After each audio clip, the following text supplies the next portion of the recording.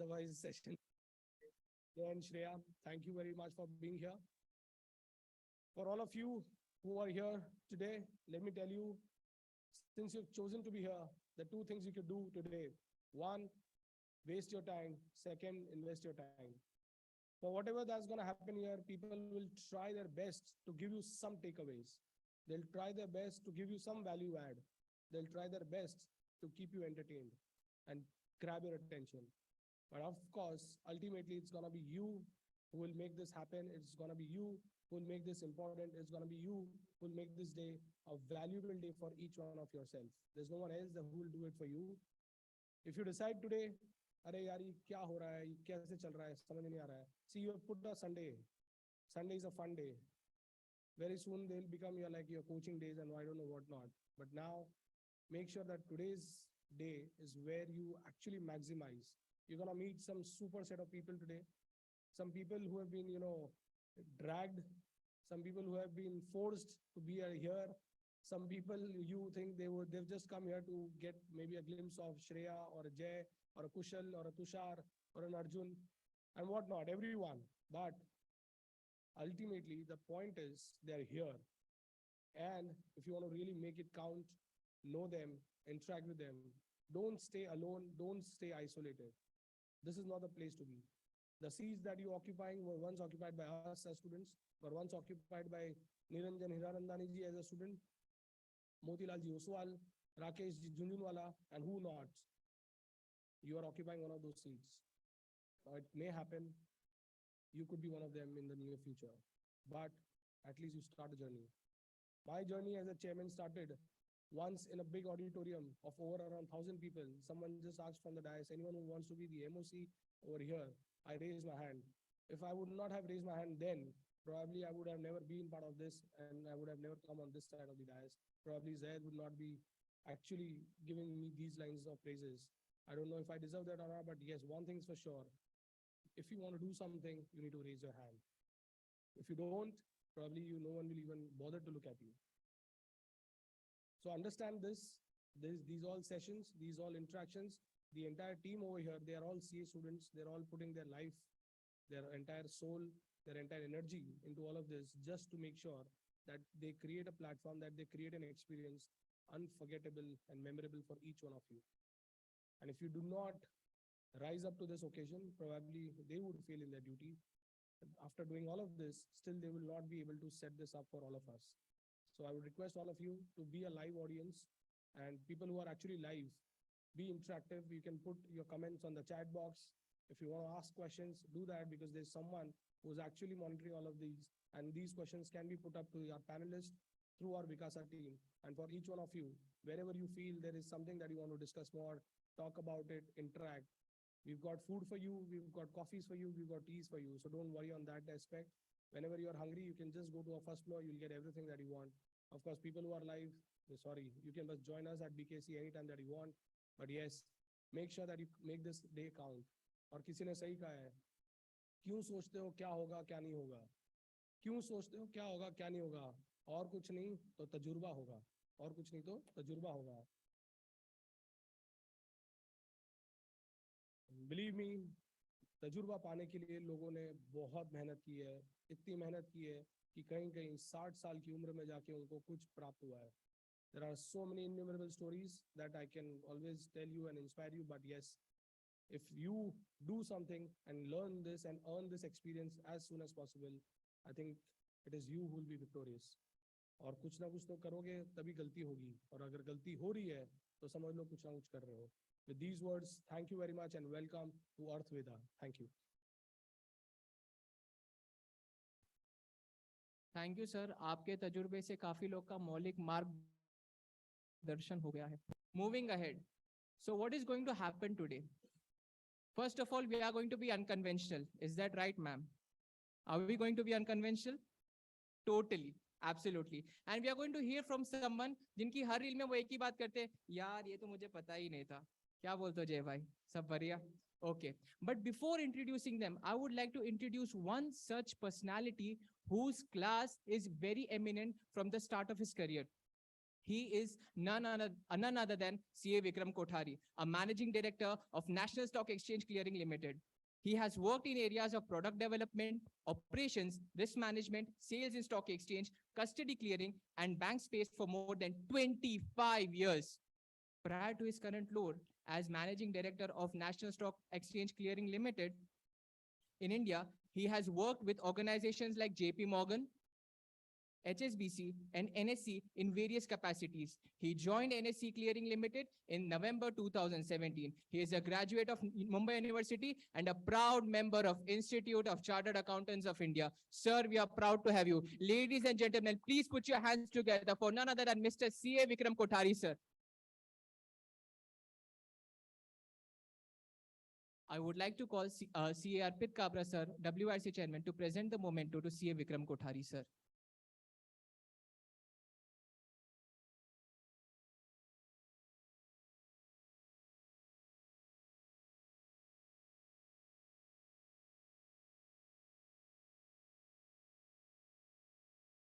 Please put your hands together. You have in front of you a living legend, a living legend.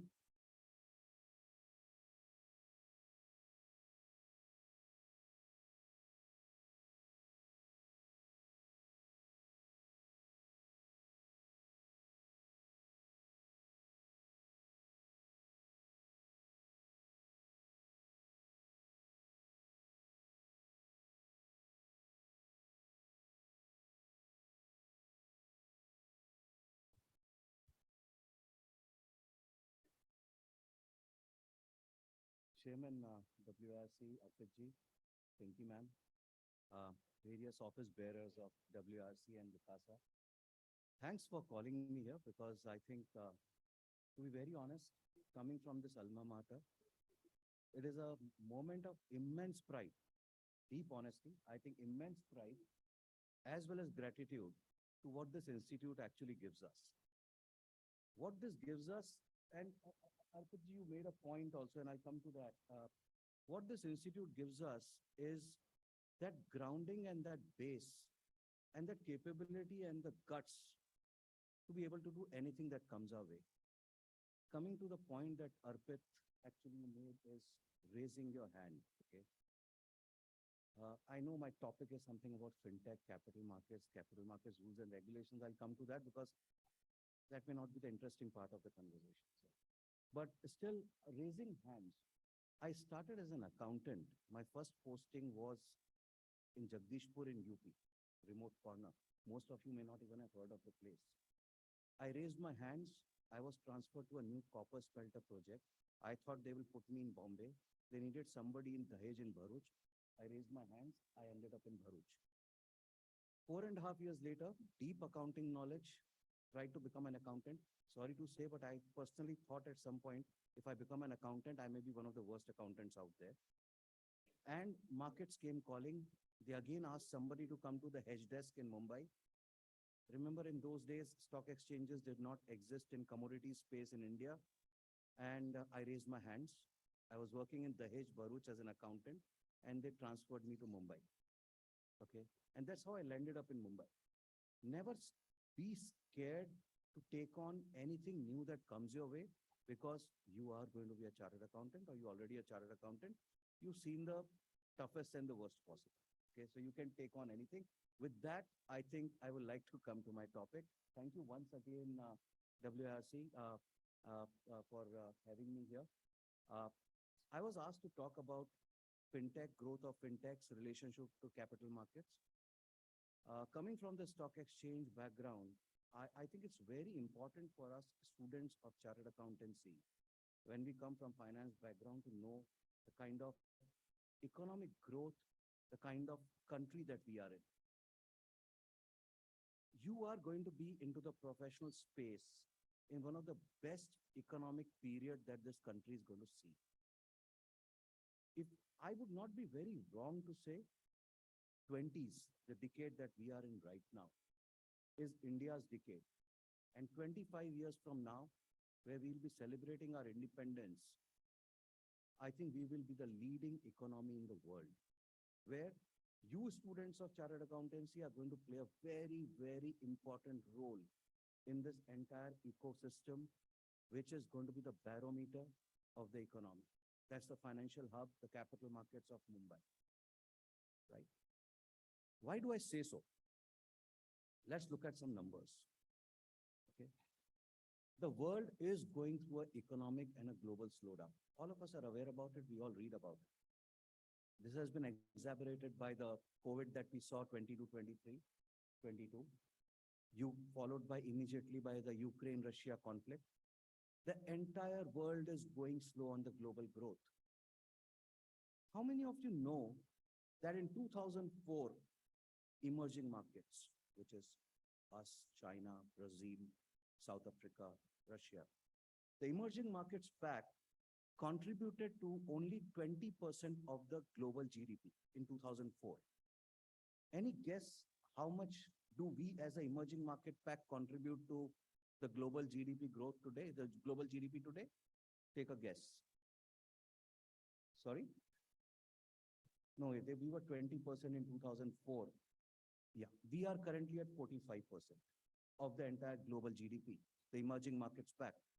And with the current growth rate of the emerging markets, in 2028, the projections are that we will be 52% of the global GDP. Just imagine, emerging markets, the pack of 5 or 6, leading the Western developed world in the contribution to global GDP is expected to be around 28.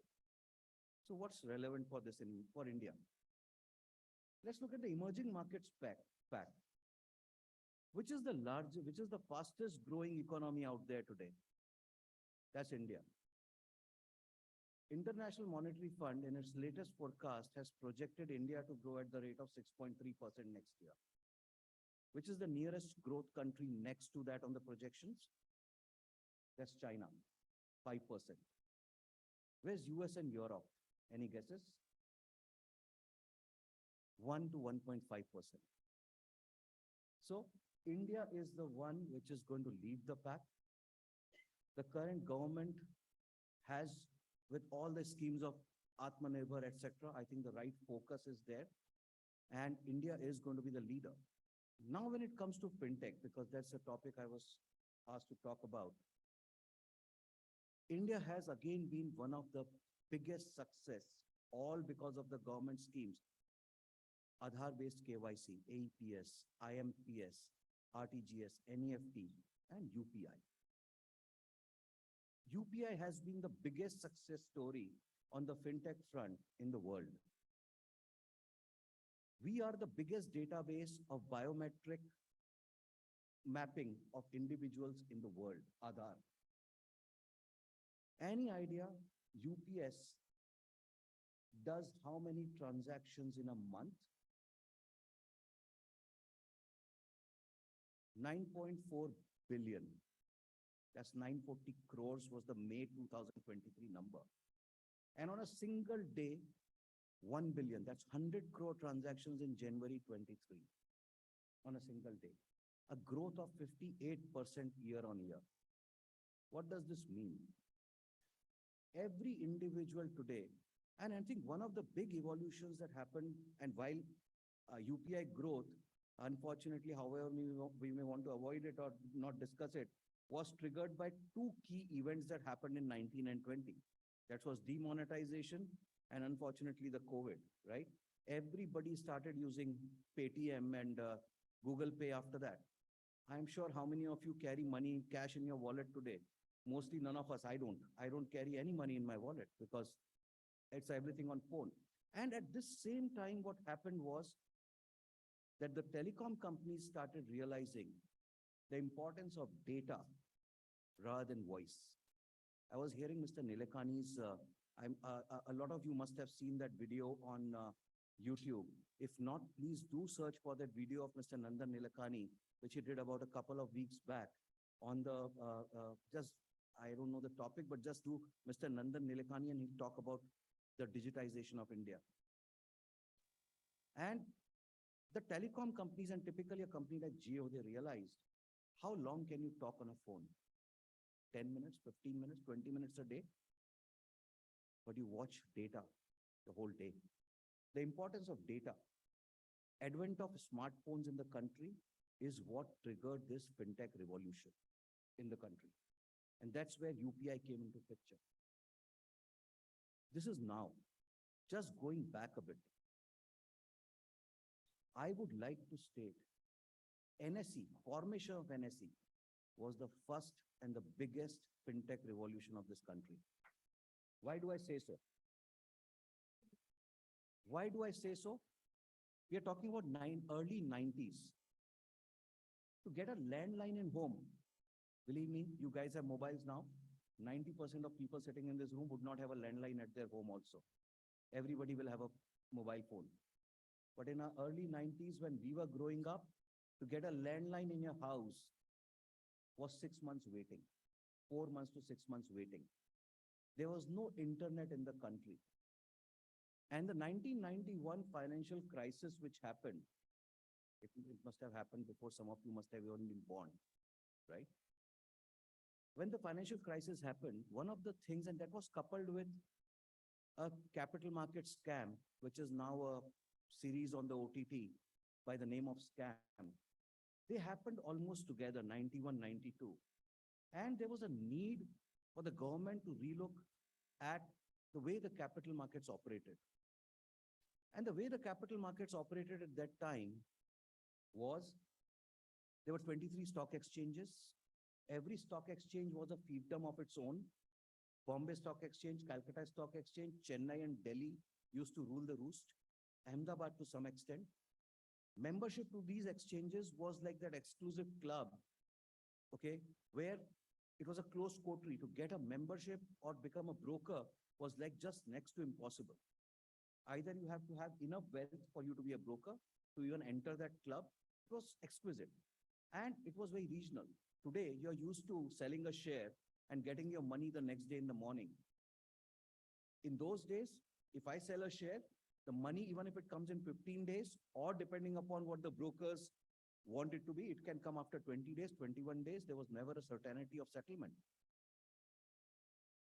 And that's the kind of era that we were in, and which led to a lot on that scam as well. If you now look at that scam OTT again, on the OTT again, you'll see it was a lot about pushing settlements and managing settlements.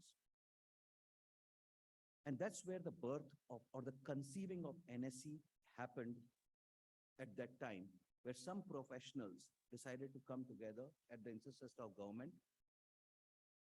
Imagine landline taking 6 months to come. Imagine no internet in that period. And the mandate was, how do we take the stock markets to the entire country, remote corners of the country, with everybody seeing the same price at the same time in a transparent manner, and be able to get the price that they see in terms of buying.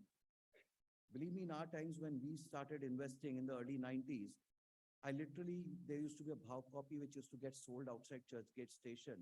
There used to be a person sitting outside or outside the BSc building. And if you decided to buy a share at that point of time, you'll always end up buying at the highest price of the day. And if you sell it, you'll end up selling at the lowest price of the day. Actually, kya transaction hua hai, kisi ko bhi nahi pata hota tha. So this was the mandate given by, where you see the right price that is trading out there, anonymous order, and make it reach the entire country. How do you make a stock exchange reach the entire country transparently with no internet and no landline existing at that point of time? We, as a stock exchange, we came up with a very, very unique technology of VSAT, which you guys, it's already come and disappeared, okay? VSAT was a technology where HCL as a company, even they did not know how their VSATs can be used. The engineers of NSE and the bright people that we had figured out, oh, this is a technology which is based on satellite transmission. And I think we can use this to transmit in any part of the country. And then the engineers went to HCL and said, can you design us something which is small in terms of VSAT, which we can place and take it to any remote corner of India. And if we place it, I can get the signals out. And it used to be a signal hop via the satellite onto the broker. And that's how NSE came into being, where every nook and corner of the country, we had satellites come in, VSATs come in, and how NSE was able to take its trading platform across the country. And another thing that we did is, Obviously, these brokers were very resistant to come and participate. But if they don't come and participate, then who trades? Somebody has to onboard the client. And then the government, the regulator, and NSE sat together and said, I think we need to remove the entry barriers, reduce the entry barriers. The entry barriers means brokers were brought in with a very low net worth. Sorry, I'm taking you through this history, but it is very important for you to know what exists today and how it was at that point of time. And every professional, a chartered accountant or an MBA, could become a member of the stock exchange easily with a very low net worth or a membership requirement, as low as 5 lakh, 10 lakh at that point of time. Was if you had that kind of money, you could become a broker. You don't have to be a wealthy person to be a broker. And what that did was provided an opportunity for professionals with the right mindset, right entrepreneurial mindset to get into fintech space, utilize their capabilities and engineering capabilities that the ecosystem was willing to offer at a very low cost, and took the capital markets to every nook and corner of the country. That was the initial phase, I would say, one of the first fintech revolutions that you saw in the capital market space. Then come to your age. You see the Zerodhas, the Grow, the Upstocks, the Angel One, all of them grow. You think they are the fintech icons. They are. We learn a lot from them. We deal with them on a day-to-day basis. But what made them come into the space in the first place? If you look at Nitin's interviews, where he talks about his journey of the last 10, 15 years, he mentions something called Now. Now is nothing but need on web. That is where NSE at that time, because all these new budding entrepreneurs and guys were willing to come out there and take capital markets to the client, but still to set up that infra, the servers, everything was a cost for them. Then NSE said, okay, let me again take a look at the model that we have. And we said, why don't we take our access and our trading capabilities onto a cloud platform? That means a broker does not need to have any infra at his end. He technically just has to get clients in, and he can pretty much give a client ID. And on the back of that need on web or the cloud-based platform that NSE provided about 10 to 15 years back, he could reach out to any of the clients of his. And that's where some of these new entrepreneurs or the fintech entrepreneurs started their journey. And they actually then set to become what they become. That led by some of the key developments that happened in that time was eKYC. I don't need to go to some guy sitting in Timbuktu, in Bihar or anywhere, and say, Baba, ek aadmi aayega, KYC form sign karega. Not required. You got Aadhaar, your eKYC, 5 minutes, online, I finish off your. How many of you have Zerodha accounts here? Or how many of you had to go to a person to meet them? No hands. Right? This is the kind of journey where the fintech revolution by the stock exchanges, the brokers, coupled with the fintech revolution that was happening on the payment space, a perfect marriage. It led to growth and spread of capital markets and trading capabilities across the country. How many unique clients are there on NSE today? I'm saying unique clients recognized by individual PANs. Take a guess.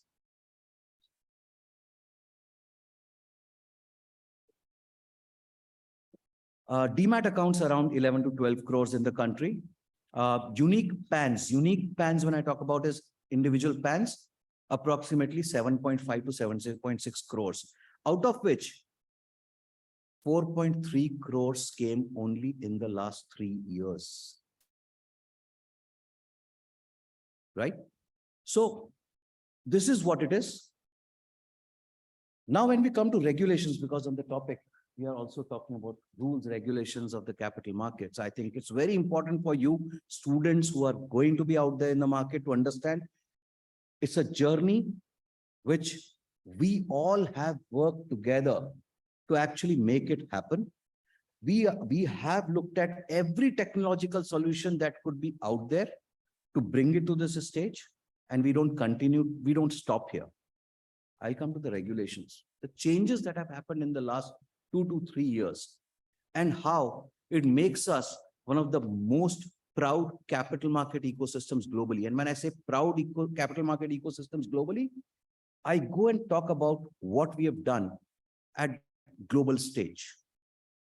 I've been traveling across the world, meeting regulators. Recently, the global capital market regulators of the world meet in an IOSCO general meeting, where I was called as a panelist to talk about what is happening in India. And believe me, the Japanese regulator and the American regulator, after the meeting, came to me and said, can we spend 1 hour with you? We need to understand what you guys are doing in India. Because they have been attempting it for last 15, 20 years, and they are not able to break the logjam over there. So what have we done?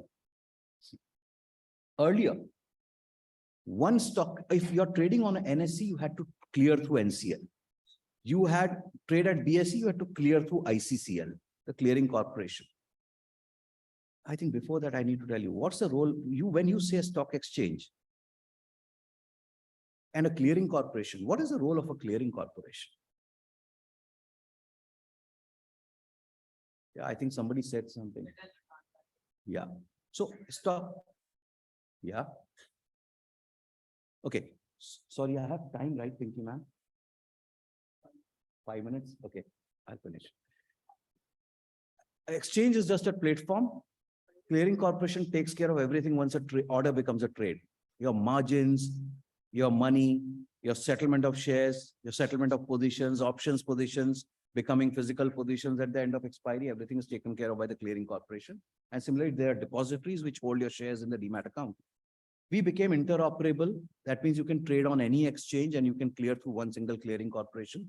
Other big worry was where the brokers used to misuse the money of the clients, and that we achieved through segregation. So one of the big capital market regulation changes is where you are now at, imagine as a clearing corporation level, I can tell how much say you have provided your money to the broker, what is your position, what is your margin.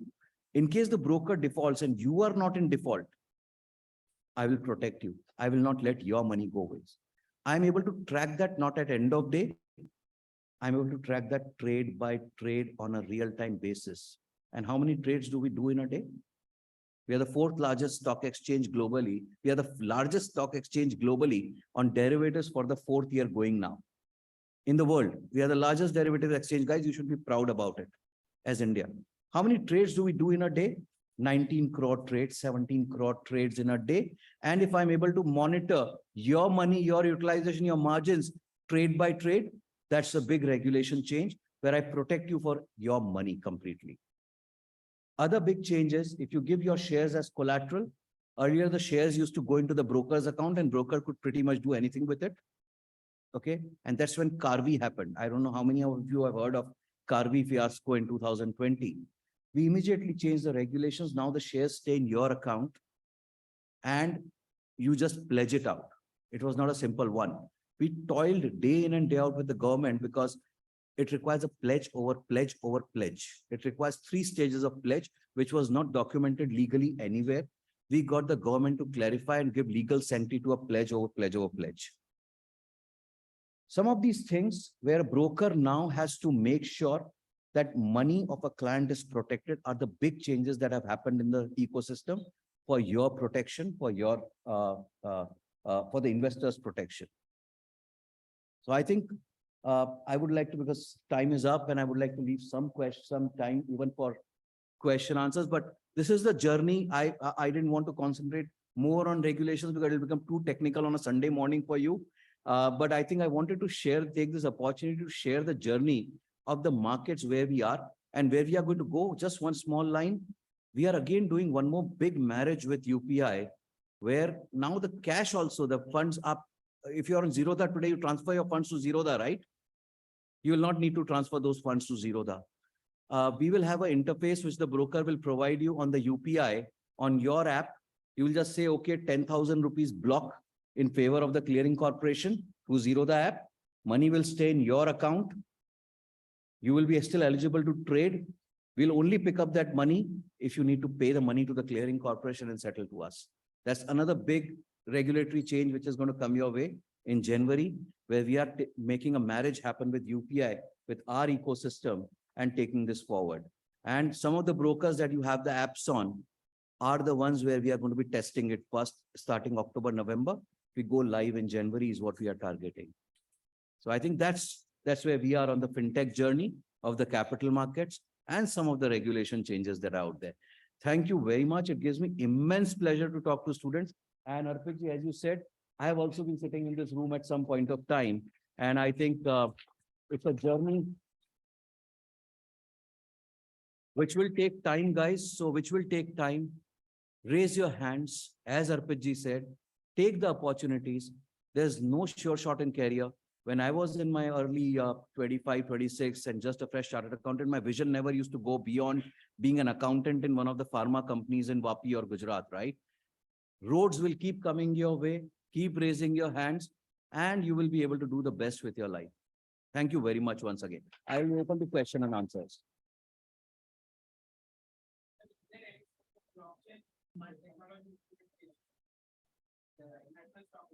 Yeah. So again, I'm a big skeptic about blockchain.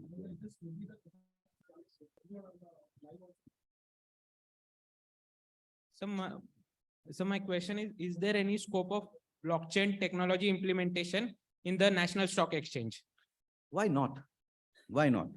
It's not that we have not thought about it. We have not worked with it. We have been conceptualizing certain POCs over the last 4 or 5 years. But see, you have to understand one thing. What does blockchain achieve?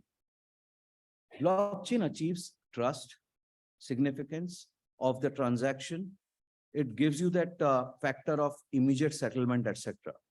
But to take it to a wide scale operation in a market like ours, where we have almost 1,200 brokers, almost 7.5 crore investors, to actually get a true benefit of this is not maybe on the settlement side. Institutional, maybe we have done, but on the voluntary corporate action side, yes, we do see certain benefits. We do see certain benefits of communications that happen between us, like we and the other clearing corporation, us and the depositories, but they are very much at POC stage. Globally also, if you see on the capital, while there have been a lot of evolutions in blockchain over the payments space, payment side, but there's not been much which has been achieved on the capital market settlement side. Some bit of experiments have happened on the voluntary corporate actions and reporting side, but they have not been very successful. While we all continue to experiment and look at it, but we still have to find that right fit where it can be of a wider use to the ecosystem. Because if today I have a better technology and a quicker technology, which is like either API based or a Java based front end, which gives a better experience, I have to find a right fit to fit that in. It should not be just a term because everybody is using it. You also want to use it. It should be a right fit for you to use. We are still evaluating. We have not yet found anything that will be worth it for a wider distribution.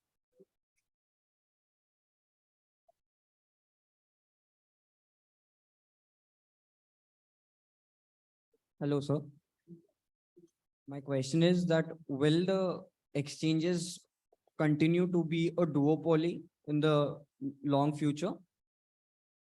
That's not honestly a question for me to answer because this is a very much an open space. If you look at it, the regulations of SEBI clearly prescribe what is required to be a stock exchange. Is a duopoly a bad word?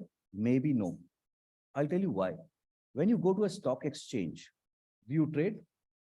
Yeah. What do you look for? I look for the scripts. And That's it. if And the Infosys prices. is trading at 1,000 rupees and somebody comes and out there puts a quote of 2,000 rupees, will you buy that Infosys at 2,000? No, no, So you're looking for order book liquidity and depth and the right price. actually. And that comes with liquidity, order book depth, right? Duopoly may not be a bad thing. Multiple exchanges may not be a bad thing. But I think one thing that you have to worry about is fragmentation of liquidity because that hampers price discovery.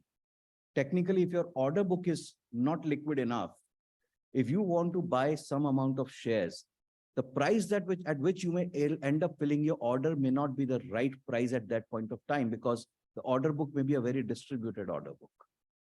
Taking an example, अगर सामने बेचने वाले खाली 100 share वाले बैठे हुए हैं और आपको 1000 शेयर खरीदने हैं, जैसे आप 1000 शेयर बाय करने का ऑर्डर डालोगे, I am the first person who will come on the sell side and say, हाँ 100 रुपए का भाव है ना, एक काम कर 200 रुपए में 100 शेयर का और डाल बेचने के लिए, right?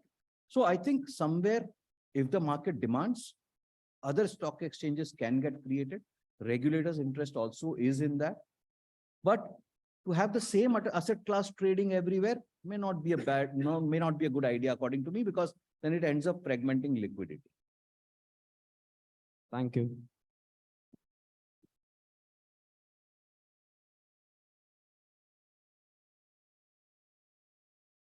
Hello, sir. When is the NSE IPO expected?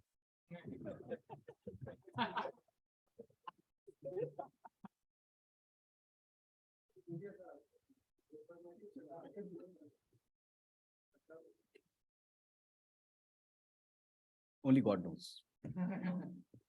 Yeah.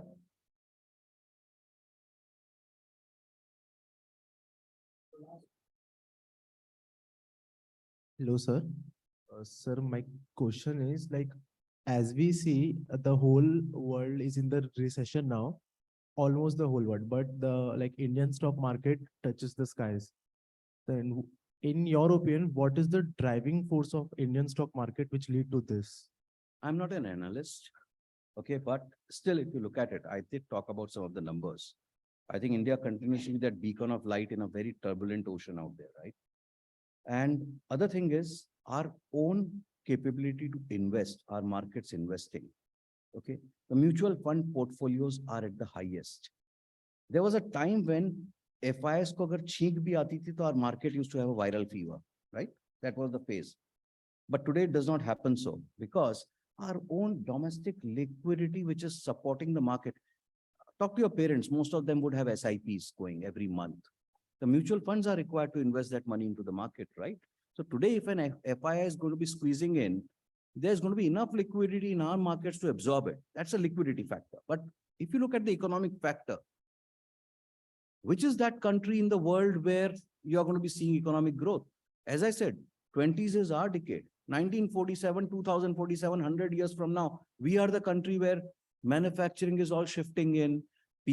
Investments are happening. Our consumption story, our manufacturing and investment story, and our digitization story. Three big catalysts. This is the market. That's why our markets are still resistant to any small changes that happen globally.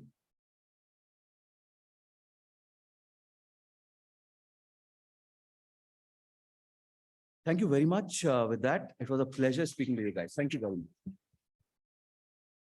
Ladies and gentlemen, a standing ovation for a living legend, please. Thank you so much, sir. Thank you so much.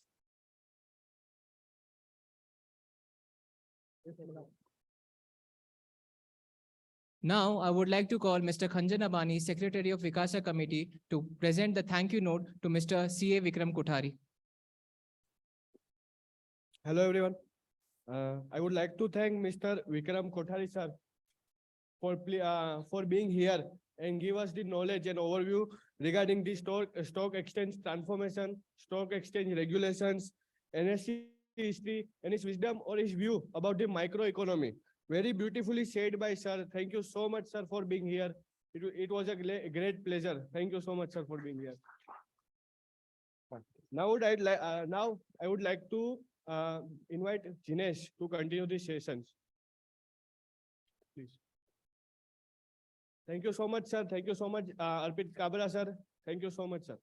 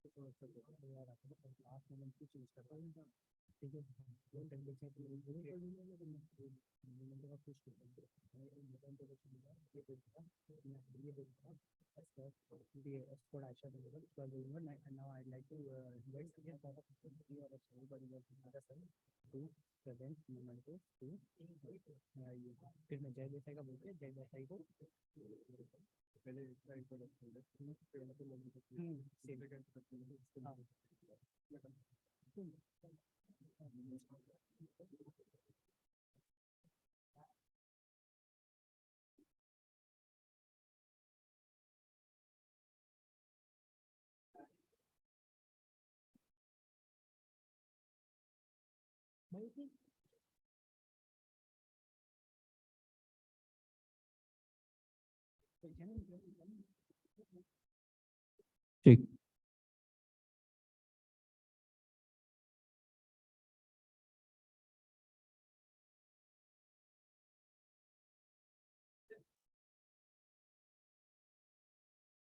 अभी Saurabh sir को बुला, उनका speech रहेगा, तो उसके बाद तू दोनों स्पीकर का एक एक के बाद इंट्रोडक्शन दे, सौरभ सर ही मोमेंटो दे दोनों को। अच्छा, मैं सबसे पहले लिखा फिर मैं शेयर दे सकती हूँ। हाँ, पहले सौरभ सर बोला ना, पहले एक्सपोर्ट करवाने में वॉलंटियर वॉलंटियर्स को बोल दे, पहले सौरभ को पहले सॉरी श्रेया को बुला ले, श्रेया एंड जय को एस्कॉर्ट करवा, स्पीच नहीं बोली थी नहीं, जय को सौरभ को, ठीक है, देन सौरभ सेक्रेटरी चलेगा, सेक्रेटरी भी बदला। उसके बाद में फिर सौरभ को 2 मिनट भी बोलने, मतलब फ्यू वर्ड्स, हाँ वो मैं कर दूंगा, हाँ फ्यू वर्ड्स भी बोलेगा। उसके बाद में इन दोनों का इंट्रोडक्शन, इंट्रो फैकल्टी, उसके बाद में ठीक है इंट्रो, और हम सेशन तो लास्ट में यहाँ पे सौरभ सर बोलेंगे, ठीक है। इसके बाद मैं मोमेंटो का लास्ट में रख लूँ, मोमेंटो में वहाँ पे जो हम लोग आज के बैठे हैं ना, तो दोनों को बुलाते, बट हम कभी फ्यू वर्ड के बाद, हाँ फ्यू वर्ड के बाद मैं पहले श्रेया जयसवाल का इंट्रो दूंगा, एंड मैं बोलूँगा ना आई लाइक टू, दोनों का इंट्रो कर दे, दोनों का इंट्रो कर दे, दोनों को भी मोमेंटो करके बोल दे, ठीक तो इंट्रो, हाँ सौरभ तो रहेगा ही, तो मैं सौरभ से बैठता हूँ, मैं अकेले चेयरमैन सर को लगा दूंगा, अकेले दोनों चेयरमैन भी आई जाएंगे, चेयरमैन से हाँ मैं स्टार्ट करूँ।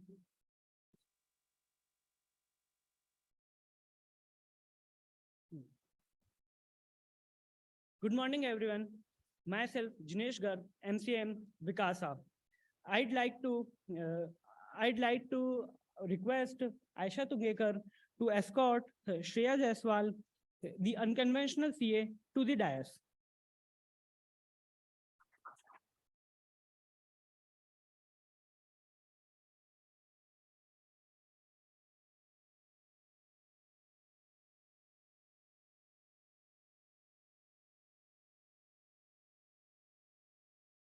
Now, I'll request to the Harshita Khandelwal, volunteer Vikasa, to escort CA Jai Desai to the dais.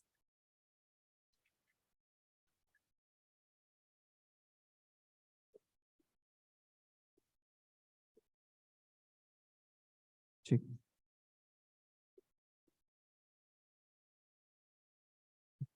Hello. Now, I'll request Aisha Tungekar, volunteer Vikasa, to escort the CA Saurabh Ajmera sir, Secretary of WRC of ICI, to the dais.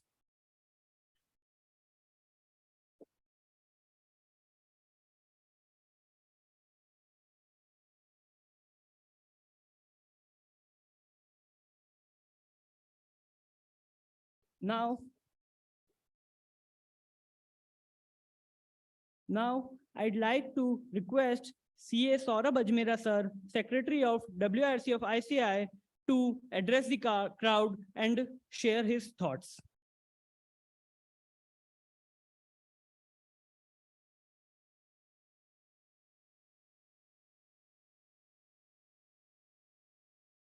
Good morning, everyone. This is the first technical session. I need little more energy from your side. Good morning, everyone.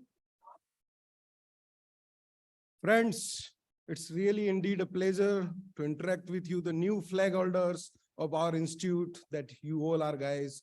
And first of all, I like to compliment the Vikasa chairperson, Pinky Kedia, and all Vikasa team for organizing such a wonderful program. Let's have a big round of applause for them. That is Arthveda. Friends, as an institute, as an ICI, we entered in the 75th year of our existence. We are as old as country. Can someone tell me when Constitution of India is adopted? And when CA Act passed in the parliament? So feel the importance. We are as old as the country. We have more than 168 branches. We have family of 12 lakh members, out of which 8 lakh are CA students and nearly 4 lakh are CA members. We have presence in 47 countries through our representative offices. And we are the first, in an aggregator term, we are the first largest accounting body in the world.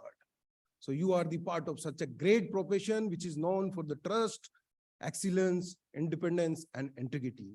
And this year we are celebrating as a trust 75 saal Vishwas ke. And at WRC, we all are feeling pride. That is why we have taken this theme for the year, where P stand for perform, R for relearn, I for innovation.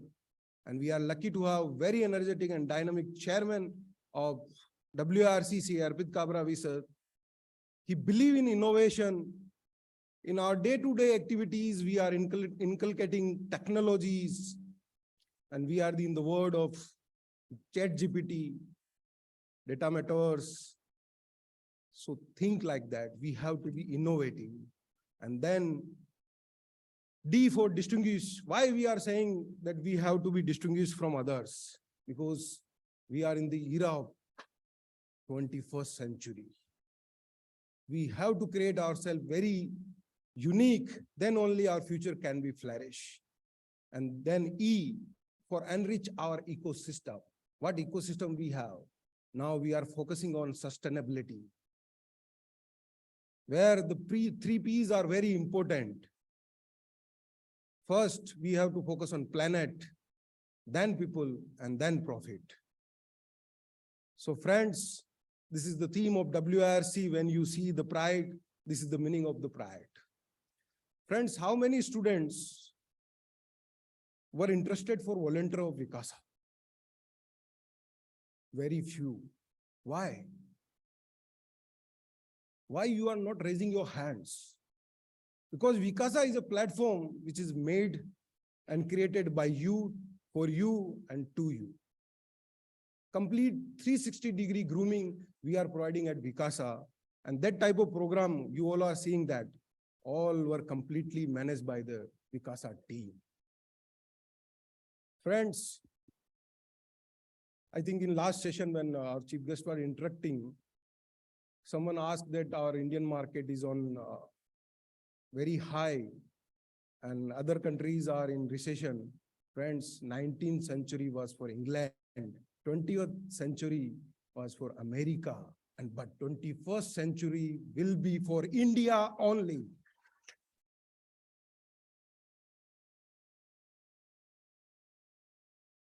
So friends, once again, I want to request each one of you, please be active in the Vikasa platform and participate in the all program where Vikasa is organizing. Almost all weekend we are organizing various programs to groom all of you, and you are the future of our ICI, and that is why you have to be very serious and you have to be very interactive in all programs. Thank you once again for giving me a chance to interact with all of you.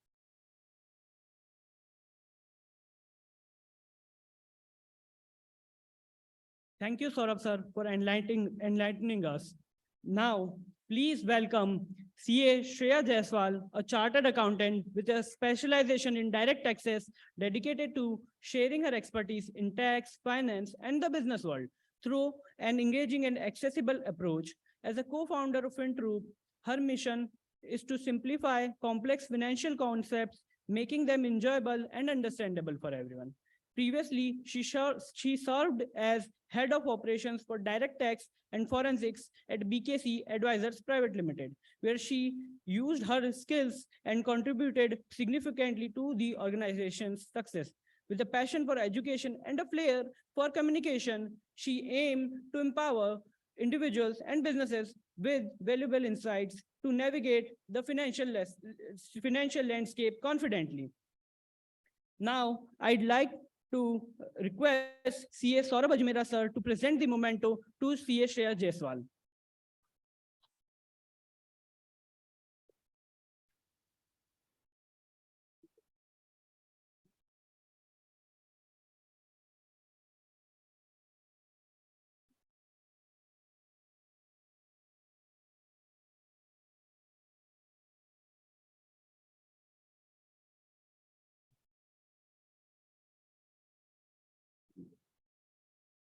Now, I'd like to request our chairman, Arpit Kabra sir, to present the memento to CA Jai Desai.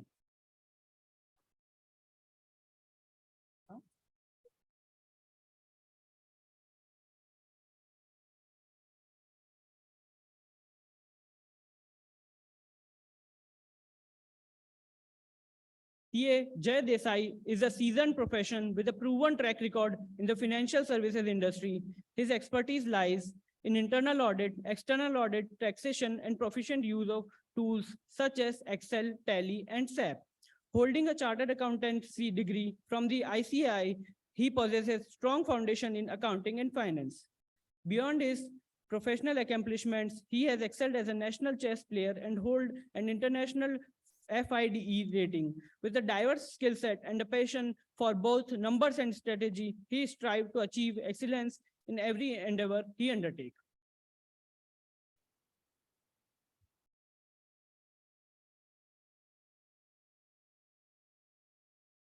Now, I'd like to invite Shreya Kothari to moderate the session.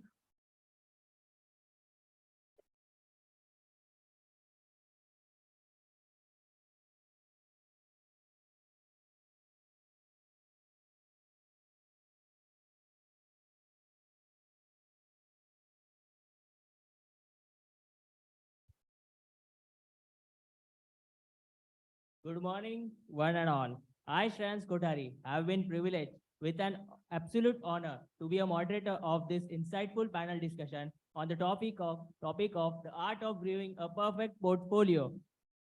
Today, we embark on a journey where we will unlock the secrets of crafting a well-balanced investment mix that can navigate the complexities of the financial world and help us to achieve our long-term goals. So, sharpen your financial senses and let's dive into the captivating realm of portfolio management. According to a survey conducted by Times of India, 75% of the citizens above the age of 60 need to depend on their children for their financial needs. This is a grave concern, considering that the most of us are article assistants and started earning in this early age. Management of personal finance is extremely important for us. So now this signifies our topic, the art of brewing a perfect portfolio. Now let's begin with our formal discussion. So I would like to ask our panelists our first question. As both of you have ventured into different fields of finance, many of us are concerned what to do after CA course. So can you enlighten about this? First of all, what's up, everyone? How's the Josh? How's the Josh? थोड़ा और high कर दो यार. How's the Josh? Chalo, good. Now that everyone's awake, let's answer your question that how do you know what you want to do after your CA course, right? So I think the answer lies in our articleship. मतलब when I was an article ना हम सब हमारे mentor की pitching करते थे जैसे तुम लोग भी करते होगे and we were like कि यार ये तो पूरा खून चूस लेते हैं हमारा मतलब इतना सा stipend मिलता है और उसमें काम तो practicing CA से भी हम उनसे भी ज्यादा करते हैं है कि नहीं We work more than all the partners, right? So I was like, everyone around me is telling me कि यार ये ना हमें use करते हैं, ये ना हमें use करते हैं. And I thought that why not change the narrative? Why not say that if he's using us, we should also use him?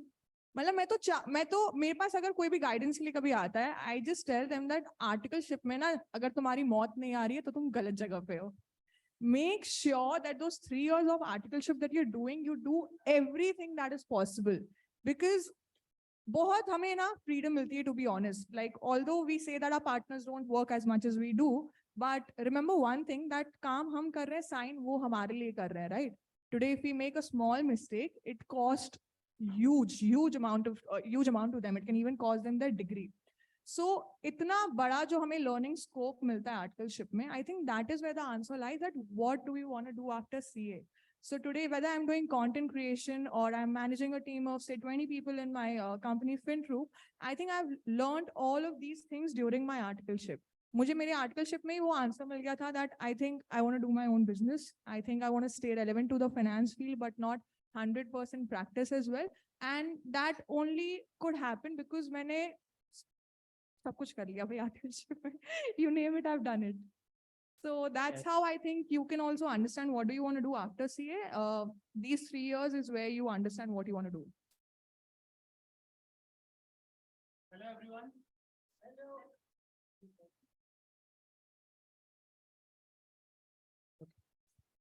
So as Shreya rightly said, but I'll kind of take a different path.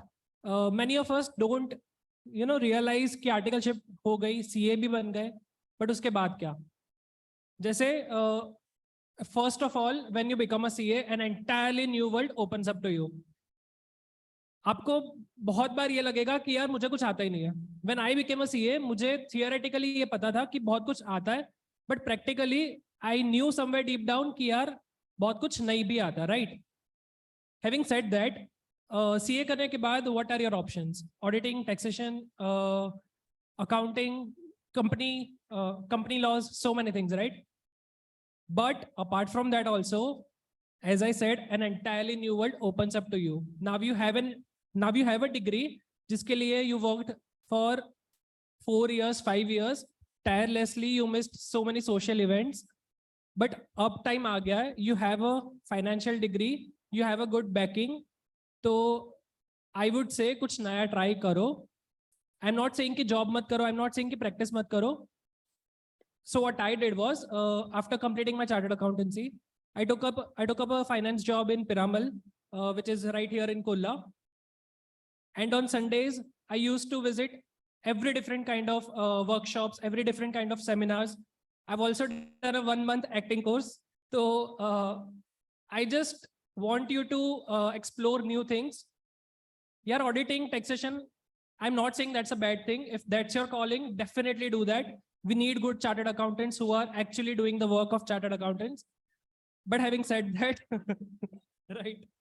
But having said that, if that's not your calling, find your calling. So yeah, that's how I ventured into the field of content creation. I like writing. I love writing. And I love, explaining complex topics in a very simple to understand manner. So that was a very natural path for me, content creation. Yeah. Now, moving forward to the next question, I would like to ask Shreya that how did pursuing CA help you in your life?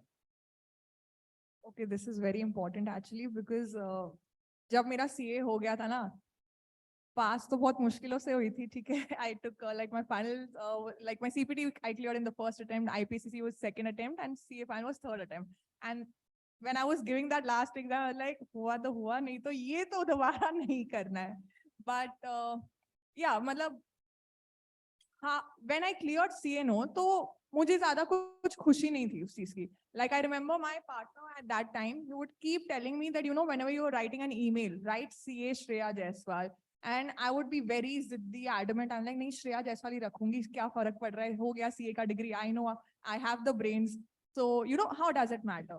And for a very long time, I stayed away from the title CA. And then there was this one time when he's like, enough of your natak, ab CA likho apne mails ke aage. And the day when I actually started writing it, I realized how different the world started thinking about me.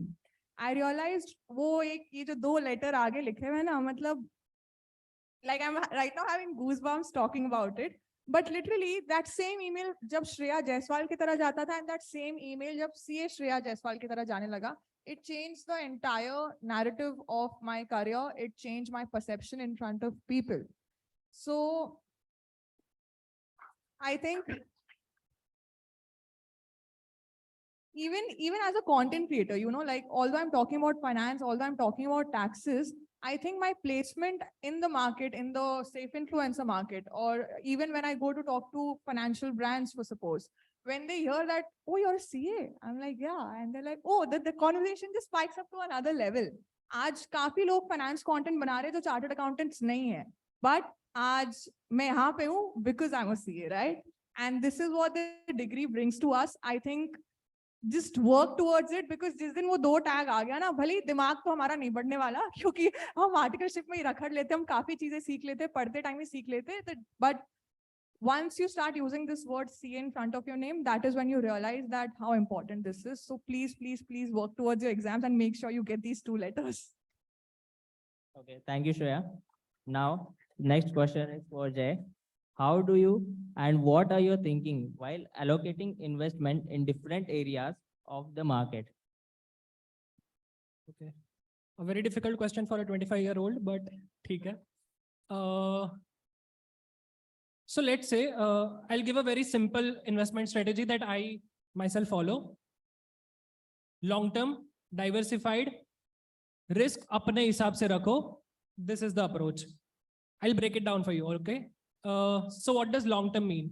First of all, whenever you're investing, you need to determine what is your time horizon that you're investing for. Let's say I'm investing for like the purpose of my retirement, कि मुझे retire होके I want to live a comfortable life. तो retire अभी तो होने नहीं वाला. I'll retire at 60, I'll retire at 65. So I'm 25 right now. I have 40 more years to work. I need to invest in such a way कि the wealth grows over time. And क्योंकि मेरे पास इतना सारा time है, I have 40 years, तो मैं risk ले सकता हूँ, right? But अगर my purpose is to invest for, let's say I want to purchase a house next year and मुझे उसकी down payment करनी है. So it is a very immediate goal, right? So I will invest in, let's say, fixed deposit, liquid fund, क्योंकि मुझे पैसा तुरंत चाहिए. And I also wanted to grow a little bit. So time horizon becomes very important. Second is diversification. When you're investing for a certain time period, like let's say I said 40 years, right? It is very, very, very important to diversify, because let's say equity has the potential of giving you extremely good returns, but it also has a potential downside. Like हमने COVID में देखा, markets were 40% down, 50% down. अगर let's say कोई बंदा 2015 में investing करना शुरू किया होता, and his goal was कि 2020 में मुझे घर लेना है, and out of all my equity investments मैं घर ले लूंगा. Imagine the scenario. अगर वही बंदे ने, let's say he also invested in gold, he also invested in debt funds, तो थोड़ा उसका cushion मिल गया, portfolio थोड़ा risk balance हो गया. You're getting what I'm saying, right? So it is very important to diversify. How can you diversify? Let's say you're investing in equity, which is high risk, high return. Also invest in some safer options like fixed deposits. Gold is not a safer option, but I would say safer compared to equity. You can also invest in, there is an excellent product. And by the way, I'm not getting paid to say this. There is an excellent product called small case. So the most popular small case is, do you remember the name? All weather investing. So what all weather investing does is, when you invest, let's say around 300 rupees, you are investing in equity, you are investing in gold, you are also investing in debt funds. So that automatically diversifies your investment. So that is one product called small case. There might be many products like this, but main goal is diversification. And another is risk. Risk ties up to the same thing that I mentioned earlier, time horizon. अगर आपके पास ज़्यादा time है, तो you can take risk. अगर आपके पास कम time है, do not take risk. keep your funds in a liquid fund or fixed deposit or something like that. Yeah. Thank you, Jay. Now, the next question is for Shreya. I would like you to provide an unconventional take on this question. So, what are your opinion on the current stock market trends and how would it impact the economy in the long run? Current stock. How many of you are actually investing in stock markets? Wow, I'm so happy. जब मैं थी ना यहाँ पे तो knew nothing legit. I think मैंने अपना broking account भी 2 साल पहले ही open किया हुआ है. So current stock market trends यार in 2019 no हमारे जो prime minister है मोदी जी उन्होंने काफी बड़ा statement दिया था that he is going to take India towards the 5 trillion economy, US dollar 5 trillion economy, okay? And there is this very interesting statistic. I don't know how many of you are actually aware of it, but there are only 3 countries till date जो actually 5 trillion का mark cross कर चुके हैं. Number 1 is US, next is Japan, and third is China. And when you see the movement of stock indices of these companies during their journey, जब वो 2 trillion से 5 trillion cross कर रहे थे. So China का stock market, I think it crossed by, it jumped by 4 folds. US had their stock indexes grow up to around 17% jump. And Japan had the highest, which was a 19-fold jump. Okay? And I don't know if you guys follow the news or not, which you should, but last month India ne 3 trillion ka mark cross kiya hai. And I think we already know. If you do not, then please go home and Google today ki 2 trillion to 3 trillion ka jo mark India ne cross kiya hai, how many years did it take India to go there, and what is the growth of our stock markets? And right now standing at 3 trillion, when in the next 2 to 3 or maybe 5 years when we cross the 5 trillion mark, I think जो हमारे हाथ में ये जो portfolio है, जो shares हमने invest किए, time pass में खरीद के रखे, you will see how exponentially that grows. I remember when my parents, like when I was very young, when I was in school, तब मेरे parents ने real estate में invest किया था. And they just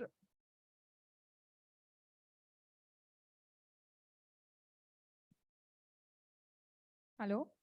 Yeah. So when I was young, when I was in school, I remember my parents had invested in real estate और वो उन्होंने बस सोचा उनको मतलब my parents are not that financially sound. तो वो उन्होंने काफी मतलब बस कर दिया कि हाँ सब properties invest कर देते हैं. So they did it more out of luck rather than knowledge. And right now, if you listen to these statistics, I think we can make the right investment. We can invest correctly in equity markets, and we will not be doing that out of luck. We will be doing that by research-backed data, and we will be doing it with pure knowledge. So definitely when you tell me that where these stock markets, like what do I see the future, I think the best time to invest in equity markets is now. Like it went already, but you can do it now too. Okay, thank you, Shreya. Yeah, would you like to add something on this? Yeah, I think let's summarize that one sentence. The best time to invest was yesterday. The next best time is today, right? Also, I'll add to the previous question that you were asking, investment strategy.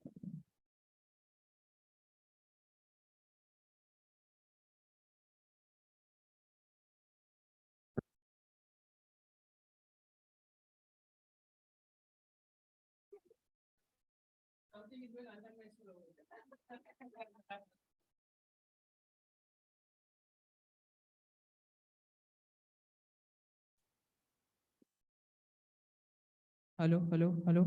Mic testing 1, 2, 3. Hello.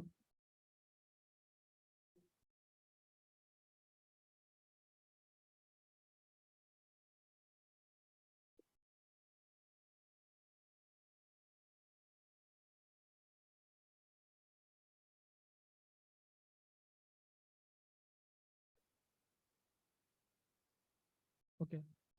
Where was I? Okay. So I'll just give you one advice. जो मैंने भी शायद कर ली होती तो मेरे लिए अच्छा होता. But since you're all students and okay, let's get to the point. 2 main things: start early and invest regularly. Start early. What I mean is, let's say I'm 25 years old right now, okay, and I start investing 10,000 rupees per month.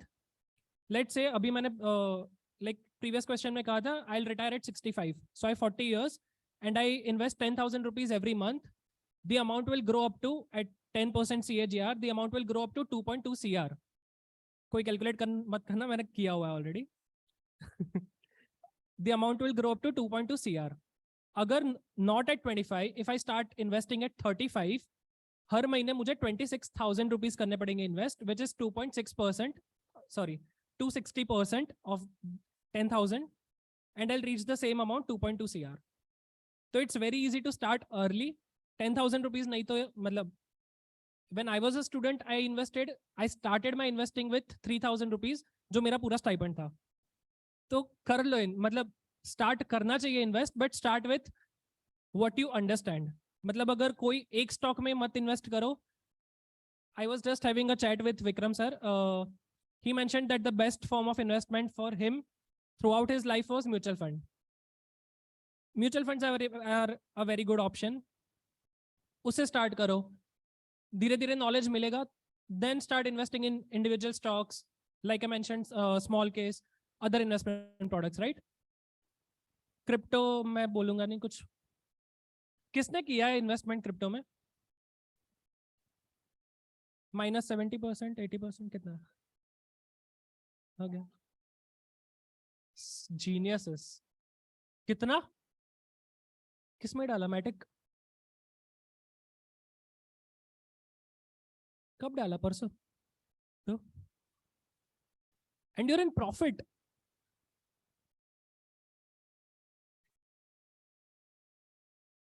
Amazing, amazing. मैंने भी डाला यार सुलान में. Sorry. हाँ तू आ जा यार. Amazing, amazing. And the second point is, first point is start early. Second point is invest regularly. जैसे मैंने कहा 10,000 rupees every month. कोई भी amount fix करो and just blindly invest. Mutual fund में डाल रहे हो तो mutual fund में डालो. Just have the discipline. The amount will definitely grow. And if you are investing in equity, you can see the historical pattern. You can see the historical charts. 12% से 14% के बीच में CAGR दे ही देता है equity when you take a 10-year or let's say 20-year time frame. So just two main advice: invest regularly and start early. Yeah.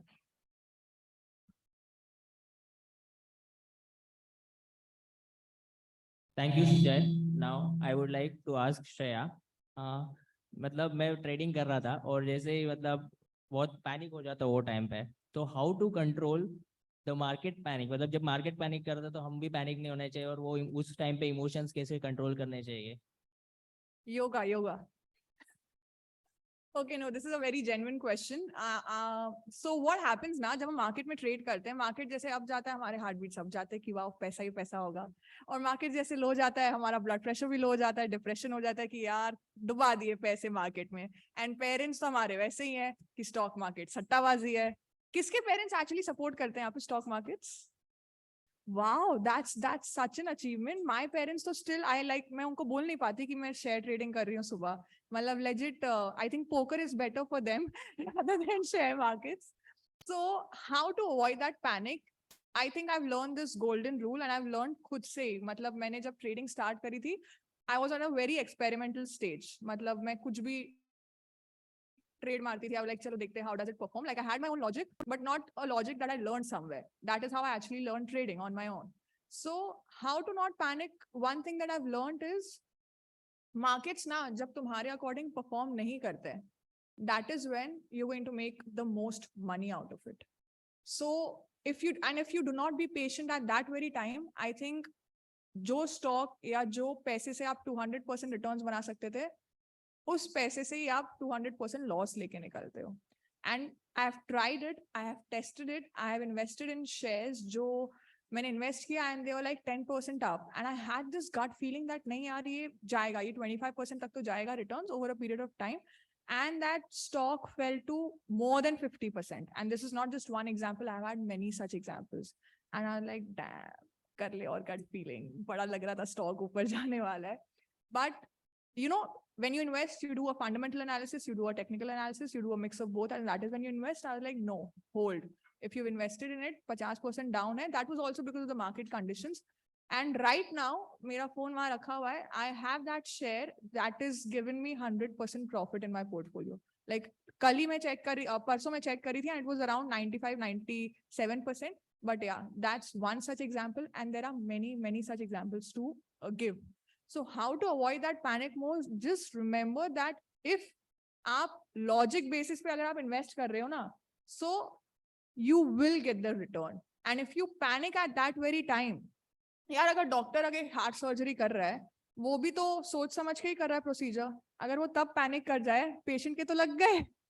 और हम क्या है, हम सीएस है, we are also financial doctors. तो trading in stock market is equally like an operation for us. तो operation में panic कर दोगे तो फिर यार कहाँ से आएगा पैसा. Thank you Shreya. अरे यार ये तो मेरे को पता ही नहीं. ऐसा मेरा रिएक्शन था जब मैंने टैक्स लॉस हार्वेस्टिंग के बारे में सुना. So now I would like to ask Jay and brief the public about this.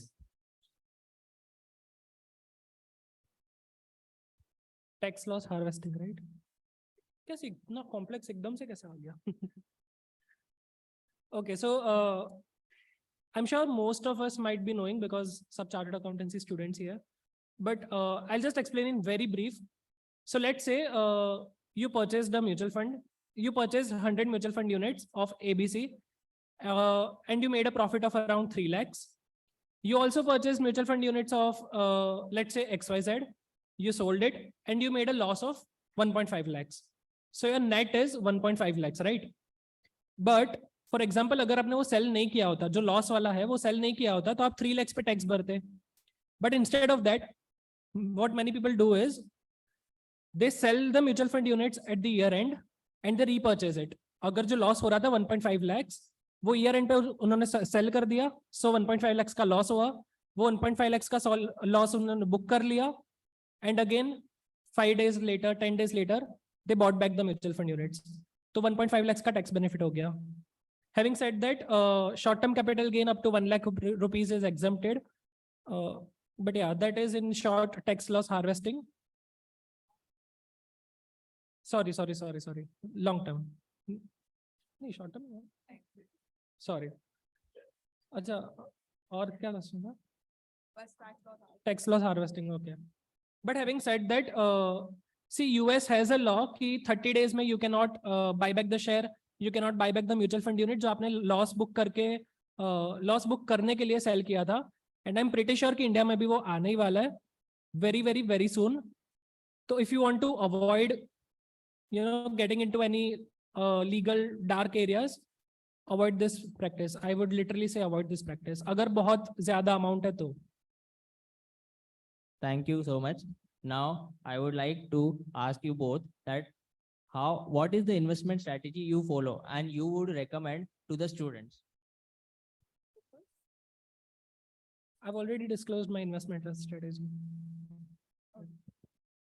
My investment strategy is very simple. Never copy someone else's investment strategy. सीधी बात, no bakwas. Because and that there's a very big logic to it. Okay, today Jay and I suppose make the same amount of money. Say he's earning 25 lakhs a year, I'm earning 25 lakhs a year. But Jay जो कमा रहा है वो सिर्फ खुद के लिए कमा रहा है, ठीक है? या हो सकता है अपनी sister है या brother है, he is giving the money out to them. Now today I have to serve a family of 7. So when we compare earnings and we make investment strategies, उसी के अकॉर्डिंग हम बनाते हैं कि यार चलो दोनों आर्टिकलशिप में है, दोनों डेलॉइट में है, चलो हमने स्टाइपेंड आ रहा है 15,000, तू कहाँ इन्वेस्ट कर रहा है, चल मैं भी यहाँ कर देता हूँ.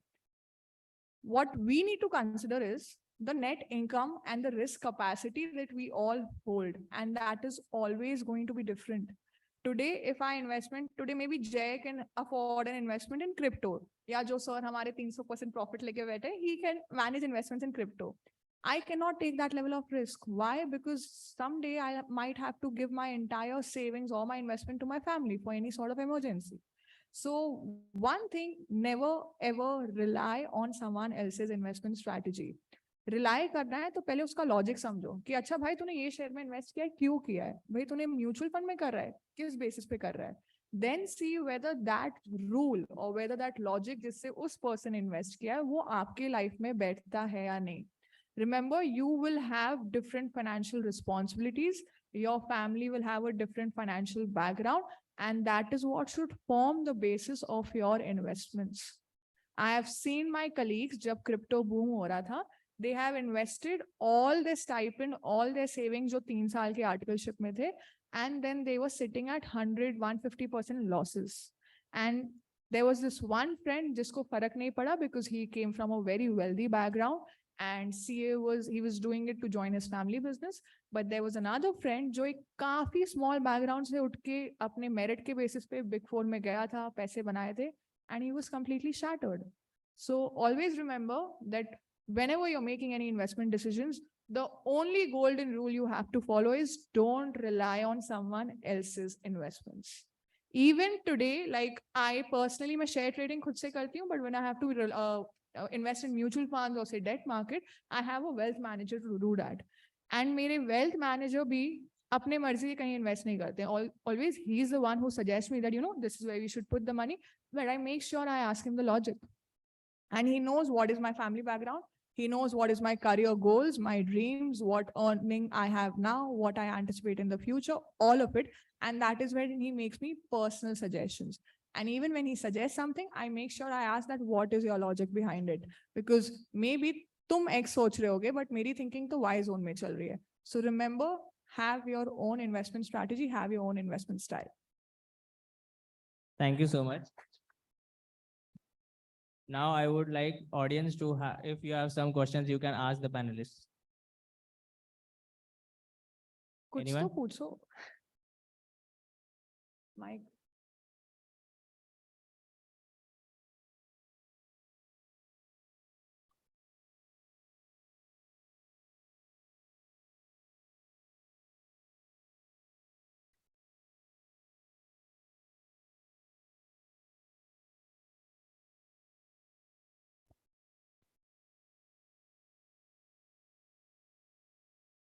Check.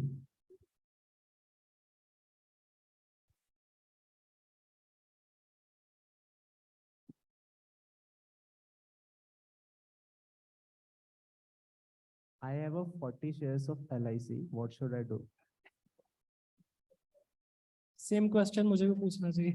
मैं answer करती हूँ. I'm not a SEBI registered expert, so I'm sorry I can't give the recommendation. Read the caption for more details. इसमें आपकी expertise नहीं है, so you are out. Sorry. There's no, we are not answering any share market tip, any mutual fund किस में invest करे, ऐसा हम कुछ नहीं बोलने वाले. On camera तो definitely नहीं.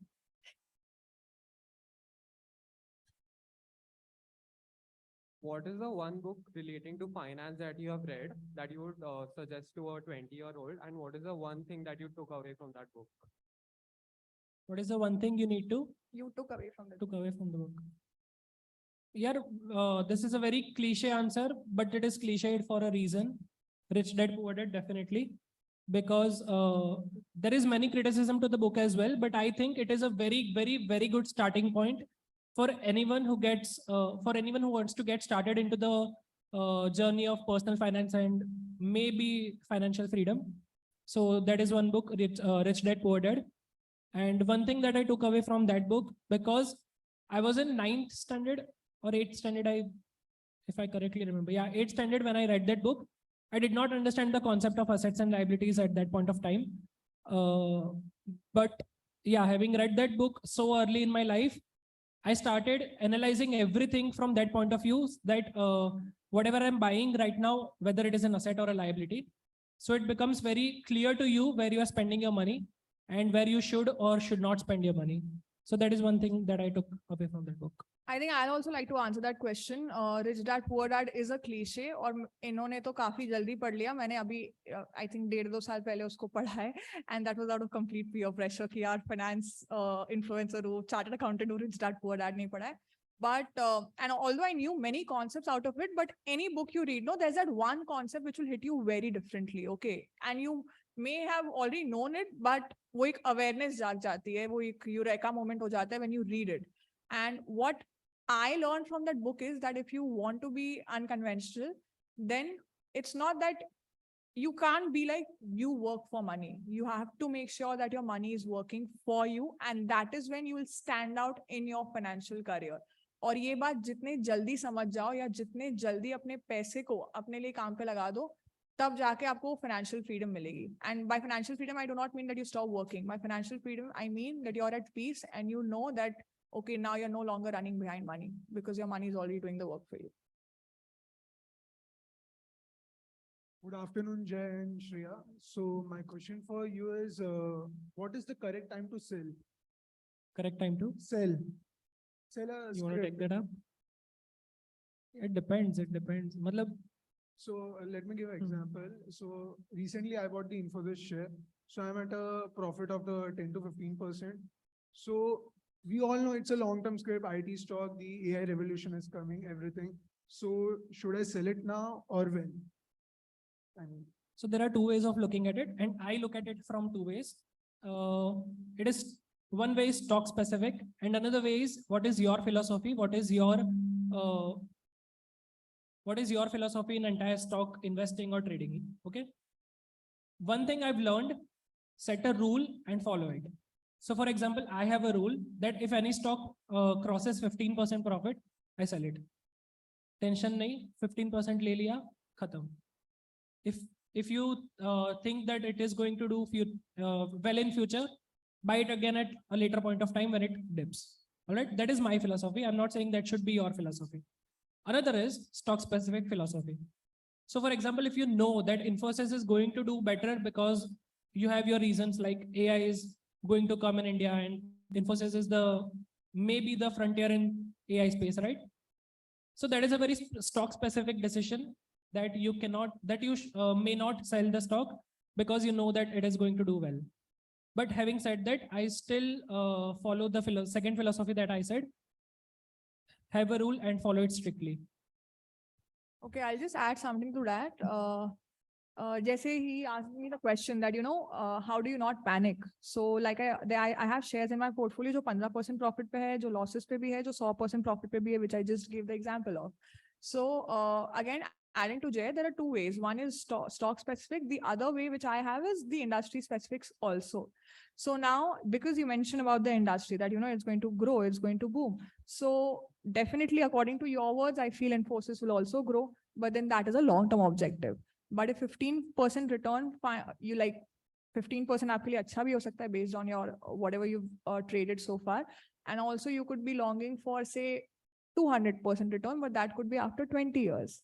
And in the same time, now say abhi baat karte karte, if someone in the top board of Infosys just passes away, your share is going to go negative. And that is when you're going to be like, or sun lo, or दूसरों से advice ले लो, बेच देना चाहिए था 15% पे. So my suggestion is do not panic. First thing. Second is see whether you want to trade specific to that share, whether you want to go towards the industry outlook, and obviously also consider its financials. But when I talk about financials, there's also one more factor, which is the future cash flows. जब एक आप company को selling के बारे में आप सोचते हो. So different shares, whenever I think all of us would agree to the statement that whenever you purchase share, each share has a specific story, why we are buying it and when are we planning to sell it. So just, I think that is an answer जो आप खुद ही answer कर पाओगे. But yeah, these were the points which you can consider based on our answers.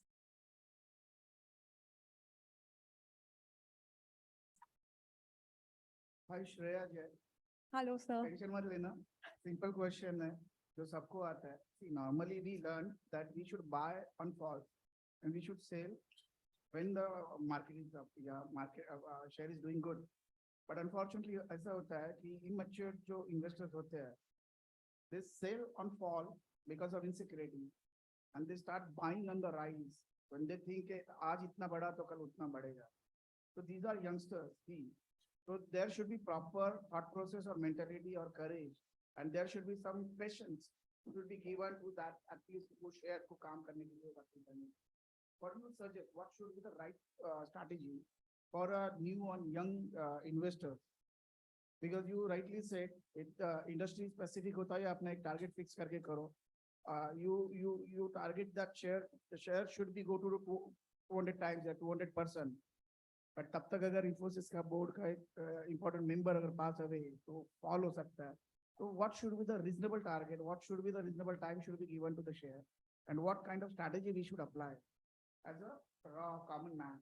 Okay, you want to answer that?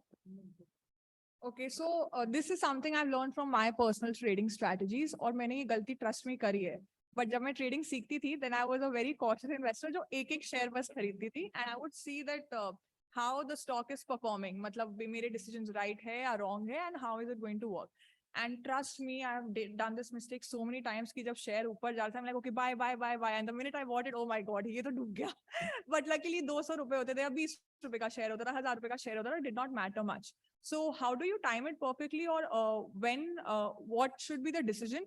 तो जैसे कुछ shares जो मैंने अपने portfolio में रखे हैं, I follow Jay strategy absolutely. Like this is my personal trading strategy. Okay, my entire portfolio is divided into short term and long term. So there are certain shares जो मैं खरीदती हूँ कि I'm like ये सिर्फ trading purpose के लिए है. ये अभी इसका मैंने chart देख लिया, and that is completely based on the chart analysis.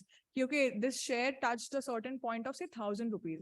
And right now, and it is done that a couple of times. And right now it's currently trading at 750, 800. I'm like, okay, let's buy it within a period of say 15, 20 days or 30 days. And also based on what news is going out in the market, I can just make a decent return of 5% a month or 10% a month, and I take an exit. But this thing I do not follow when I purchase shares for the long term.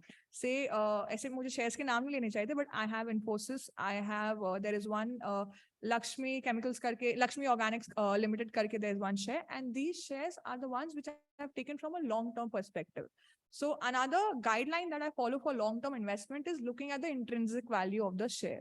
कि अब देखो share market यार सच्ची में काफी चीज हद से emotions पे भागता है, और हम सब वो emotions को add करते हैं when we are making buy and sell decisions. But when you talk about long-term shares, so make sure you consider what is the actual intrinsic value of the share. वो balance sheet कितने पे वो share value कर रहा है उस company को. And if you feel that उसके financials have been considerably strong, that is when you decide that okay इसमें long-term invest कर सकते हैं. And this is just a simple rule. Intrinsic value आपको बहुत easily मिल जाएगा किसी भी website पे. Then you decide, okay, why is this share undervalued right now?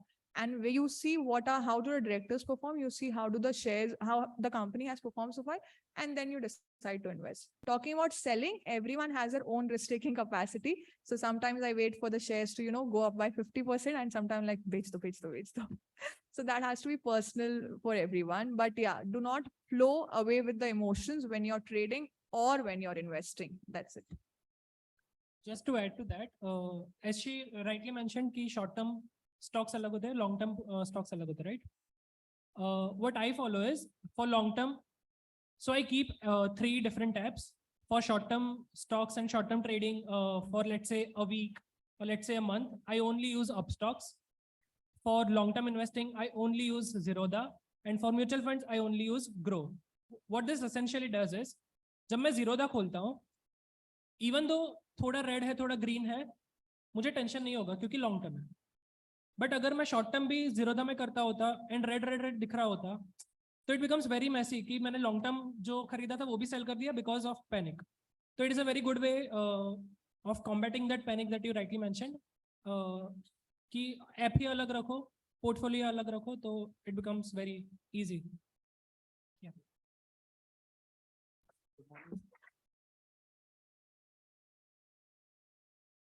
Good morning, sir. Good morning.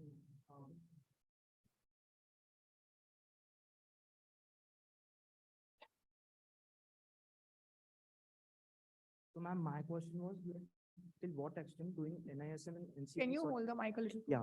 So my question was like till what extent doing NISM and NCSM certifications will help us in our career, and what are the skills specifically or courses that you will suggest to improve our career in finance along with chartered accountancy? I've not yet explored the courses, so I'm not the best person to answer that. My answer would be the same, but based on whatever I've seen from my colleagues, CA देखा जाए तो काफी difficult course है, but unfortunately the competition in the market is so much that although CA gives us the power, respect, and the brains to do something really big, but when you go out to the corporate world, always additional degrees are preferred. So if you have to, before, my suggestion would be that अगर आप कोई course लेने की सोच रहे हो, so before you decide on what course you want to go for, make your mind which career you want to pick up. And then go on taking up courses, because one thing that I've learned during my articleship when I would, I was outsourced on various assignments to different banks, different companies, and their क्या funda of promotion would be कि एक additional degree, एक additional increment, एक additional promotion. That is how it would work. So definitely you should go on taking up additional courses. I think study is one thing which should never stop in your life. And a degree adds value to it. It may not add knowledge, but it definitely adds value. And eventually money matters. Positioning of your positioning in the market matters. So yes, you definitely need to do certain more degrees.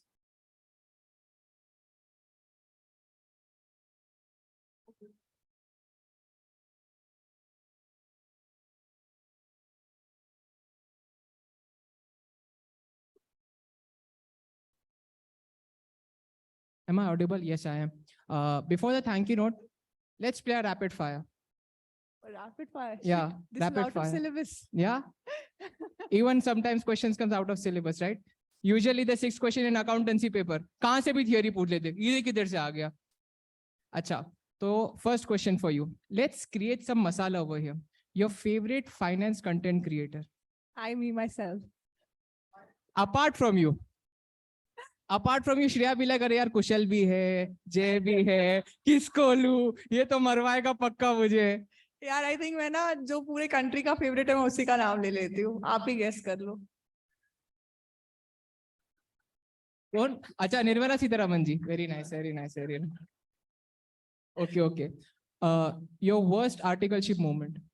Worst articleship moment मैं दूसरे महीने में quit कर रही थी और मैं बहुत भैं भैं करके रो रही थी मेरे ऑफिस के बाहर because I thought my managing partner जो थे तब वो मेरे अगेंस्ट पॉलिटिक्स प्ले कर रहे हैं. An article who is just 2 months old in the firm and entire office and बाजू की office saw me crying and that was the first and last day where I decided to quit because last में I was like अब इसको मजा चखाऊंगी. अच्छा decision था but वो आदमी भी काफी अच्छे थे तो that was just me crying for no reason. विकासा वालों ये पॉइंट नोट करो, इनके लिंक्डइन पे जाते हैं जो इनके पार्टनर थे उनका मेल भेजते, ठीक है. Third last question, your favourite movie and the favourite actor. Favourite movie? हाँ. Oh shit, Yeh Jawaani Hai Deewani. Favourite actor? Favourite actor Ranbir Kapoor. Ranbir Kapoor. Ranbir Kapoor. Okay, can I have J on the panel please?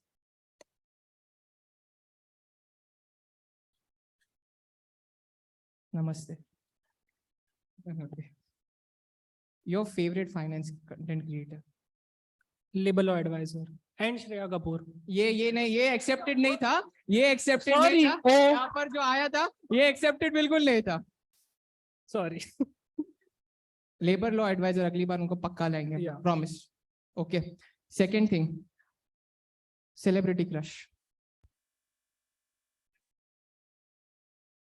Alia की शादी हो गई बदतमीज. तो क्या हुआ? हाँ? तो क्या हुआ? मोहब्बत की कोई उम्र नहीं होती.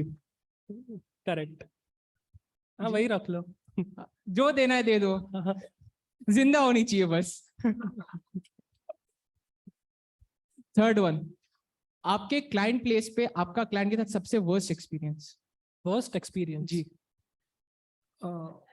4 दिन तक क्लाइंट प्लेस पर थे हम लोग. एक पिज्जा मंगाया 4th डे पर, वो भी मना कर दिया. That was the worst experience. Approval नहीं, इंटरनल ऑडिट था. इंटरनल मतलब अप्रूवल नहीं मिला ना आप लोग को? कुछ भी नहीं मिला. अरे आपने दिल के घाव ताजे कर दिए. चलो चलो, मुमिक प्लीज कैरियर में the thank you note.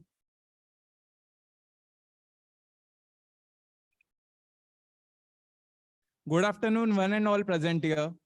So after having such an insightful session, I would like to start off with a short and sweet, crisp quote by Benjamin Franklin. That is, an investment in knowledge always pay you the best interest. So I hope that those who have devoted all their time on a weekend morning must have earned an enormous wealth in terms of knowledge. So on the behalf of Vikasa Managing Committee, I, Bhumik Kothari, stand here to express a heartfelt gratitude to all our esteemed panelists, Jai Desai sir, who with his profound knowledge of finance landscape have given us a new perspective to think about our future journey. And also Shreya Jaiswal ma'am, who with her dynamic and engaging perspective has inspired us a lot. and also her capability and passion for finance always give us a new vision to think upon. So thank you, Jai sir and Shreya ma'am. Thank you.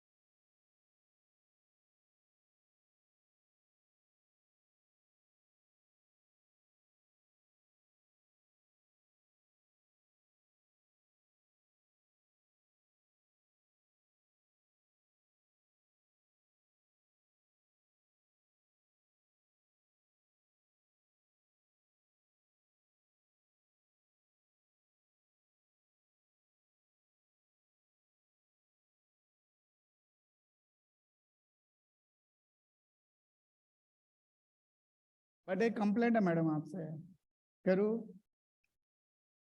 you all will agree with me today is Sunday July mid boss छुट्टी नहीं दे रहा था बाहर monsoon है बारिश है relax होने का मन कर रहा था फिर भी संडे को सेमिनार रख दिया बट उसे आगे की बात इतने सारे फ्रेश फेसेस इतना सारा क्राउड हमारे मेंबर्स के सेमिनार में भी नहीं आता है so big round of applause to all of you proud of you why I'm telling this proud of you friends now we are celebrating 75th year of our foundation right as Saurav sir said we are 1 year older than our constitution so this is oldest law our act was 37th act of our complete series of acts so before passing constitution our act was passed so this importance is given to our profession. Friends, over the year of 75 years, over the period of 75 years, our profession has grown to the much, it is now grown much seasoned. With passing every year, we are growing matured. But at the same time, our profession is growing younger. Can you believe this? Friends, in year 2010-11, we were only 1,50,000 chartered accountants. At present, we are 3,84,000 chartered accountants. So within the span of around 12 years, the number of chartered accountants increase is 2,30,000. So presently, more than 50% of chartered accountants are within the age group of 23 to 35. These the young chartered accountants are leading our profession and leading our country. Now we are facing, now we are fifth largest economy. We are reaching toward the 5 trillion economy. So these young members are going to cater the need of economy. And now our profession has become global. We are the largest accounting body of the world. Your competition is not with the person sitting beside you, but your competition with the global people, global professions. And see, the positive thing about it, that after having experience of traditional practice, now our institute is also moving toward the creating opportunities and unconventional professional opportunities. Like we are looking for that. Since last 2 years, you must have observed that ICI creating some opportunities. Like we conducted World Congress of Accountants. Around 10,000 footfall was there. Recently, we conducted startup spheres. So there is good scope for startups, good scope for non-conventional, unconventional sectors. And I'd like to tell you that this is privilege for me that I'm sitting with a young chartered accountants who knows more than me in startups. I think I'm sitting with the future unicorns. So, sir, yaad rakhna. Aage milne aunga aapko. So, all the best to all of you. Happy learning to you. Enjoy the show. Thank you. I would like to call upon Vikasa Chairperson CA Pinky Kedia ma'am for the memento to the panelist, along with RCM member CA Sanjay sir.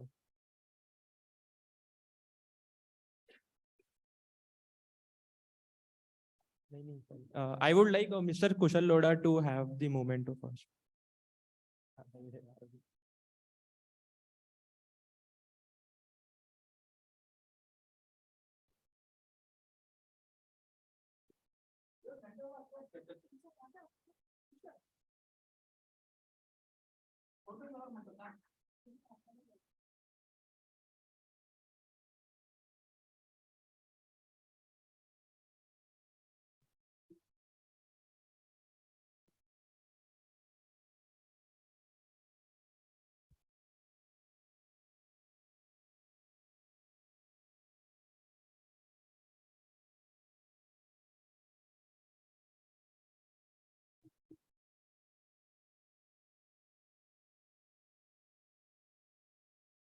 I would like to call upon the moderator of the session, Mr. Rudran Sharma, MCM member, WIRC Vikasa 2324.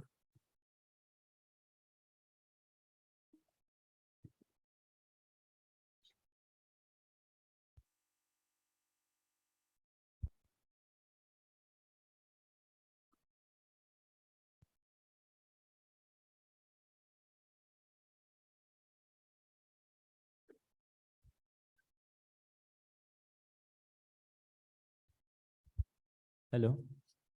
So very good afternoon to Chairperson Pinky Kedia ma'am, RCM Sanjay Nikam sir, Tushar, Kushal, and my respected audience.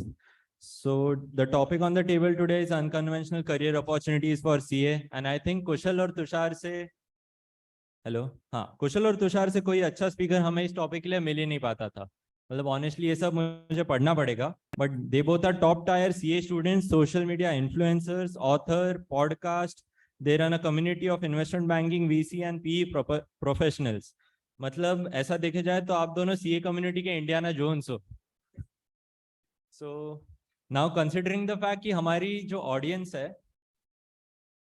considering the fact कि हमारी जो audience है that comprises of mostly article students, CA students, जो अभी decide करेंगे अपने final exam के बाद कि do they want to go for job or practices.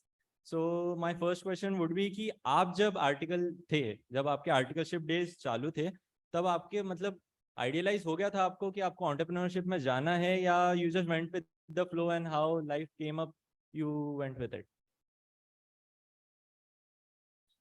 So I think for me, articleship से हल्का सा inclination entrepreneurship की तरफ आ गया था, and the primary motivation was the people that I used to look forward to, जो society में impact create कर रहे थे and value provide कर रहे थे, and people whose thoughts I really valued, they were all entrepreneurs.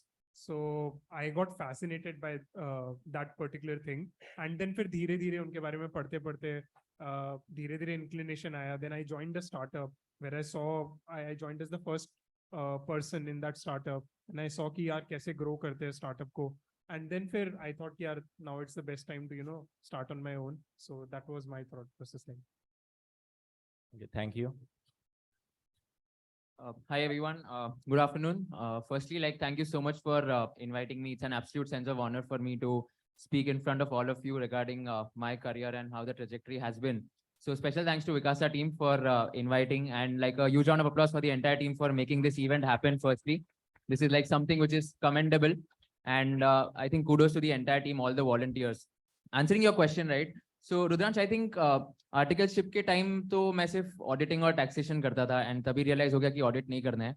And then I think I just realized that there is something which can be done in the entrepreneurship space as well. I come from a family background of entrepreneurs. My dad is into real estate. He has his own business in Nasik. And all my relatives like uncle, auntie, everyone mom ke side ke, dad ke side pe, everyone is an entrepreneur. So no one in my family has ever done a full-time job in their lives. In fact, जब मैं CA बना था, I was the first chartered accountant in my family, and I think corporate job जब मैं join करने वाला था Aditya Birla group में, that was the first decision कि that was the first time I had to decide कि क्या मतलब job करना है नहीं करना है, because there was no such precedent which was set in my family. So always at the back of my mind, even when I was doing a full-time job, ये दिमाग में था कि entrepreneurship में जाना है कभी ना कभी, but कब वो plunge लेना है, कब एक बार safety net build हो गया तो मैं उसके बाद लूँगा. That was something which happened over the course of my 2 years job. So honestly speaking, पहले से decide किया था entrepreneurship में जाना है, but the seeds of being an entrepreneur were rooted when I was doing my full-time job. I started creating content. Then I took a plunge in entrepreneurship in June 2022. Parallelly, थोड़ा content creation scale हो गया था, and I think safety net के हिसाब से that income was more than the salary income, and there was a good safety net and backup. So I think that was the one backup, and the second backup was कि अगर कुछ नहीं चला तो dad का real estate business है ही, तो कभी भी वो join कर लूँगा. So I think with these two backups, then I took a plunge into entrepreneurship. So articleship से तो decide कर दिया था खुद का कुछ करना है. नहीं, articleship से decide किया था कि audit नहीं करना है, but क्या करना है वो मैंने decide किया 2 साल के job के time. Okay, thank you. Very well framed. So actually हमारा वही outlook था, क्योंकि अभी as a student हमारा preparation इस पे based होता है कि rank लाना है. फिर आपने ACCA भी किया, CFA भी किया और 2-3 डिग्रीज की, फिर आप दोनों को इतनी बढ़िया जॉब मिली. मतलब वो हमारा लिटरल एम है कि इतना पैकेज मिल जाए, लाइफ सेट. और सडनली आपने डिसाइड कर लिया कि मतलब सडनली इन द सेंस कि इतनी अच्छी जॉब ये सब चलने के बाद भी you took that risk to enter into entrepreneurship. And this is quite risky thing, क्योंकि आपको पेरेंट्स को भी आपके कन्विंस करना पड़ा होगा. So I just wanted to ask कि वो जो फाइनेंशियल बैकिंग आपको जो सपोर्ट था, मतलब you guys were convinced कि हम rank holder से we have value, but entrepreneurship is something very different, and you have to depend on your skills and your knowledge which you currently have. So if someone is aspiring, मतलब कोई frustrated है job के अंदर, and if they want to enter into this field, so what can they focus on to get financial stability initially in order to build their trust with their parents as well as their peers in this field? That was my question. Yeah. Tushar, we can go with Tushar. Actually, Kushal had answered it. You use social media and. So I think काफी dynamics change हो गए market में. The market which was 15 years before and today's market is very vastly different. In the sense कि पहले हम entrepreneurship करते थे तो सोचते थे कि यार अगर entrepreneurship में fail हो गए तो क्या होगा.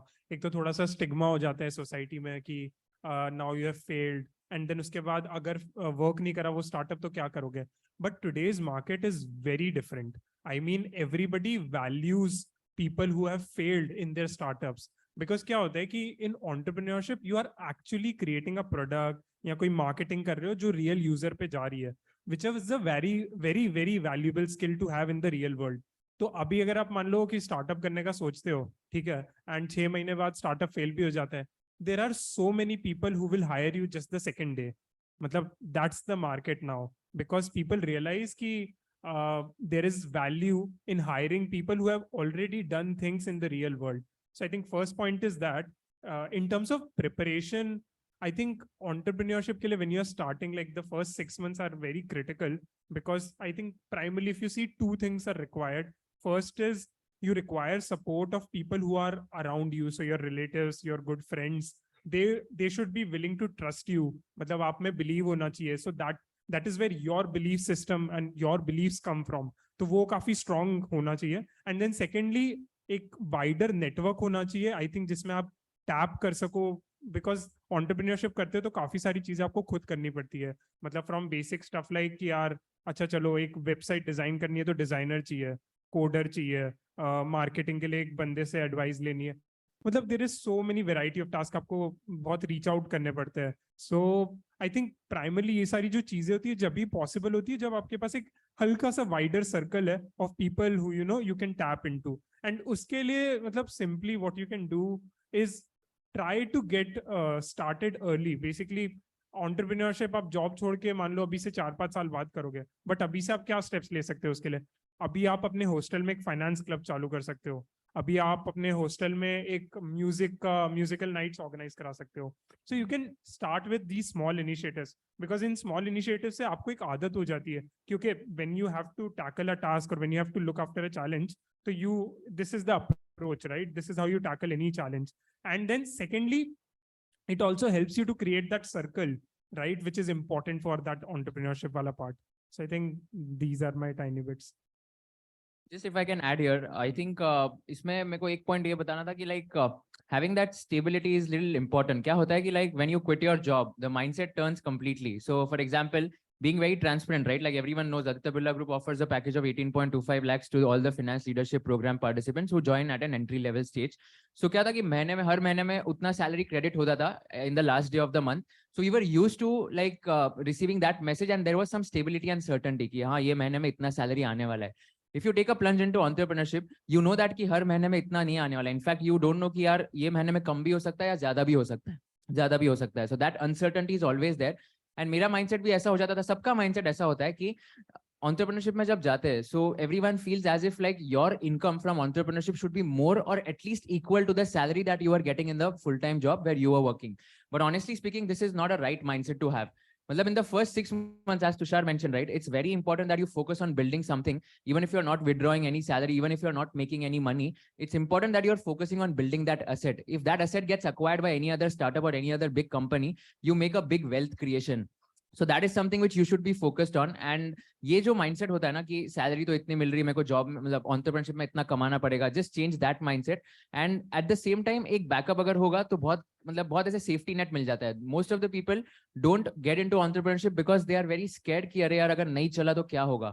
Like most of the founders, most of the people, they don't take a plunge into entrepreneurship thinking that what will their reputation be like if nothing works out. But Kunal Shah mentioned this beautiful tweet, right? Like founders, उनका कोई reputation है ही नहीं, honestly speaking. अभी तक तुमने कुछ शुरू ही नहीं किया है, so there is nothing to lose. Just because you are thinking that society क्या सोचेगी if I fail, if I start something, that is not going to like move the needle at all. You just have to start and keep experimenting. I have been experimenting in the last 6 months. He has been experimenting a lot of ideas in the last 6 months. And then we get to know कि okay, कौन सा idea काम कर रहा है, कौन से idea पे कितना traction मिल रहा है. So that is something which is a message that whenever you are taking a plunge, keep experimenting, keep trying, and बहुत सारी चीजें ऐसी होगी आपके हिसाब से नहीं चलेगी. At that point in time, you need to ensure that you are talking to your customers and ensuring कि उनको क्या चाहिए. Like for example, a very simple example. आज मैंने सुबह गूगल फॉर्म बनाया and I was just trying to understand this entire finance upskilling market, and I just rolled out this Google form to all the people who are there in my network just to understand कि इनको कौन से topics पे और कौन से ideas पे इनको कोर्सेज चाहिए. So that is like a customer survey or feedback. So this I do on a regular basis just to understand that okay, मेरे को भी पता चल रहा है कि what exactly the customers are wanting, right? So that is something which is very crucial whenever you are deciding to take up lunch from quitting a full-time job and getting into entrepreneurship. And last thing, it's a very, very personal decision. Like सबके पास ये luxury नहीं होता है कि उनके dad का full-time business है जो well settled है. सबके पास ये luxury नहीं होता है कि उनकी एक passive income है जो उनके active income से ज़्यादा है. So most of the people, they also have to fulfill their family responsibilities, fulfill their stomachs at the end of the day, right? तो उनके लिए I think it becomes necessary कि okay वो job कर रहे हैं because they want stability. And just because someone is doing a job doesn't mean that they are less ambitious. तो मैंने बहुत सारे लोग देखे जो जॉब में भी equally successful हुए, बहुत सारे लोग ऐसे भी देखे जो entrepreneurs बन के भी successful हुए. It's all about how much consistent, how much dedicated you are in your work. That is ultimately going to decide like how well are you doing, like how much contribution you are adding to that organization rather than which company you are working at or what is the profile and all of that. That is something which is very important. Okay, very well said, Kushal. So I guess the entrepreneurial जो factor था हमारा unconventional careers के अंदर, that has been addressed very well. So moving on, now we have observed कि आजकल in case of PE, VCs, venture capitalist firms, or in case of startups, CAs के लिए बहुत एक demand बढ़ गई है. So Tushar, my next question is to you. Can you please address कि ये change क्यों आया है एक industry के अंदर कि startups are now looking for CAs instead of MBAs, and what is the opportunity there? I think उन साइड से डिमांड तो बढ़ी गई है बिकॉज एवरीबडी नो कि इंडिया का स्टार्टअप इकोसिस्टम ग्रो कर रहा है. तो since new startups are coming, startups जो एग्जिस्टिंग थे वो लार्ज हो रहे हैं, तो they need more people, right? अब IIT से तो आप एक टॉप टैलेंट पूल आपने एक बार अपने वहाँ रिक्रूट कर लिया, उसके बाद you have to go somewhere else, right? So CA is the next obvious choice. तो वो एक रीजन है. But I think if you look from other side which is कि एक CA के पर्सपेक्टिव से वो क्या सोचता है where he should go. IB investment banking करना चाहिए या स्टार्टअप्स में जाना चाहिए या कन्वेंशनल फील्ड्स में रहना चाहिए या कंसल्टिंग में जाना चाहिए. How he should think about all of these things. So I feel मतलब जब मैंने स्टार्ट किया था तो I started my articleship in investment banking. तो उस टाइम पे इन्वेस्टमेंट बैंकिंग थोड़ा सा अंडररेटेड था. मतलब इतने ज्यादा, मतलब आई रिमेंबर आर्टिकलशिप के इंटरव्यू में, इन्वेस्टमेंट बैंकिंग का इंटरव्यू था, only 3 people appeared and two people got selected basically. And basically most of the people didn't want to do it. मतलब उनको करना ही नहीं था इन्वेस्टमेंट बैंकिंग उस टाइम पे, क्योंकि उस टाइम पे उन्होंने देखा नहीं था किसी और को CA को इन्वेस्टमेंट बैंकिंग करते हुए. तो it was a risk that everybody felt. Now every CA wants to become an investment banker. So मतलब the field has become over crowded. तो हमेशा मतलब what I try to do उस time पे भी मैंने जो कोशिश की थी वो ये कोशिश की थी कि I try to identified an underrated field which is not valued by others at the moment, but जिसमें मैं जा सकता हूँ और मुझे वैल्यू मिल सकती है. आज अगर ठीक है, अब सब बंदों को, सबको यहाँ पे इन्वेस्टमेंट बैंकिंग के बारे में पता होगा. I think most of you want to go into investment banking as well, right? But अभी क्या है कि मतलब आप इन्वेस्टमेंट बैंकिंग में जाओगे, अब इन्वेस्टमेंट बैंक्स में डील्स तो उतनी होगी ना जितनी 5 साल पहले हो रही थी. थोड़ी सी बढ़ गई है. इतने सारे लोगों को कैसे केटर करेंगे? तो आप 2 साल जाओगे, आप डील्स ही नहीं करोगे, तो आपका experience would not be so great. Now you have to realize what is the best thing to do right now, which most of the other people are not doing. So I feel, say right now, I feel startup is something which is underrated. But underrated होने का भी एक startups का reason है, because most of the people feel कि यार startup join कर लेंगे और 6 महीने बाद बंद हो गया तो हम क्या करेंगे. तो that is the reason most people don't join. But जैसा मैंने पिछले वाले क्वेश्चन में मेंशन किया था कि now there is a huge safety net. So one of my friend, he got a rank. He joined a startup, Singapore की एक company थी, e-commerce company. They started their Indian operations. So he was part of the first 20 members. 6 महीने बाद close हो गया startup. But उसको 2 दिन बाद दूसरी job मिल गई. Because now there is a market which can absorb that sort of talent. And जो आप startup में सीख रहे हो वो कहीं पे सीख नहीं सकते. So I mean, rather than going into the traditional fields, I think investment banking भी अब traditional हो गया है.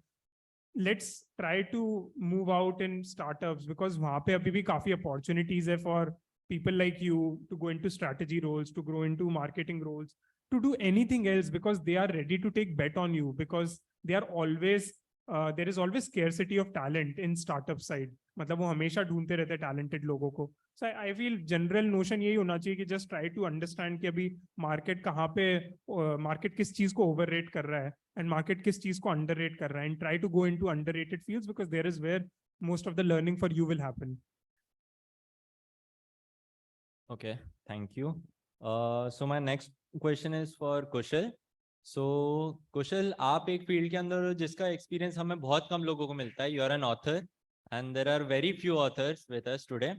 So I'd like to ask you to talk about that journey कि आपका जो ACC है, which is a bestseller, वो book का experience कैसा था, and the upcoming Unicorn Secret, which is the new book which you are writing right now. So how was your experience?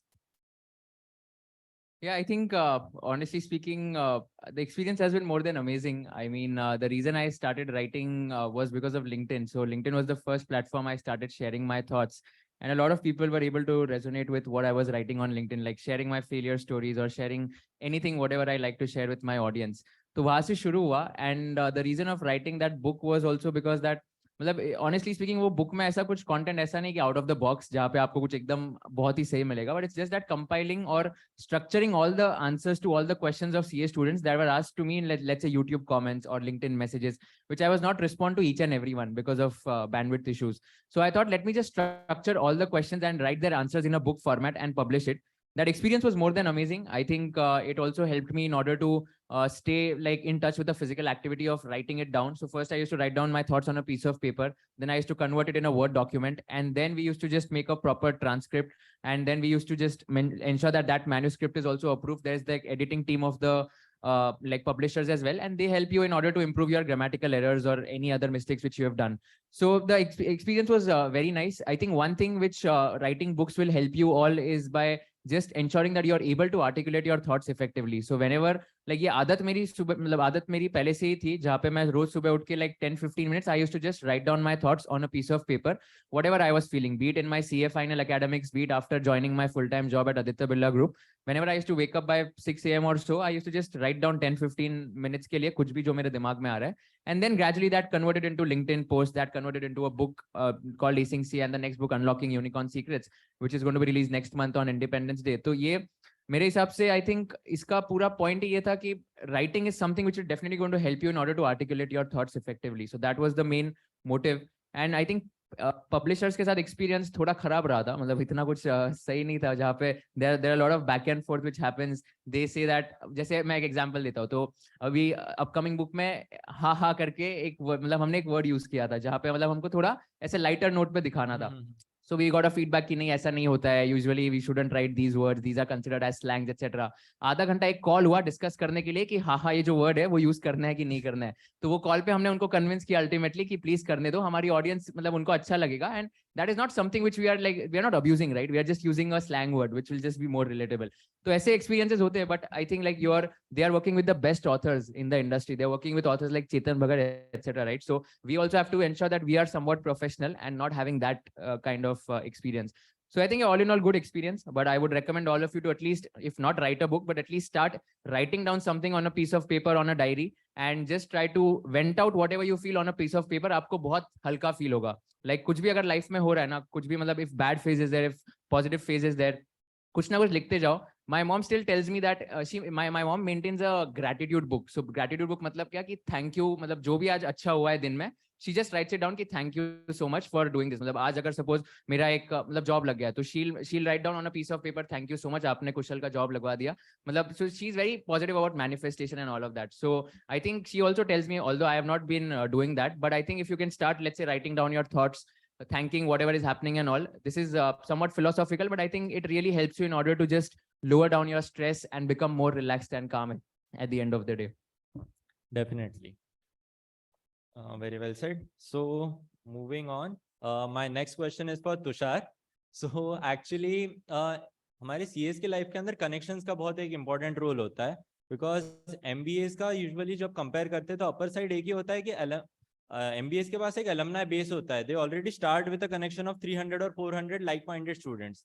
But in case of us chartered accountants, we have to develop our connection base, which is extremely important in case of jobs, in case of finding startup founders which you want to work together with and all of that. And I'm asking Tushar this is because Tushar is the founder of 1949, which is community of IB, PE and venture capital individuals who are in these fields.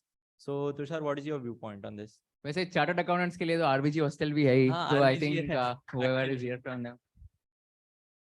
So guys, if you don't know, they both are from RBG hostel. ये उधर ही मिले थे debate competition के अंदर, जब कुशल को लगा कि तुषार एक अच्छा लड़का है जिसके साथ में दोस्ती कर सकता हूँ, मेरे लेवल का है। कुशल का हॉस्टल में क्राइटेरिया होता था कि वो सिर्फ उन्हीं लोगों से दोस्ती करता था जो सीएफए लेवल 1 क्लियर कर लेते थे। तो जैसे ही मैंने सीएफए लेवल 1 क्लियर किया कुशल ने, लेकिन अभी क्राइटेरिया अपग्रेड हो गया है क्योंकि अभी सीएफए लेवल 1 काफी लोग करने लगे तो उसने लेवल 2 कर दिया है। तो आपको अभी देखना पड़ेगा, उसके बाद ही लिंक्डइन रिक्वेस्ट एक्सेप्ट करता है वो अब। एक्चुअली अभी अभिषेक मुझे नीचे ही बोल रहा था कि अब कुशल से कनेक्ट होना है, तो मैंने भी सीएफए के लिए रजिस्टर कर दिया है। सीएफए के रजिस्ट्रेशंस बढ़ गए पता है 50% से इस बार, क्योंकि लोग कुशल से कनेक्ट करना चाहते हैं। Let's not digress from the topic, guys.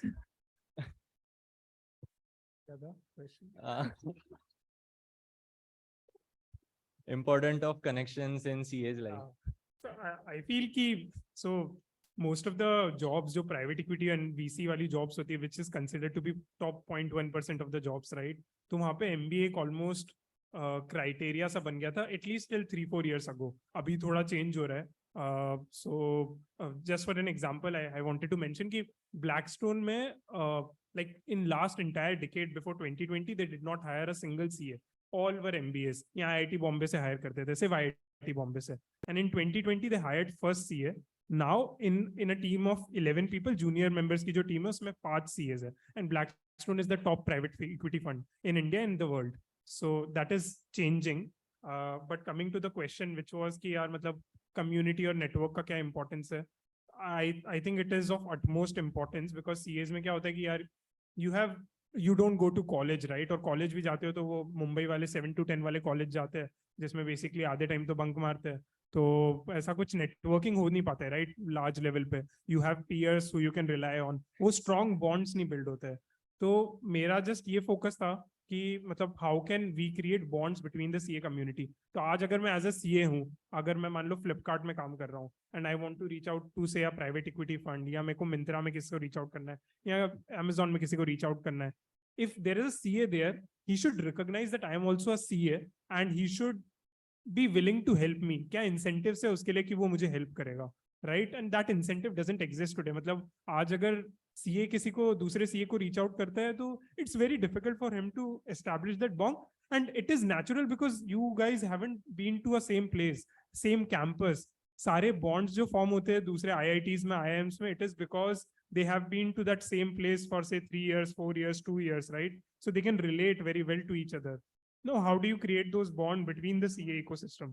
So I started doing this for IBP, VC and consulting people जो already say in their job say post qualification hai. So I started organizing events. First one we did in Bangalore, then in Bombay, then in Delhi we have done almost close to 12 plus events now. Almost 500 लोग attend कर चुके हैं events को. So the simple reason was what we were trying to do is कि यार आप CAs को WhatsApp group के थ्रू नहीं कनेक्ट कर सकते हो, कितने WhatsApp ग्रुप के पार्ट होते हो, आप लोग ही 10-10 WhatsApp ग्रुप के पार्ट होंगे, हॉस्टल का अलग ग्रुप है, इसका अलग ग्रुप है, but you have to make them meet offline, right? Then only that connection and bond will develop. So I feel that is one thing, but I think for you guys, and one actionable item is try to take part in initiatives like Vikasa यार, मतलब this is such a good platform. मतलब अब मेरे को पता है Vikasa में जो भी 15 लोगों की टीम है वो एक दूसरे से काफी अच्छा बॉन्ड बना चुकी है, उसके साथ साथ वो ये जो हम गेस्ट है हमारे साथ उनका रिलेशनशिप बिल्ड हो चुका है. So when you try to build an initiative or create something, then value will automatically happen. मतलब आपको वैल्यू हमेशा मिलेगी. एंड दीज रिलेशनशिप्स नेटवर्क्स ऐसे ही फॉर्म होते हैं. मतलब नेटवर्किंग ऐसे नहीं होती कि मैंने किसी को लिंक्डइन पे मैसेज किया कि मेरे से नेटवर्क कर लो, looking forward to connect with you. That is not a way to network. The way to network is to create something, to build these forums, to build, मतलब यू कैन डू एनीथिंग यार. जिस चीज में भी आपका interest है उसका club बना लो यार, अपने हॉस्टल में, अपने आर्टिकलशिप के प्लेस पे, कुछ भी. मतलब just try to create these things, try to write, try to provide value in any form you can, and that is the best way to network. मतलब at least what I've realized. So this is the only suggestion I can provide for now. Okay, correct. In fact, we can't emphasize enough on this importance of friendship and connections in our life. In fact, I just remember कि एक incident हुआ था कि कुशल, you had to convince your parents and Tushar had flown all the way to your house to convince Kushal's parents so that he could go ahead with Kegar. In fact, Tushar कुछ equity दी की थी क्या इस चीज के लिए आपने? हाँ, तुषार को मैंने ऑफर किया था बट उसने मना कर दिया था। अरे वो बोल रहा था यार मेरे को नहीं लगता तेरा स्टार्टअप सक्सेसफुल होगा, तो उसने इक्विटी लेने से रिजेक्ट कर दिया। But I think he was the one who was very instrumental in ensuring that I'm quitting my full-time job, and my parents were not that convinced, honestly. Again, like coming from an Orthodox family, and thoda difficult ho hi jata hai. But he came, he flew all the way from Indore to Nasik. Then I think we had a discussion for 2 hours, 2.5 hours, and then wahan se like Nasik se we were going back to Bombay. So I think that was super kind of him कि उसने मतलब वो convince कर पाया. And आगे जाके अगर मैं successful हो पाया तो I think it'll be because of him. So थोड़ा credit उसको भी जाएगा that he was the one who asked me to leave my full-time job. So but हाँ, उसके बदले में वो मेरे को मेरी monthly salary भी credit करता रहता है अभी। तो जितनी मेरी salary थी वो मेरे को खुद transfer कर देता है every month. Correct. So officially on stage Tushar को thank you बोल दिया है कुशल ने वो चीज के लिए. So moving on to my next question. So startup ecospace में देखा जाए तो right now also it is dominated by IITs and IIM individuals. But considering our background, हमारे पास already 3 साल का articleship experience होता है. We have already undergone a rigorous course such as chartered accountancy. So what do you think are the aspects in our course which help us distinguish ourselves from others, and उनको कैसे हम capitalize कर सकते हैं in our entrepreneurial journey? That was my question to Tushar. Okay. So I think for me, CA course was very instrumental in building my career. Matlab, I don't think I would be anywhere close to where I am without the CA course. And मैं just CA forum में ICI में बैठा हूँ इसलिए नहीं बोल रहा हूँ. मतलब when I cleared my 12th class, I had no clue कि मुझे क्या करना चाहिए. मतलब literally no clue. And CA was a course which was cheap, so you are not making a big investment. आपको बस exam के लिए prepare करना है. So you can immediately give the test and CPT clear किया, IPCC clear किया. But I think the most fundamental thing which distinguishes the CA course from any other course is the articleship. And not talking about articleship in audit, taxation, or articleship with a firm, but just those 3 years, you have nothing else to do. You have no exams. You have to not appear for a college. कोई regular attendance नहीं देनी है. मतलब if you think about it, you have 3 years of full flexibility to explore anything. तो मतलब 18 की age में to get a corporate job and corporate experience, it was impossible if I would have gone for anything else.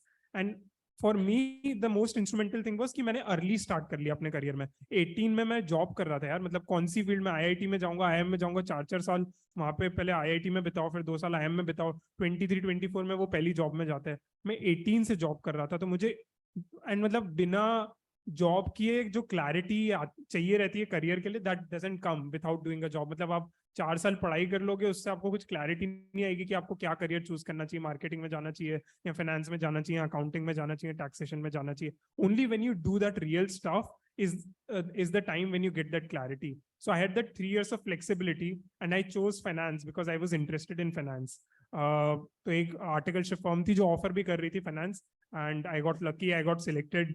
And वहाँ पे I did articleship for 2 years, then went for industrial training. So I think those 3 years were the most important thing that I think CA provided me. First, in terms of getting a job, so job exposure so early, and secondly, just the flexibility it offered. यार मतलब वो 3 साल I have done everything in my life. उसके पहले 12th class तक तो I was only studying या quizzes में वगैरह में participate कर रहा था, just that. उसके अलावा बाकी 3 साल मैंने actually life explore करी है मुंबई आके. So I think that is my takeaway from CA. And Kushal, what are your views on this?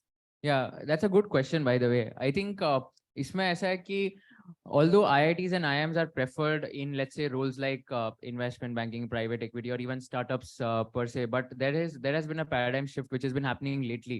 मतलब होता क्या है कि ये most of these companies, right, PE हो गया, VC हो गया, or maybe unicorn startups हो गया, they are built by IIT founders or they are built by IIM founders. So on like inherently वो preference होता है towards IIT and IIM. But the statistics have changed recently, and a lot of companies, a lot of these PE VC funds, they are also having partners who are chartered accountants who will promote CA course and hire CA candidates.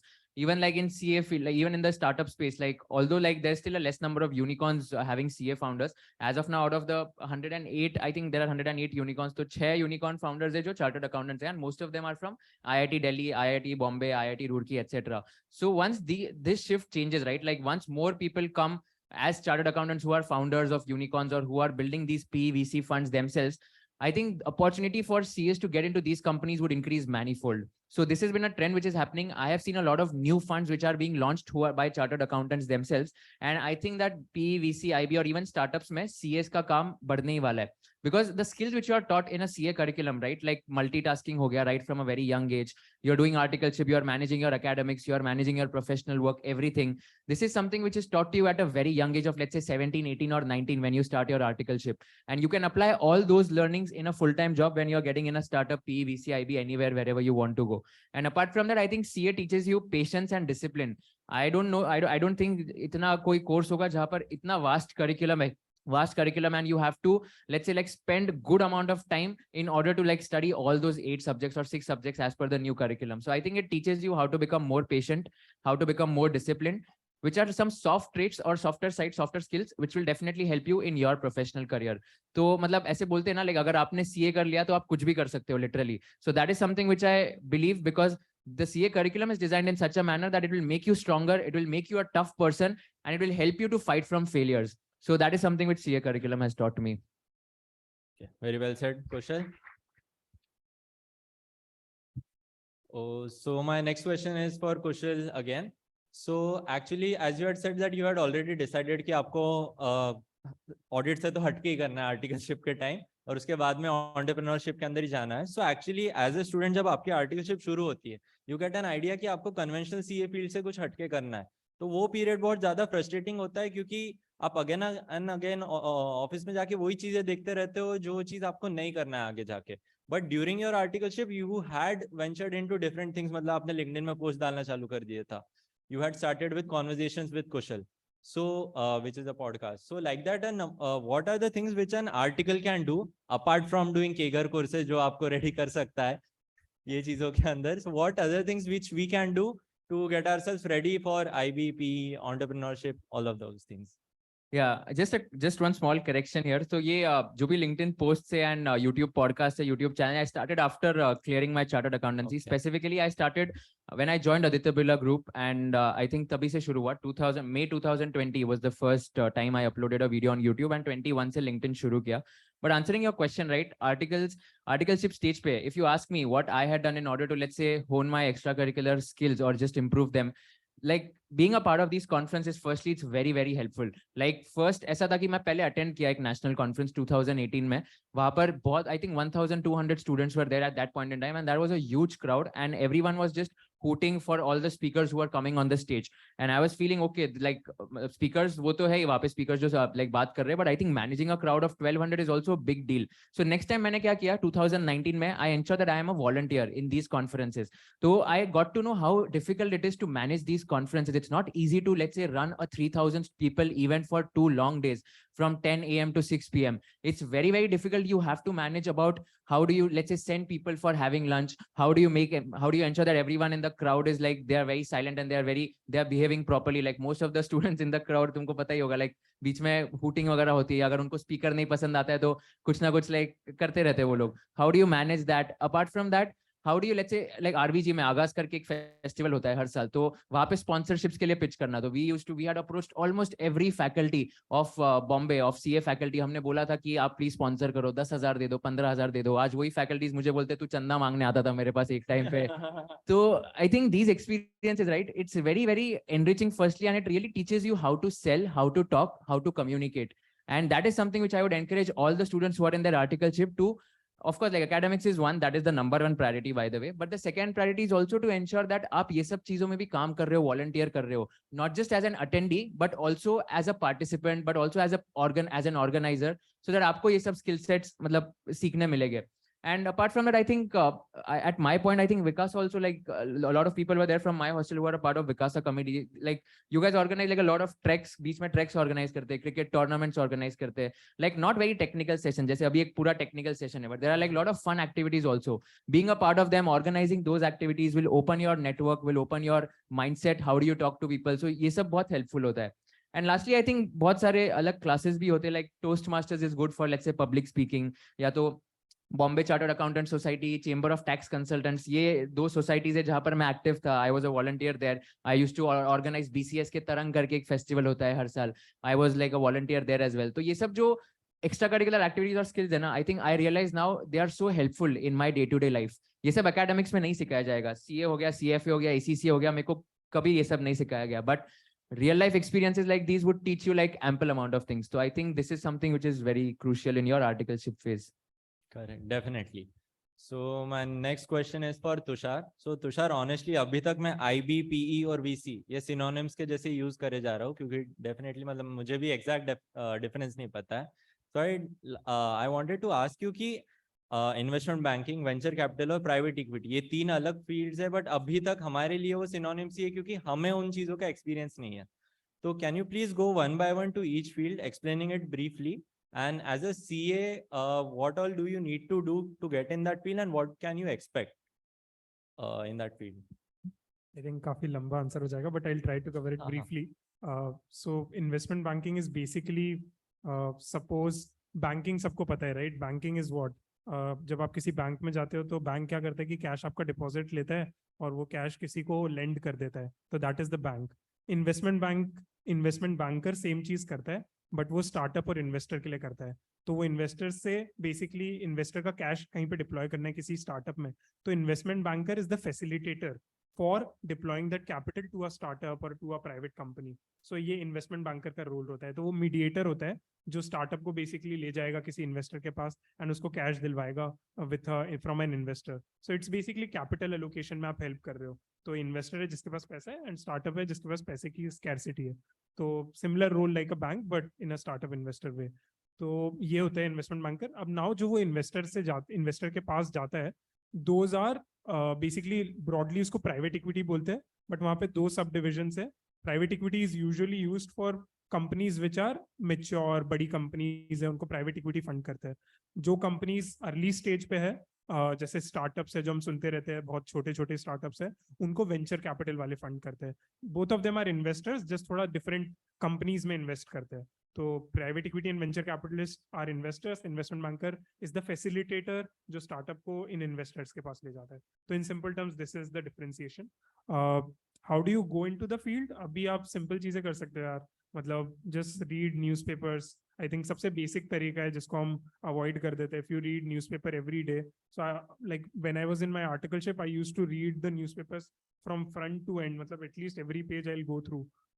For like 2 years I did that. I don't read newspaper today because वो मेरी job का part नहीं है. I don't need to read newspaper now, but when it was needed, because finance में क्या होता है यार, मतलब investment banker सुबह उठता है and वो सबसे पहले newspaper खोलता है and देखता है कि अच्छा क्या हुआ आज एयर इंडिया का गवर्नमेंट ने बोला है कि एयर इंडिया का टेंडर निकाला है तो air India will be sold. ना इन्वेस्टमेंट बैंकर है तो उसके दिमाग में पहली चीज आएगी चलो एयर इंडिया के लिए बायर ढूंढते हैं एंड एयर इंडिया को अप्रोच करते हैं. So that's why it's very important to be aware and updated about what is happening in the finance world, and you should read newspapers daily, and that's the basic thing. Live Mint, Economic Times रोज पढ़ना is something that you can do very easily and that will help you in cracking all these interviews and going forward also. And वो जो पहले बताया था कि मतलब just try to, जैसे कुशल बोल रहा था यार, take part in these initiatives because this is where the value will come from. मतलब तुम्हें पता नहीं चलेगा. हमें ये सब चीजें नहीं सोचना चाहिए कि यार इस इनिशिएटिव में मेरे को क्या आउटपुट मिलेगा और ये करना चाहिए कि नहीं करना चाहिए, अगर ये हो गया तो क्या हो गया. तो say yes to everything यार when you are so early in your career. मतलब कुशल did everything. I can remember, मतलब जब हमारा हॉस्टल का फेस्ट होता था, सुबह से शाम कुशल was in quiz, Kusal was in debate, Kusal was in Mr. RVG, Mrs. RVG चल रहा है, every game, मतलब everything, everywhere you will spot कुशल, मतलब literally everything. फटाफट आया डिबेट का, मैं तो डिबेट में पार्टिसिपेट कर रहा हूँ, ये आया 1 घंटे में डिबेट किया, निकल गया दूसरे इवेंट में. मैंने बोला यार, so this is what happens, like you have to say yes to everything, don't think too much, just go after it. इसकी वजह से मैं एक भी कंपटीशन जीत नहीं पाया वैसे, but participate कर लिया था सारे इसमें. ठीक है, जिन लोगों की नजरों में आपको आना था उनके तो नजरों में आ गए होगे आप. क्या लाइन बोलिए भाई. Okay, so now we'll start with a rapid fire informal round. So I'm going to ask you questions directly और फिर फटाफट उनके आंसर्स पे जाते हैं. तो first question is for Kusal. Kusal, how much money is too much money? यार ये तो मेरा ही क्वेश्चन है यार, मैं मेरे पॉडकास्ट में पूछता हूँ मेरे गेस्ट को. I think money jitna which will help me live a comfortable lifestyle, like a proper lifestyle which I am living right now. I think that kind of money would be enough money.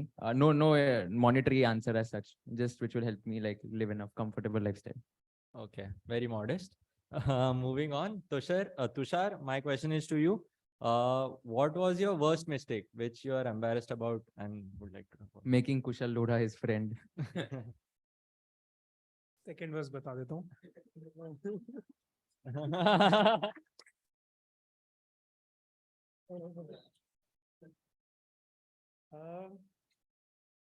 यार mistakes तो I think मतलब बाद में जाके ऐसा लगता है कि पहले शुरू में जब वो मिस्टेक होती है जब लगता है कि मिस्टेक है, but I think everything happens for a certain reason.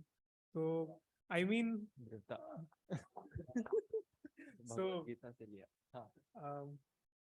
I feel I have been careless, मतलब थोड़ा generally बताऊंगा, मतलब specifically point नहीं करूंगा. I've been slightly careless when choosing people to do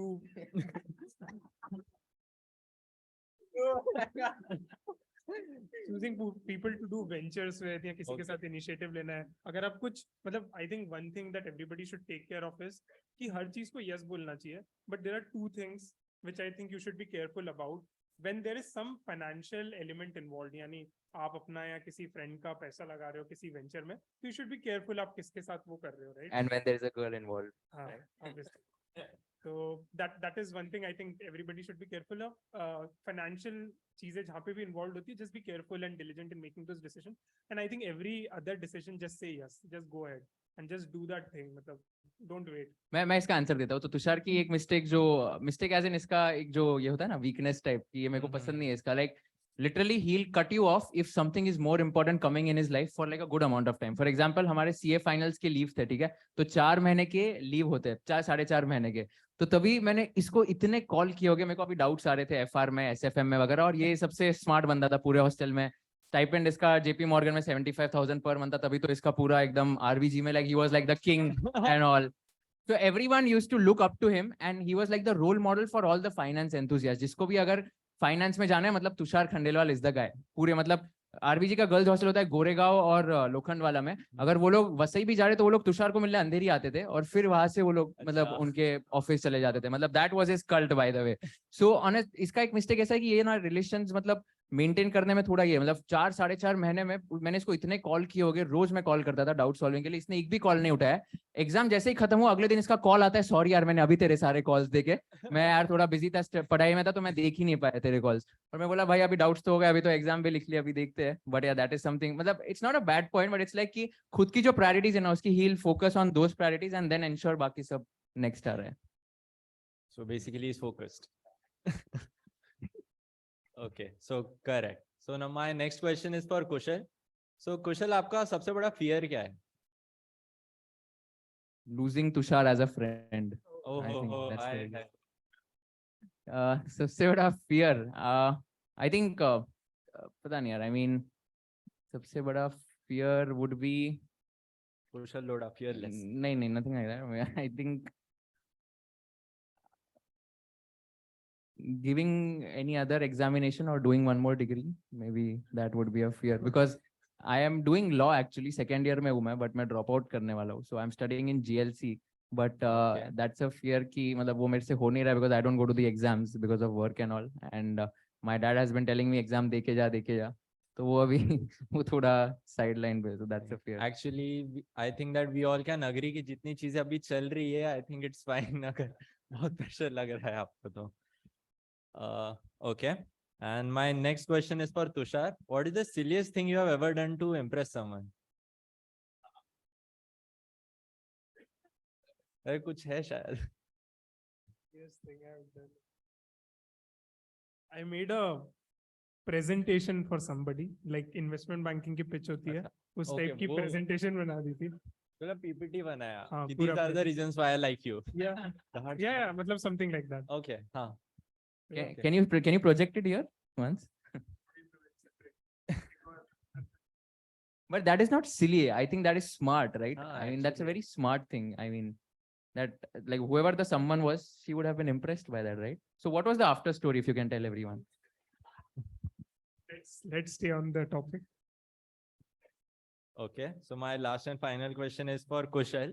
So आपका ही question है conversations with Kushal में से. If you were in my shoes, what question would you ask Tushar? And if Tushar, if you were in my shoes, what question would you ask Kushal? First So I have to ask a question to Tushar. Tushar. Okay, got it.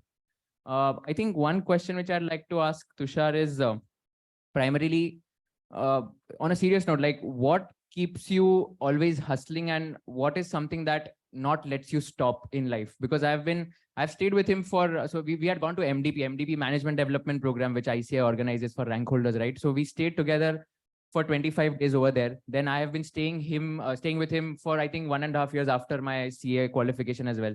तो जब भी मैं मतलब कभी भी room में भी जाता था या तो डिनर भी कर रहा था कुछ भी करता था तो he used to ensure he's doing something productive. मतलब या तो वो कुछ रीड कर रहा है कुछ सुन रहा है जिससे उसको insights मिल रहे हैं. He'll never waste his time ever. So that is something which he has taught me. So what keeps you not stopping and what keeps you hustling 24/7? That's the question which I'll ask Kushal Tushar. Lodha. So this was his question. इतना बड़ा. मतलब सिर्फ question ही पूछना था ना उसको. I think so जो भी इसने characteristics बताया वो सब इसके characteristics है. मैंने थोड़े से imbibe किए होंगे हल्के से, but I'm still like 40% there. But I think one of the things that I've always been fascinated is how disciplined Kushal is.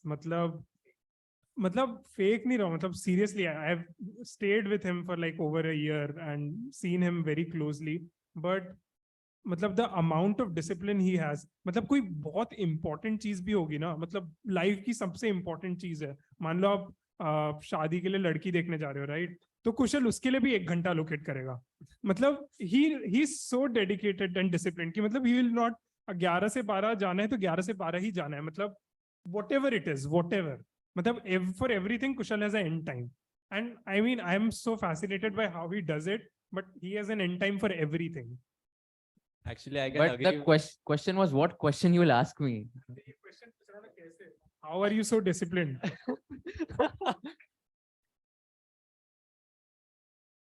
Answer, you have to answer. मतलब इनफैक्ट मैं बता सकता हूँ कि कल एक्चुअली हमारा 10:30 को एक कॉल था. I wanted to talk to them about the questions which I am going to ask. तो 10:30 का सेशन था. कुशल मतलब आ गया एकदम डॉट 10:30 को और तुषार कोई गलती से 10:31 पे आया. तो कुशल भाई तुषार तू 1 मिनट लेट हो गया है. So that is the amount of discipline. But that is the thing I like about him. So okay, correct. So actually this was my final question. So I think we can conclude our session with that. Thank you.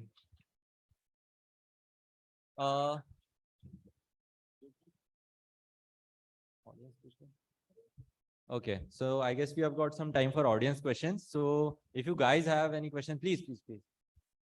Mic कोई pass कर सकता है?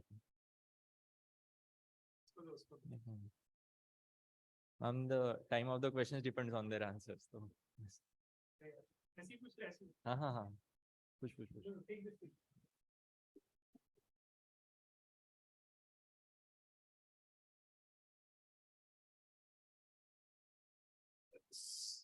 कुशल sir, मेरा आपसे ये प्रश्न है कि अगर किसका कोई बैकग्राउंड नहीं एंटरप्रेन्योरशिप में और कोई मिडिल क्लास या सामान्य बैकग्राउंड से आ रहा है तो वो एंटरप्रेन्योरशिप में अगर प्रोग्रेस करना चाहे तो वो कैसे करे?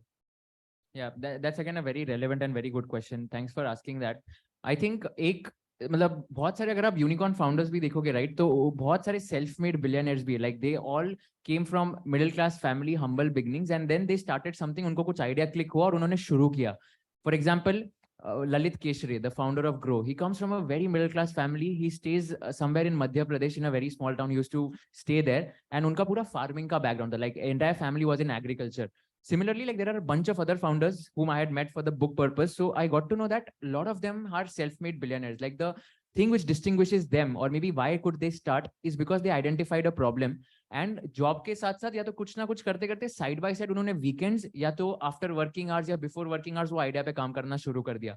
What I would recommend is that if you have an idea, if you think यार ये चलेगा, मेरे को लग रहा है कि इसमें disruption हो सकता है, first ask the first paying customers. 50 लोगों से बात करो, उनको पूछो कि if I am going to build this, would you pay for this? If yes, how much would you pay for that? ये सब पूरा एक सर्वे कंडक्ट करो, and if let's say you're getting a very good response, then maybe धीरे धीरे start implementing this idea, and once you get traction, once web मतलब आज business करना बहुत easy है, मतलब easy as in वेबसाइट बनाना है तो Shopify यूज कर सकते हो या वर्डप्रेस यूज कर सकते हो, अगर आपको कुछ डिजाइन्स वगैरह बनानी है तो कैनवा यूज कर सकते हो. Like everything has become very very easy using AI tools and all.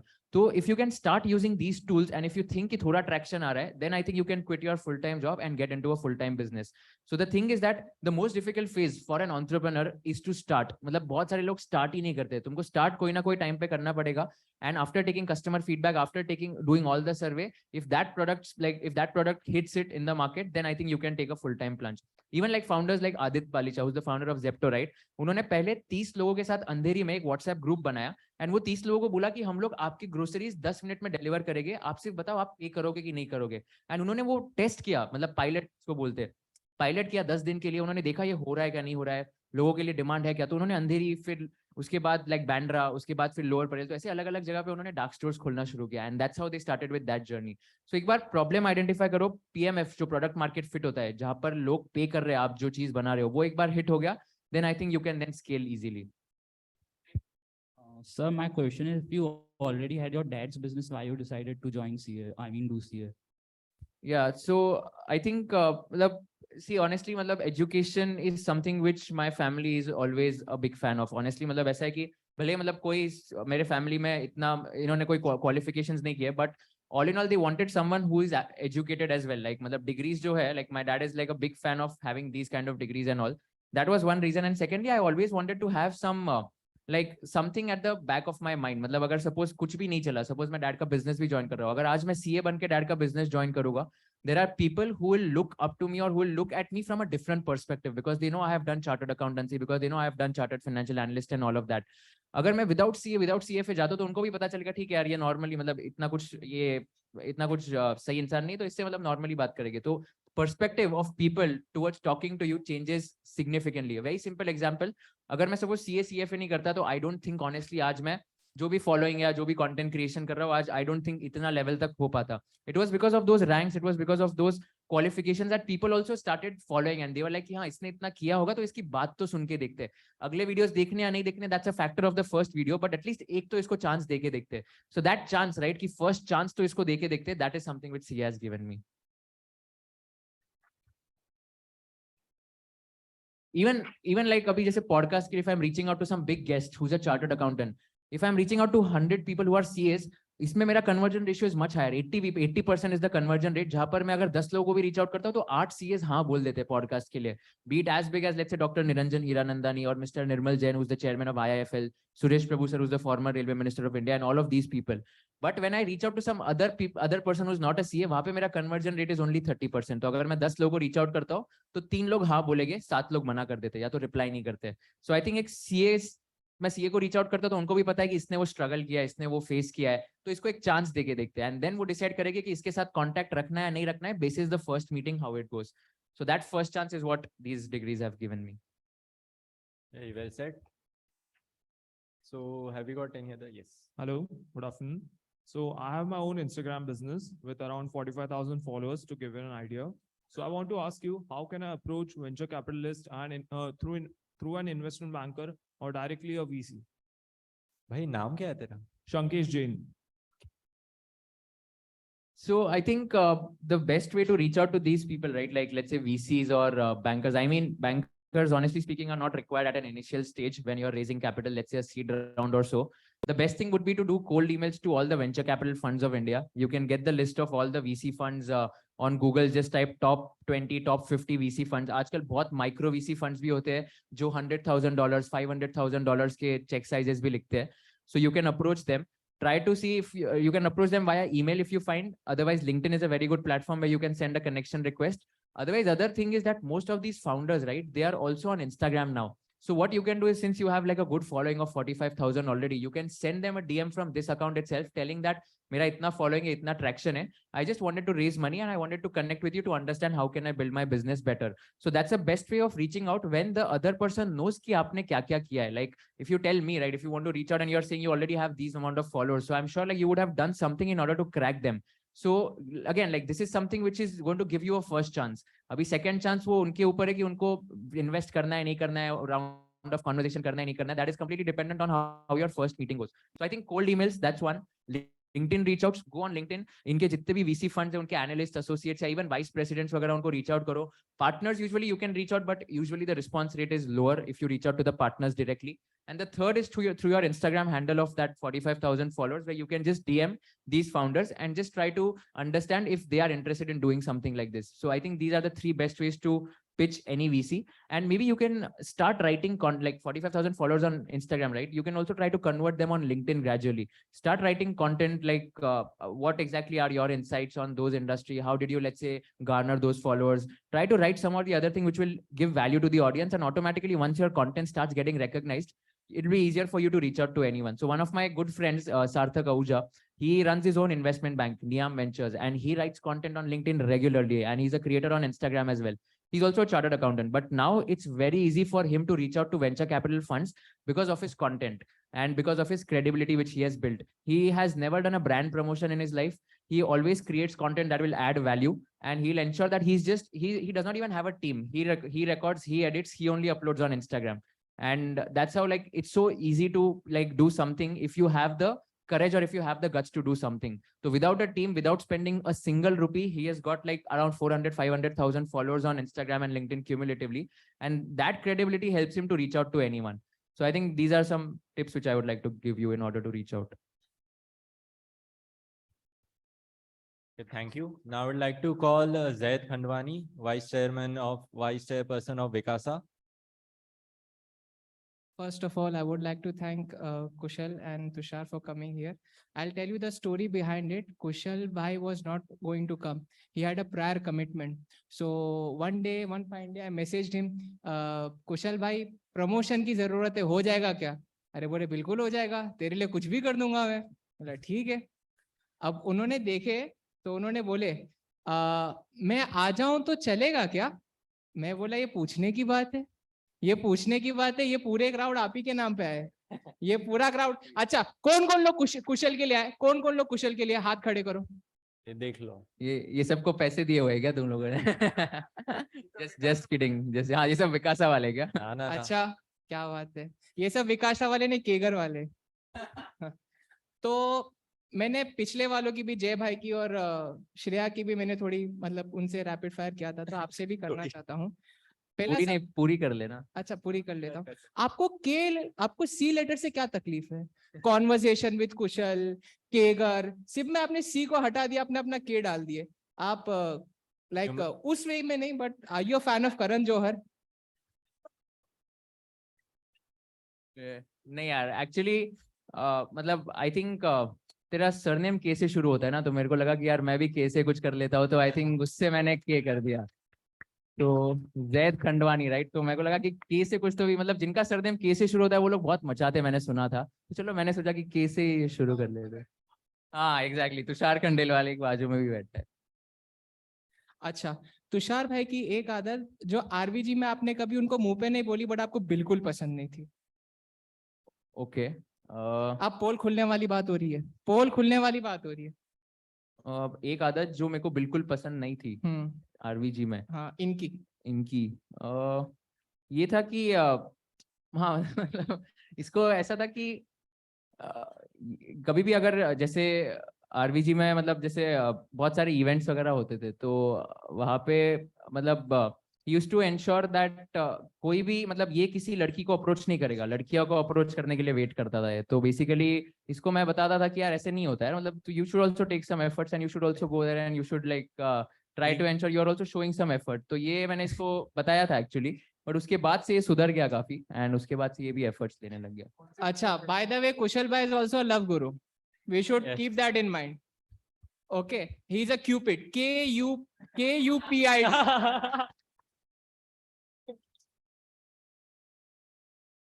Third question, RVG में आपका सबसे मतलब आपने ऐसा कुछ थोड़ा छोटा मोटा कांड किया हो क्या? आरवीजी में हाँ। मतलब I don't think so, but मतलब मैं एक कांड का पार्ट था जहां पर 4 लोग सस्पेंड हुए थे एंड मैं लकीली नहीं हुआ था. तो वो आई थिंक बर्थडे सेलिब्रेशन था रात को 12 बजे and there were 15 people I think in that room and उसमें सब तरह का मस्ती, मतलब आई थिंक सब तरह की मस्ती, सब तरह की मस्ती, सब तरह का. आई मीन दैट जैसे कोई ऐसे एक झाड़ू लेके आया, वो मार रहा है झाड़ू से बंदे को, कोई कुछ भी, मतलब ऐसे पता ही होगा यार, जो भी आरवीजी वाले आई थिंक सबको पता ही होता है कि क्या वाटर होल, फायर एक्सटिंग्विशर बोलना नहीं चाहिए अभी, बट ये सब जो थे वो किए थे. But I was there, I was in the room, although मेरे को ये सब पसंद नहीं है, तो आई थिंक वो आयोडेक्स लाया था, पूरा लगा लिया था वगैरह. But I was there, but luckily I was not suspended. But 4 friends जो थे, वो 4 फ्रेंड्स सस्पेंड हुए थे एंड उनको 1 हफ्ते के लिए सस्पेंड किया गया था. अच्छा वो बैट का ग्रिप नहीं निकला, वरना बहुत मजे हो रहा है. अच्छा, कमिंग फॉरवर्ड टू तुषार भाई, आपसे कुछ सवाल करना चाहता हूँ, इजाजत है?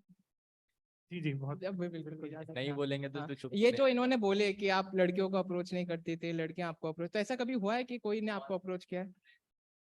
इसने लास्ट जो बुक पढ़ी थी उसकी स्टोरी सुना रहा था. सच है ये? सच है? मैं जो बोल रहा हूँ वो सच है. अच्छा ओके. आपको कोई आई लव यू बोलता है इसलिए? अच्छा अच्छा. Okay okay okay. और इन्होंने अपने आरवीजी के टाइम पे राइट स्वाइप लेफ्ट स्वाइप खेला था कभी? नहीं नहीं. ओके. बुक्स टेक्स्ट की बुक्स के साथ खेलता था राइट साइड. और थर्ड क्वेश्चन कि आपका फेवरेट फाइनेंस क्रिएटर कौन है एक्सेप्ट यू? मैं क्रिएटर हाँ, भी हूँ. अभी बन गए हो. मेरा फेवरेट फाइनेंस क्रिएटर कौन है? कुशल भाई भी लाइक मेरा नाम नहीं है तो बाहर मार दूंगा तेरे को. नहीं, मैं इतना फॉलो नहीं करता एक्चुअली क्रिएटर्स को, बट लिंक्डइन पे इंस्टाग्राम पे तो नहीं करता बिल्कुल भी. लिंक्डइन पे आई लाइक अविरल Bhatnagar. He's really good. He's really good. Aviral Bhatnagar is really good. अच्छा, लास्ट क्वेश्चन, आपका celebrity crush? Celebrity crush Alia Bhatt is already I can't take that name. I can't take that name. Alia Bhatt is already taken, right?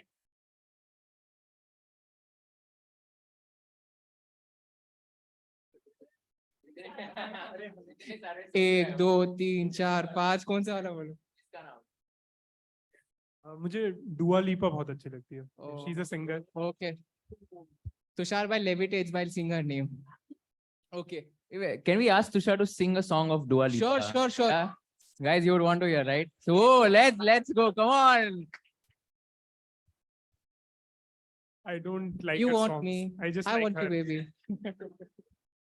नहीं, but थोड़े सारे gamma कुछ. But the lyrics, to be honest. नहीं तो उस धुन में You want me? I want you, baby.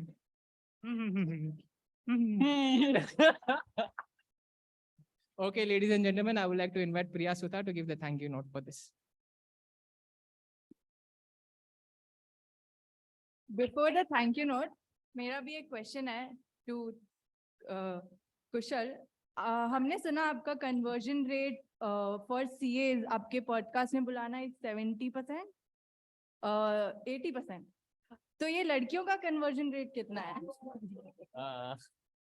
लड़कियों का कन्वर्जन रेट तो अभी तक 0% ही रहा है. अच्छा. मैंने जितनों को भी अप्रोच किया सब मना ही कर देते, तो क्या ही कर 0%. तुषार का 100% रहा है, तो उसने एक टाइम ही 3 को कर दिया था. उसको लगा कि एक तो हाँ बोल देगी, तो तीनों ने हाँ बोल दिया था. Sounds like your story.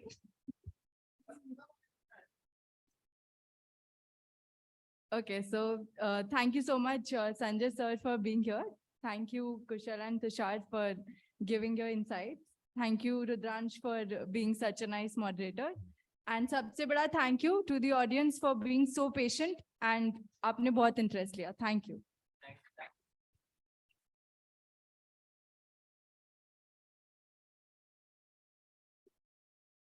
We can disperse for lunch. Please be back in half an hour sharp.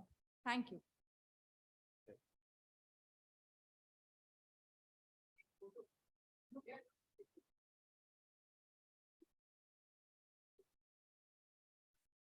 Please be back by 2:15.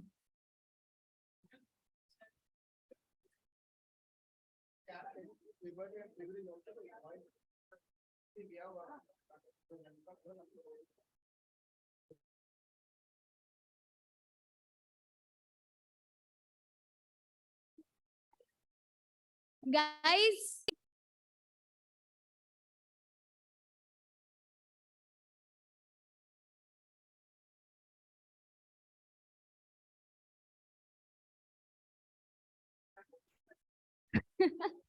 feeling something, something. Hello, honey bunny. May I have your attention, please? Kindly come to front seats and fill all of the seats. We are going to have a very interactive session of the day. Guys,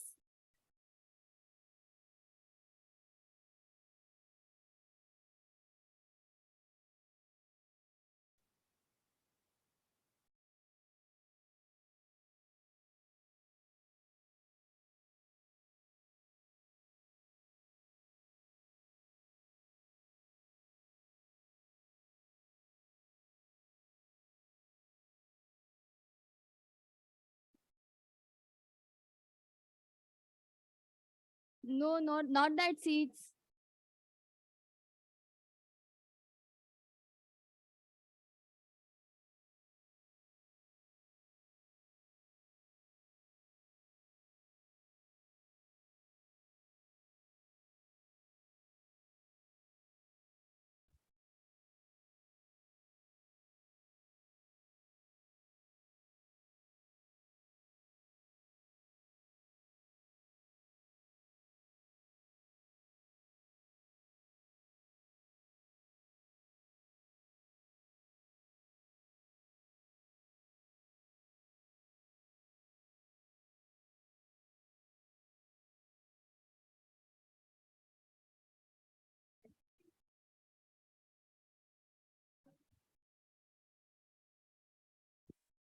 So guys, we have our speaker for the next session. Let's welcome him with a round of applause, Mr. Ganesh Prasad Sridharan, founder of Thinkschool. तालियां बजती रहनी चाहिए.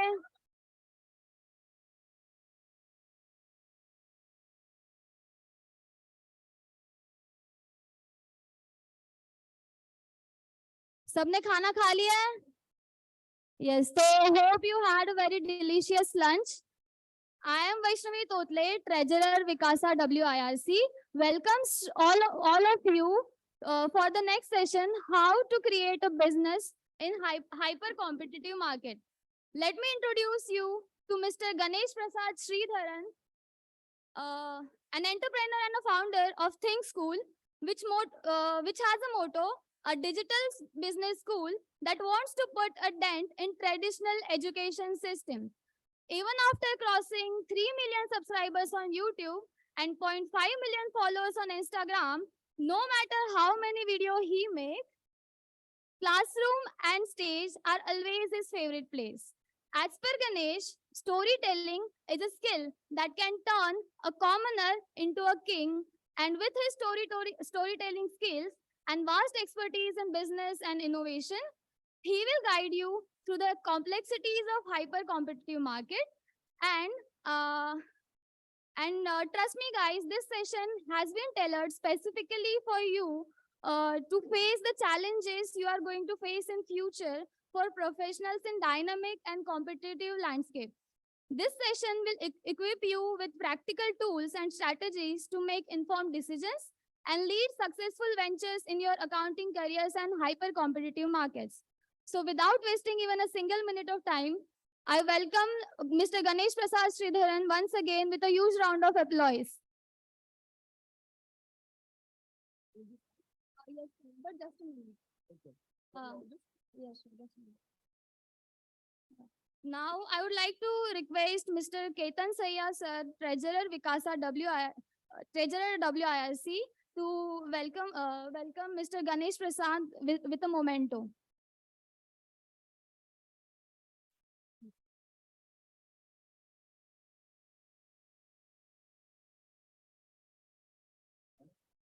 Hello.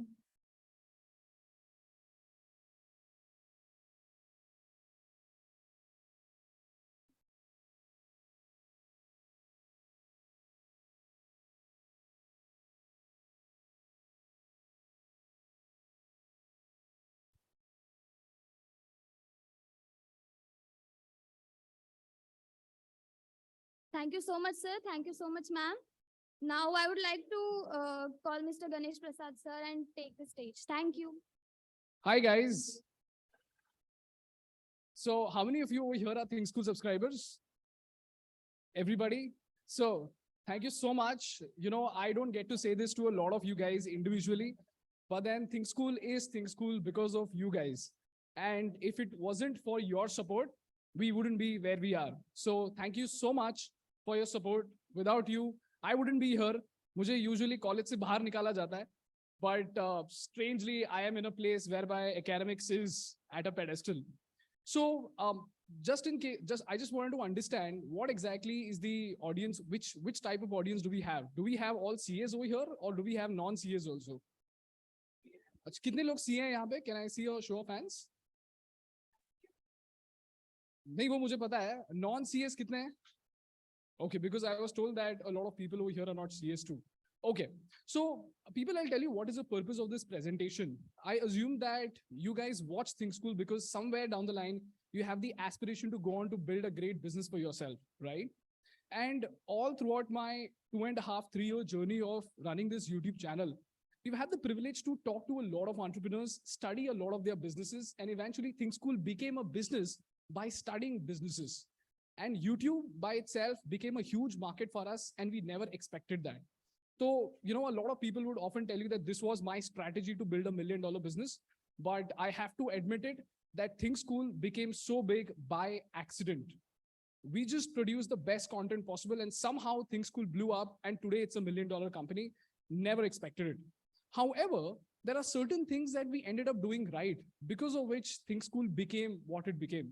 And what we realized is that regardless of which industry you belong to, there are these certain lessons. If you only take care of these lessons properly, if you teach this to your team properly, you will be able to build a formidable business in this hyper competitive market. Because आजकल funding सब लोगों को मिल रहा है, right? Right, left, and center. Right from a company that is scamming people with sales calls, all the way to a company that is actually teaching people stuff. You will see that all of these companies are going on to become bigger and bigger. But you'll also see that strangely, after these companies reach a certain level, they come crashing down. You know what I mean, right? Right? Don't take the name of the company. Let's just keep it a secret. So the question over here is, what exactly is the difference between a good company and a great company? What are the lessons that you need to keep in mind to be able to build an extraordinary company for yourself is what is the agenda of this talk today. Okay. So if you have a notebook or a pen or your mobile phone, please take notes, because when you go back home, I always tell this to a lot of people that whenever somebody speaks, it should not just be about bullshit motivation. You should have something tangible to go home and work on. And these slides are basically notes for you guys. तो इसलिए तुम इसका photo खींच सकते हो और इसका notes भी बना सकते हो. But घर जाके please इस पर काम करना. Otherwise, this entire 1-hour session is complete waste of time. Is that clear, guys? Can I see a thumbs up? Okay, great. Can I get the ticker, please? Ticker for the slide.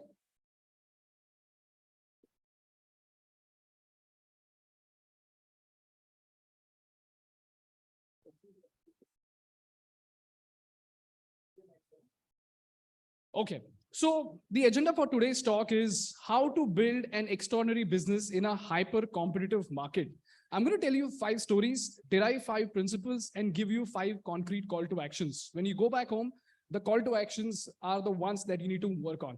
The first principle that we all need to remember is finding a gap in the market. And if you've seen Thinkschool videos, this is one of the first segments that we cover every time we present a business case study. That is, where is the gap in the market where Asian Paints capitalized? And today, in order to understand the gap properly, we have the classic case study of Bajaj Finserv. And before we move on, here's what Bajaj Finserv looks like to the media.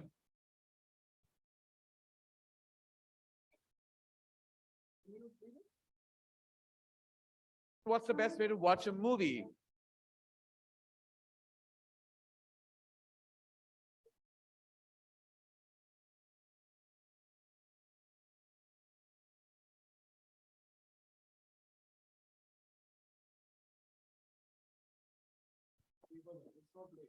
So, long story short, Bajaj Finance is a legend. So the question is, why is Bajaj Finance celebrated so much? In fact, if you speak to any investor, they'll say, dude, you know what Bajaj Finance has built is just something massive. It's just incredible. But when we talk about the biggest wealth creators in the world, we often talk about the Googles and Apples and Teslas of the world, right? Why? Because if you look at the return that Alphabet has given, how much is the return? 3,300%. If you look at Apple, it is 79,157%. If you look at Netflix, it's 24,000%. But you know What's what? the best way to watch a movie? This is what Bajaj Finance looks like. Bajaj Finance has delivered a return of 1,46,000%. The question is, what the hell just happened? How did a company deliver such insane returns without being like a conventional tech company? And the answer to that lies in the gap that Bajaj Finance found in the market. So the question is, what is this gap and how did Bajaj Finance find it? This gap can be categorized into 3 separate segments. And when you go on to become entrepreneurs, whenever you identify a gap in the market, this is how you will. The first thing that they found was that the Indian lending markets had car loans, home loans, and personal loans. When it comes to car loans, the ticket size was about 4.5 lakhs with an average interest of 9.5%. For the banks, they used to get a gross margin of 1.2 lakhs. With home loans, the ticket size was 25 lakhs. Gross margin was 26 lakhs at 8.45% interest. Now, although banks do not make money through home loans, it gives them a customer for a very long duration. As a result, they can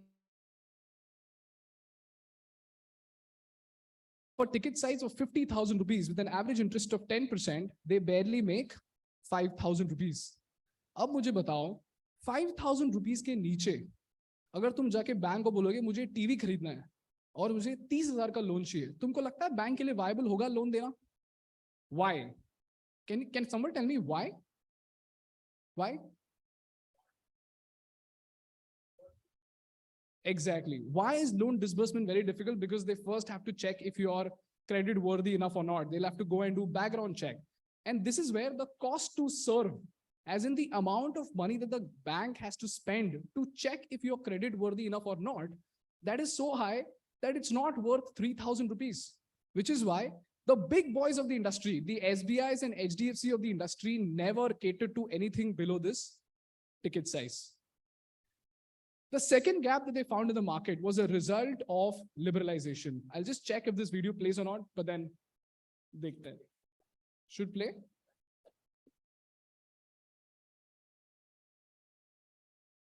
Bro, जब video आएगा ना तो वहीं से handle कर ले. We shall make the future happen. In July 1991, India kicked off a series of reforms to unleash its economy from the stifling rigidity of the socialist era. We have to harness all our latent resources for a second industrial revolution.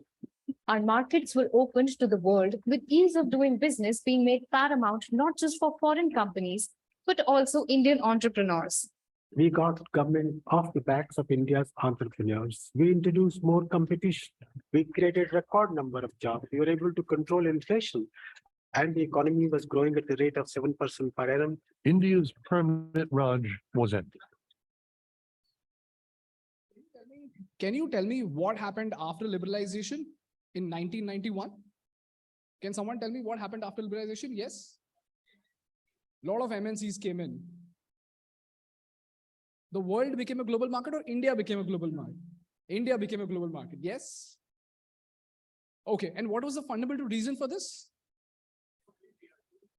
Ease of doing business. Why? Because the taxes were reduced. Jo input duty 150% and 200% lagta tha, it was reduced to 25 to 30%. As a result, foreign companies found it easier to do business. Now, when this happened, the Coca-Colas and IBMs of the world started setting up their factories in India. And if you see, here's where the IT revolution of India also started. And when the IT revolution of India started, this crazy graph came up. Now, look at that graph very carefully. From 1980 to 1990, India ka per capita income kitna bada? Barely $40. But from 1990 to 2004, in the next 14 years, it increased by $150. And from 2004 to 2010, it almost tripled. This is the second gap that Bajaj Finance found in the market, which means what? India is going to have a huge middle class population that will see a drastic increase in its income, which means more disposable income. Now, when you have disposable income, you'll go there and buy a TV, you'll go there and buy an AC, you'll go there and buy a hairdryer. And this is where the third gap in the market came in, which is the massive growth of the consumer durable space. Do you see that graph? In FY 2005, the consumer durable market in India was just 3.5 billion. But by FY 22, it was $21.5 billion. That's almost a 7x growth. And all of these three things put together, Bajaj Finance found its gap. What was this gap? Indian middle class will have more money, which means more low risk rich people. So lending to them will become easier. It will be easier to trust them. Secondly, more brands will enter the consumer durable market, which means brands will need an edge in the market. And thirdly, banks have no interest in financing low ticket loans, which means less competition from the big boys of the industry. Now, if you look at point B, which says brands will need an edge in the market, what does this mean? If you speak to your parents and you ask them, how many TV brands did they have? They will tell you 1 or 2. But today, how many TV brands do we have? More than 30, 40 TV brands, right? In fact, kabhi-kabhi to Chroma store wale ko pata nahi hota ki brand ka naam kya hai. Now, when this happened, people couldn't differentiate between a Sony and an Oneida because more or less all of their features look the same. In fact, today, if I ask you to differentiate between a Sony Bravia version 1 and Sony Bravia version 2, it's very difficult, right?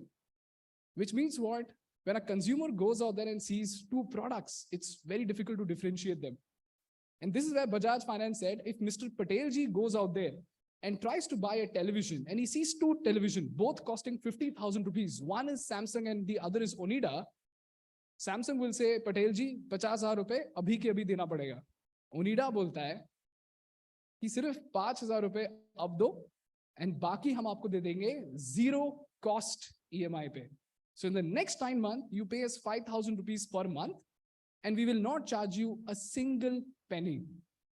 My question to you is, if any one of your parents go to buy a television, which one would they buy? They'll buy an Oneida. Why would they buy an Oneida? Because if our parents have 1 lakh rupees in their bank account, they will not spend it because emergency savings are important to Indian middle class. So do you realize Bajaj Finance is solving a very fundamental problem? That is ease of payment, ease of purchase. So just because of the 0 cost EMI option, if Mr. Patelji is choosing an Oneida or a Samsung, Bajaj Finance says, that's my value add. So I'm going to take a 5% commission over there. So when Patelji pays 50,000 rupees to me, I'm going to pay you 47,500 and I'm going to keep 2,500 rupees with me. They started with hair dryers, televisions, and today they give out loans worth 7 crore rupees also. This is how Bajaj Finance built a space, built a market for itself where the big boys were not interested, but the new necessities were emerging as a result of a drastic change in the civilization, which was brought along by liberalization. तुम समझ रहे हो कितना ज़्यादा counterintuitive है? By the way, Bajaj Finance before 2005 or 6, I think it was a auto loan company, auto financing company. And this gap enabled them to build $1 billion business. Today, Bajaj Finance, if I'm not wrong, stands at a profit of 7,000 crores. Now, do you understand what is the reason behind that graph? Bajaj Finance found the right gap in the market. And now comes the most important slide of all, which is the call to action. How do you find a gap in the market? You look for new necessities, which will emerge with the progress of the civilization. You should look for a problem which will grow with the progress of the civilization. As more and more Indian middle class started making money, more and more hair dryers and televisions started to be sold, and more people needed financing. इसका उल्टा product होगा making a smart printer. Problem तो है, But तुम मुझे बताओ, अगर आज तुम जाके मार्केट बोलोगे, I'll make the smartest goddamn printer in the world. Will you be able to sell those printers 10 years down the line? Can you experience a massive growth in your sales? No. Why? Because your market is shrinking. So you should look for a problem that grows with the progress of the civilization. And the last thing that you got to ask yourself is, अगर ये मैं सोच सकता हूं, तो बाकी लोगों ने भी तो सोचा होगा. So the point of skepticism should be, why isn't this problem addressed yet? When it comes to Bajaj Finance, they found out that fundamentally banks are not interested in it because they don't see a money-making process. But if I charge the customer, I'll have to check for the credit worthiness or 50 or cheese. But what if I could understand their income levels, predict their credit worthiness, and make money from the brands? That is how Bajaj Finance found a gap in the market. What are these 3 points? New necessities will emerge with the progress of the civilization. The growth of the problem that you spot should grow with the progress of the civilization. And thirdly, there needs to be a skepticism check. If I can think about it, why isn't it addressed yet? Is this very, very clear to everybody? Can I get a thumbs up? Perfect. Let's move on to the next lesson. This lesson is what I call as minding the gap. Now, this gap is not the gap in the market. It is the difference between your perspective and your customer's perspective. And a classic example of the same is this brand called Tickles. अब मुझे honestly बताओ, अगर मैं तुमको YouTube पर diapers बेचूं, तो क्या तुम खरीदोगे? नहीं खरीदोगे ना? क्यों यार? तुम तो subscribers हो. ना मैं parent हूं, ना तुम parent हो. Product market fit नहीं है. But मैं तुमको और एक point बता रहा हूं. अगर तुम इसके competition को देखोगे, तो Tickles Pampers बेच रहा है. कितना diaper? 76 diapers. At a cost of 776 rupees, which means more or less 10 rupees per diaper. Whereas ये जो diaper मैं तुमको बेच रहा हूँ, ये है 630 rupees का एक diaper. क्यों? क्योंकि ये ना reusable diaper है, which defeats the very purpose of the diaper, if you see. So अगर baby potty करेगा, you got to take the diaper, wash it, सुखाने को लगाओ और दूसरा 630 rupees का diaper लगाओ. Baby ने 4 बार potty किया, तो 4 630 rupees का diaper लगेगा. My question is, when the average order value is so high, more than 2,400 rupees, would you buy it? But turns out, when this brand came to us and they said that we want to sponsor Thinkschool, we said, if you don't have funding, please don't come to us because I don't think I can sell diapers. They said, no, we want to do this because we are big fans of the channel.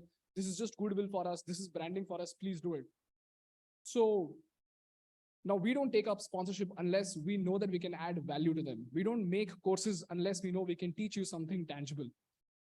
So we said, okay, let me give it a shot. Let me just go out there and do some market research. So just like you, even I assumed that nobody will buy diapers when I sell it. But what I found in the market was quite fascinating. Firstly, why wouldn't parents buy these diapers? A, they are costly. And B, if you look at the mother of a newborn baby, the most important thing for her is the baby, not the goddamn environment. And for the father, I asked my Jiju, what is the most important thing in life? He said, sleep. And why? Because he was not sleeping, because my Didi was not sleeping. Why wasn't she sleeping? Because the baby wasn't sleeping.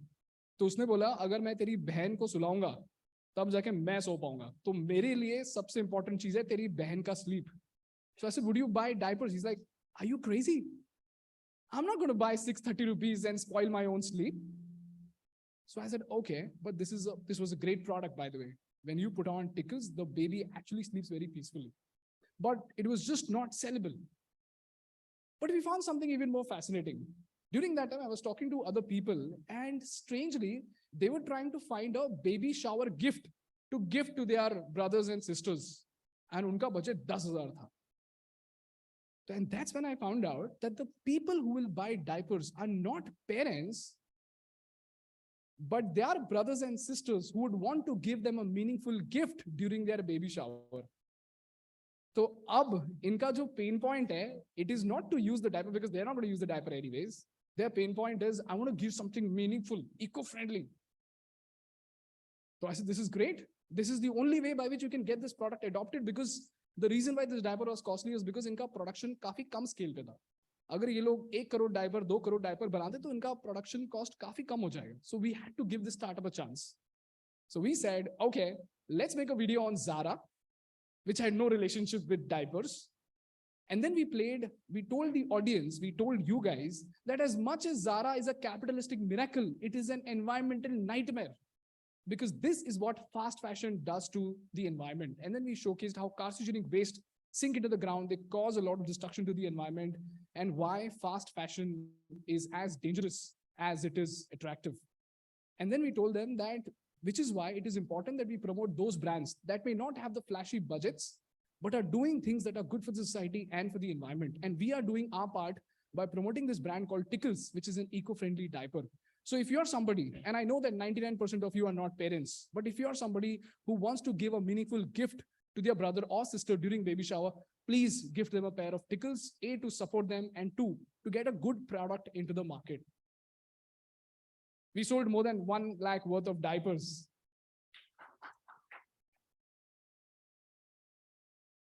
Story यहाँ खत्म नहीं हुआ. लोगों ने phone करके बोला आपके पास कुछ 5,000 रुपए का प्रोडक्ट है क्या? 630 rupees का प्रोडक्ट अच्छा नहीं लगता. So they made a baby shower gift basket, which also started selling. They started to get calls from Sri Lanka, UK, Bangladesh, from suppliers who told them that भाई साहब हम इसको सस्ते में बना सकते हैं, हमारे पास मैन्युफैक्चर कर लो, हमारे पास डिस्ट्रीब्यूट कर लो, आज हम ऑर्डर प्लेस कर सकते हैं बहुत सारे डायपर्स का. Now, if you look at fundamentally what we found out, we questioned our assumption that Thinkschool diaper नहीं बेच सकता और डायपर सिर्फ पेरेंट्स खरीदेंगे. तुम समझ रहे हो कितना बेसिक assumption है ये? But जैसे हमने उस assumption को challenge किया, the moment we started to talk to people about it, we found something really fascinating.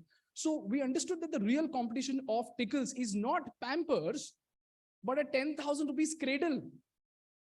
It's not Pampers, but it's a 5,000 rupees gift that supposedly looks meaningful. And if we could convey the meaning of Tickles to the people, they would use it. And mothers actually loved Tickles. So what did we learn from this? There is a huge gap between what you think your customers want and what customers actually want. In fact, there is a huge difference between what you think your customer, who you think your customers are, and who your customers might actually be. So the lesson over here is every time you do your research, please don't stick to the McKinsey's and BCG reports. Go to the ground, talk to the stakeholders, and the more you observe, the more data points you will find. And one of them will lead you to $1 million business. Is this very, very clear to everybody? Can I see a thumbs up? Lovely. The third lesson that we have is checking for the pain and interest of the audience. Always ask yourself, what is the pain of the audience? Guys, तुमको कुछ सुनाई दिया? नहीं रहने दे भाई, video नहीं हो पाएगा. So you got to ask yourself, what is the pain of the audience and what is the interest of the audience? To give you an example of the same, we have this guy. How many of you know this guy by any? Is there anyone over here who's a marketing student and knows this guy? Okay, this guy is Edward Bernays. He's known as the father of PR. In short, propaganda. This guy, I don't know whether to call him genius or evil. The president of the American Tobacco Corporation once goes to Edward Bernays and tells him that, भाई साहब, America तो बहुत पैसे कमा रहा है, लोगों के पास तो बहुत पैसे हैं, और सारे मर्द फूक तो रहे हैं, लेकिन प्रॉब्लम ये है ना कि industry is saturated. We're making $1 billion, that's okay, but I think we can make another $1 billion. Edward Bernays said, how? This guy says, if women start smoking. And during that time, women in America did not smoke. And smoking was only meant to be for the prostitutes in America. Edward Bernays said, kar sakte hai bhai sahab. And this is what happened. In 1924, barely 5% of women in America smoked. 1929, this was 12%. 1935, this was 26%. And by 1940, it was 45%. It was supposedly meant to be done only by prostitutes. The question is, if something was an instrument of, you can say, bad character, suddenly, how did cigarette become stylish? It was this man, Edward Bernays, who turned cigarette into an instrument of style and sexiness. The question is, how did he do it? All he did was find the pain of the audience and interest of the audience, goes out there, talks to the American woman, does a thorough research of how American societies function, and he recognizes two important pain and interests. And this is something that's also relevant to the Indian audience, so pay attention. The pain of the American women was that in the patriarchal society that they lived in, they were often suppressed. Nobody used to give a damn about what a woman thinks about the stock market. If I ask you to visualize a 1920s movie where people are talking about the stock market, you generally visualize men with suits talking about the stock market, right? So in the patriarchal American society, people did not give a damn about women. And that was a very big pain for the women. And secondly, women desperately required an instrument of power. They wanted to show to the people that we are significant. And that is how Edward Bernays placed cigarette as an instrument of power, style, and sexiness. Cuckoo, dekha hai tumne? Cigarette games. You know what defines her power certain times is not her dialogue, guys. It's sometimes the cigarette. Do you know Claire from House of Cards? Do you see this picture? There was a news article, I think by Washington Post, if I'm not wrong, which said that the main character in this frame is not Claire, but the cigarette. It just makes things sexier. You know how he did it? He found this pain and interest of the audience, got hold of 15 very attractive women in New York, asked them to walk down the streets of New York, and he tipped off the press saying that, Bhai Saab, feminist movement is going to emerge from the streets of New York.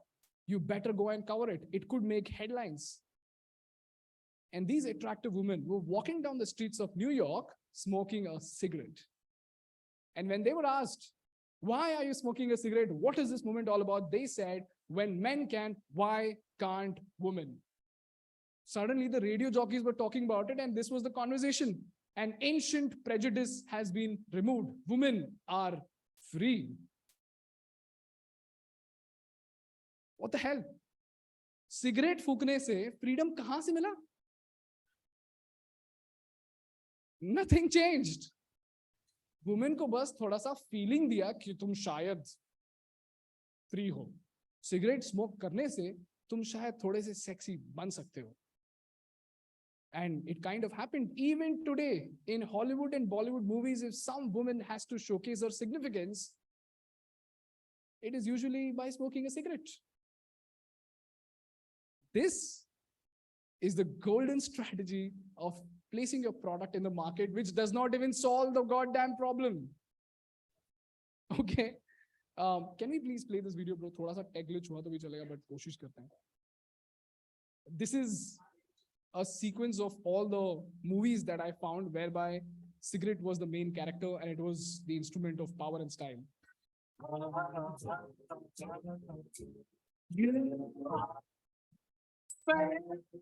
You angel sent from up above. Lord, smile down on me and send an angel to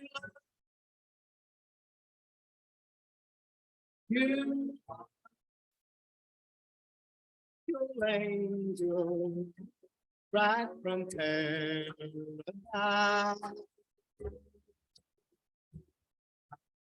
Oh, that you're an angel everything. Did you see that? No dialogues, just the cigarette. This is how Edward Bernays identified the pain and interest of the audience. Bro, can you please handle the slideshow over there? We have another 2 or 3 videos also, so it would really help if you're over there. So this is how, or ek video bas wahan pe chale ja raha hai, in case if you want to play it. So this is how Edward Bernays identified the pain and interest of the audience. Now we'll do a small exercise. I'm going to show you a video and you're going to tell me what is the pain that the product identified and what is the interest that the product identified. Okay? Is that cool? Can you give me a thumbs up? Okay. Everybody's with me so far? Okay. video.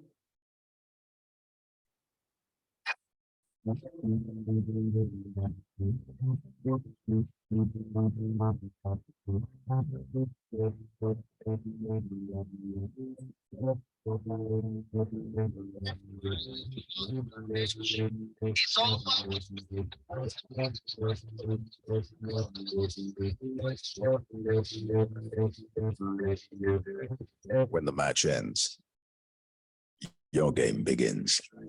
Absolutely. Never miss the game. What is the pain of the audience? Who is the audience? Boys, what age? 12 to 16. जितने भी सारे लड़के हैं यहाँ पे, मेरे को पता है तुमने एक्स खरीदा है, क्योंकि मैंने भी खरीदा है. मुझे ये बेचा गया था, and turns out मेरे सारे दोस्तों को भी बेचा गया था, that we knew we'd look like shit. So if at all we have a chance, maybe it is through Axe. और इतना इफेक्टिव अगर परफ्यूम, इतना इफेक्टिव अगर डिओड्रेंट होता, तो 200 रुपए में क्यों बेचता भाई? क्योंकि वो हमारी औकात उतनी थी, इसीलिए वो 200 को बेच रहा था, ताकि हमारे जैसे so-called intelligent people will buy the product because it is catering to our pain, that is unattractiveness, and interest, which is girls. Okay. Next one is maybe for everybody. Let's have the video.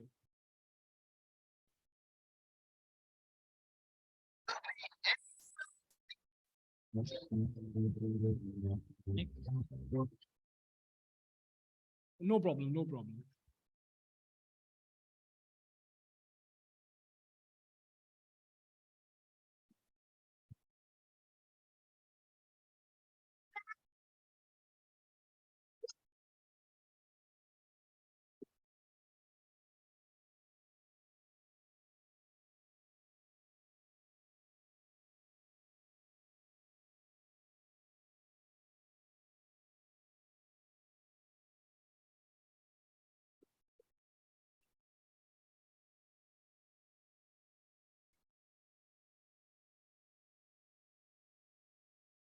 Bazooka on the bus. Fun, sexy, safe. Now you guys tell me, what is the pain of the audience? Kids, what is the interest of the audience? By the way, तुमको पता है ना कि ना ये English में था ना हिंदी में था, लेकिन समझ सब गए. Right? This is how you place your product. That is why Durex often wishes Happy Father's Day very gracefully. Have you seen that? So the moment you place your product by understanding the pain and interest of the audience, it's a massive hit. Is this very, very clear to you guys? Can I get a thumbs up? Lovely. Now we come to the second last principle, which is understanding what is the barrier to entry. Now, what does this mean? It basically means, what are you doing today to leave your competition behind tomorrow? I'll repeat. What are you doing today to leave your competition behind tomorrow? Because when Paytm came out with QR codes, so did everybody else, right? So what did Paytm do special that other people could not do? I don't know how many of you remember sachets. The ones who actually started the sachet was a company called Cow and Care. It came from Tamil Nadu, and the founder of the company basically thought, if we could build something, if we could make shampoos affordable to poor people, it's great. For that, we don't even have to make new shampoos. We can just use existing shampoo formulas, cut them into maybe 500 pieces with 2 ml in each, and that will suddenly make shampoos affordable. It gave them a huge market share. They were a huge success. But suddenly HUL and all the other companies also started doing it, and the delta just disappeared. So is just building a great product enough for you to sustain in the market? No, it's only good enough for you to enter the market. So how do you build sustenance? One of the most important ways to do that would be to always keep an eye on what is the barrier to entry. I'll give you an example of the same, and maybe you'll understand this better. How many of you know this guy? This is Henry Ford. Okay. What did Henry Ford do special is this graph. Okay. This is a graph that showcases the timeline, that of some 1908 to 1924. It is the cost and production of Model T, Ford Model T. This was a vehicle that actually made automobile affordable to people. Now, इसमें सबसे beautiful चीज पता है क्या है? कि guys, inflation increases the cost of the product, right? But look at that. The cost of Model T actually dropped from $900, $950 to less than $300 over the due course of 16 years. Or बीच में जो spike था ना, that is because of the war. But do you realize even after war happened, the product price did not go up significantly? Do you realize how crazy this is? Inflation hote hote price kam ho raha hai product ka. It's just remarkable. The question is, how did it happen? Well, that is because when Henry Ford started building factories and assembly chains, when Henry Ford started building factories, everybody else also did. But he built a barrier for entry. And the first barrier to entry was something called division of labor.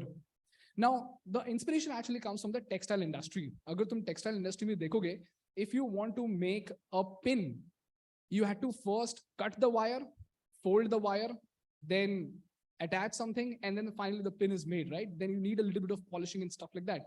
In total, the pin would require 18 tasks.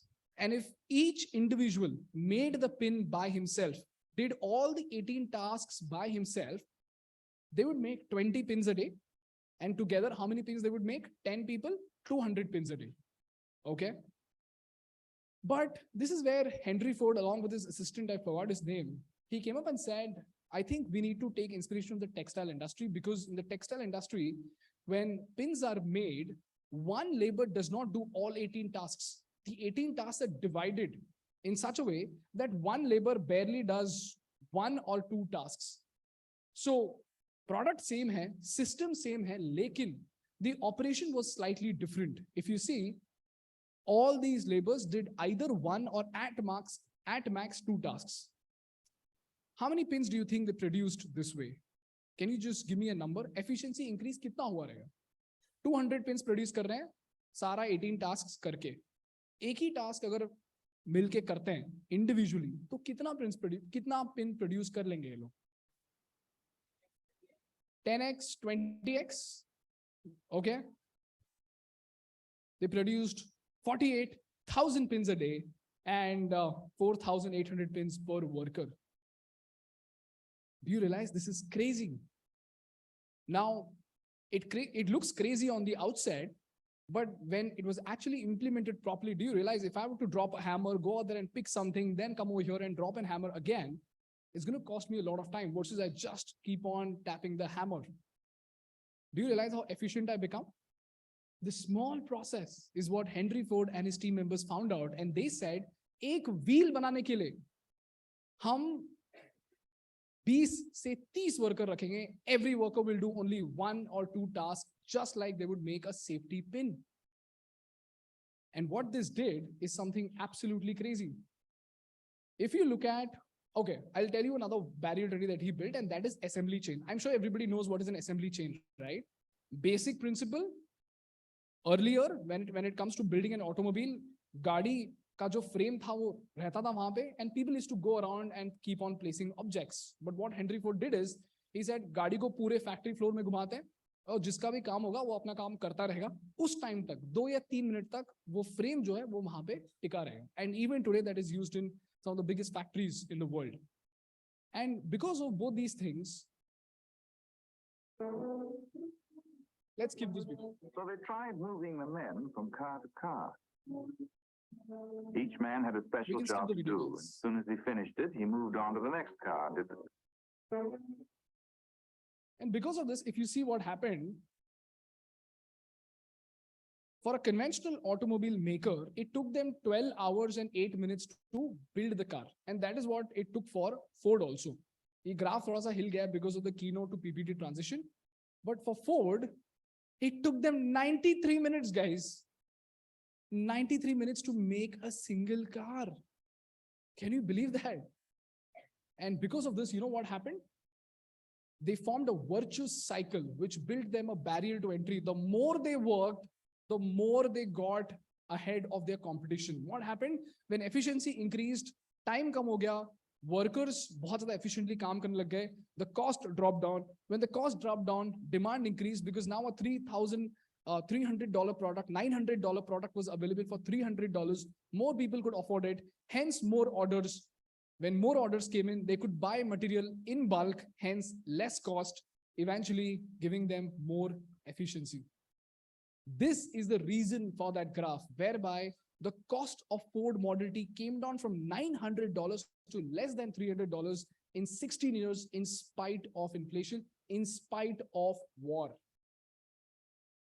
Is this very, very clear to everybody? Do you understand what is building a barrier to entry?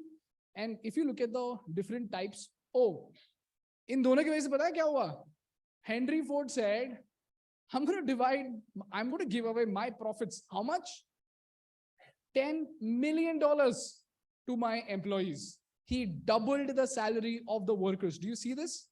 Doubles pay for 25,000 in auto works. तुमको समझ में आ रहा है ये कितना crazy है? Somebody is making $3, you're doing the exact same thing, and there's another guy who's building the exact same thing but is offering double salaries, which means more competent workers. And once the workers got the job, for them it was a status symbol to work for Henry Ford, so they worked with even more diligence. As a result, the factory became more productive, and Henry Ford became a god to most workers. Which is why if you look at the 1930s, 1940s movies of the US, they often mention Henry Ford, that I was working for Mr. Ford. That was a privilege.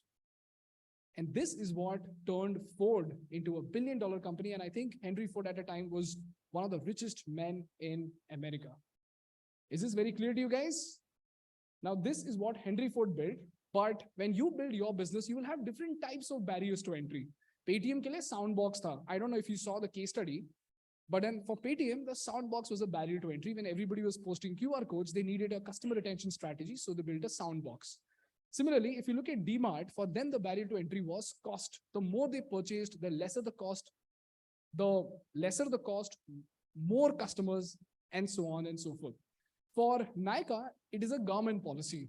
Okay, thoda lamba hai to isliye isko skip karunga main. And for LinkedIn, it is basically the network effect. And for PW, for physics wala, it is distribution plus trust. This is the reason why Unacademy, in spite of raising $1 gazillion, is not so profitable, whereas physics wala has been able to build a revolution. Why? Because he doesn't need Shah Rukh Khan. He is a bigger star than Shah Rukh Khan for the category of audience that he is serving. Physics wala को एक बार पूछा गया था कि आप celebrity को क्यों नहीं endorse करते हैं? Silly Salam, Alang Pandey said, they're just too costly, so I just decided to put my face on it. मैं तो free में कर दूंगा ना? And do you realize where he is today? That's crores in advertisement cost saved, plus personal brand built, hence more trust. And the story of Alang Pandey sells very well. People can resonate. And that's the pain of most people who are appearing for IITs, right? When he solved that pain, Physics Wala became a legend in the Indian edtech space. Is this very clear to you guys? So how many types of barrier do we have? Data for Bajaj Finance. You will refer to the case study. So when you refer to the case study, you'll understand. For LinkedIn, it is a network effect. For Physics Wala, it's distribution plus cost. For Nykaa, it's government policy. And for DMart, it is cost. And this brings us to the last principle that you all are supposed to remember, which is, does the Godfather, Modi ji nahi hai Godfather, government hai. Does the Godfather love your industry or hate your industry? Tell me something. In the movie Godfather, how many of you watched the movie, by the way? सुना तो होगा ना Godfather? ठीक है, मान लो जयकांत शिकरे है और जयकांत शिकरे तुमको पसंद नहीं करता, लेकिन तुम स्टील में बादशाह हो. Do you think you can survive? Why not? Because if Jaikant Shikre doesn't like you, he's going to bring policies that will not support your business and you will be done and dusted. The government is the godfather in any market. So regardless of which market you are in, you have to understand government policies. Okay. And this is the reason why at Thinkschool we cover government policies. People say, why are you covering boring government policies? We do that because you, the entrepreneurs of tomorrow, have to understand what the Godfather is thinking so that you can build businesses that can survive in the long run. Okay. Now, an example. Skip. Can we move to the next slide? गति शक्ति हमारे देश के लिए एक होने दो please. रहने दो. So, I'll tell you what that means. How many of you have heard about something called consultation paper? किसी ने नहीं सुना है? तुमको पता है? Government explain करता है अपने policy को with examples in a consultation paper. Do you know that? And the government gives out a PDF using diagrams. Do you know that? You know, when it was surprising to me, I thought it's pretty obvious. I was called to a NASSCOM conference to speak the exact same thing that I spoke in my UHI video, Unified Health Interface video. And there, the CEO of some of the biggest health tech companies were there. I told him that, dude, this is pretty obvious. Why do you think I need to be there? And he's telling me that most people don't know about UHI. And when I actually spoke to a lot of people, turns out very few people know about it. How many of you over here know about UHI? Do you see that? And UHI, if it comes out, it's going to be a big, big threat for all these companies that are selling insurance and pharmacy type companies. Okay? So consultation paper बहुत important है guys. Okay? तुमको एक छोटा सा example देता हूँ कि government policy से पैसा कैसे बन सकता है, क्योंकि वो नहीं बोलूँगा तो तुमको interest नहीं आएगा. Would you believe me if I told you that I can distribute 20 lakh gas stoves for free? Hear me out. Would you believe me if I told you that I gave away 20 lakh gas stoves for free and yet I made 20 crore rupees? Would you believe me? Would you believe me? There is a company called Carbon Core X, and this is what their economics looked like. Before that, how many of you know about carbon tax? Can I see a show of hands? Okay, for those who don't know, carbon tax बहुत simple चीज है. Every country now has a net zero emission target. You must have seen Modi ji saying that 2070 तक हम net zero emission तक पहुंच जाएंगे. Similarly, Macron, Biden and everybody is saying the same, right? Now, in order to achieve that net zero emission target, what the government has said is, अगर तुम 100,000 metric tons of carbon emit कर रहे हो, हम आपको उसके ऊपर charge लगाएंगे per metric ton of carbon that you emit, so that you are incentivized to go net zero. Okay, this is called the carbon tax. But similarly, on the other side, if you help us save carbon emissions, we will give you carbon credit. So if you are somebody who's emitting 100,000 metric tons of carbon, and I am saving 100,000 metric tons of carbon, and I have 100,000 metric tons of carbon credits, I can give that credit to you and you will not be charged. This is called as a carbon credit system. Fun fact, in 2021, if I'm not wrong, Tesla made more money selling carbon credit than it did by selling cars. Okay, it's crazy. How did they use it? Gas stove का जो cost था, it was 1,200 to 1,600 rupees. Okay, each stove saved 20% emission from firewood. Okay, 2 to 4 carbon credits was earned per stove all throughout the year. Each carbon credit was able to make them 600 to 800 rupees. Okay, ये बहुत simple है. Is this clear to you guys? So they were able to make a profit of 100 rupees per stove on an average, and they gave away 20 lakh stoves. So in total, they made 20 crore rupees, guys. That's it. This is a business case study. And now they're about to distribute 10 million stoves. Do you realize that's crazy? Now, do you realize why are they able to make so much money? When I told you that if I were to distribute gas stoves for free, you did not even believe me. This is a hidden opportunity in plain sight, which people often miss out on because they don't read the boring government consultation papers. So, regardless of which industry you are in, हमेशा जितने भी सारे political leaders हैं उनको follow करो. Out of many things that you will find crappy, the one thing that you will find useful are the government consultation papers that they often give out. And consultation paper का ये मतलब होता है कि policy निकलने से पहले मैं एक document release करूंगा जिससे मैं stakeholders का feedback लूंगा. They'll ask the customers and the telecom companies if they're coming out with telecom draft bill. And to make it more easy, here's what I found to be the most relevant sources. the website of the ministry, the circuit.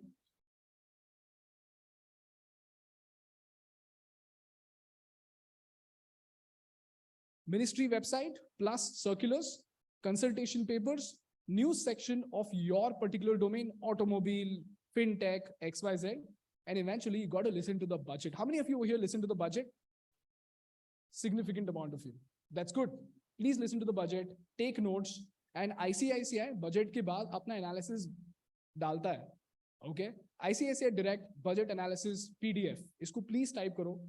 You will find the analysis and you will understand कि किसमें tax बढ़ा है, किसमें कम हुआ है, उसकी वजह से कौन सी industry पे effect होने वाला है. Is this clear to you guys? Now, this is a QR code that I have. इसको please scan कर लो and you will get a few study materials that I used as reference for this presentation and maybe it will help you out.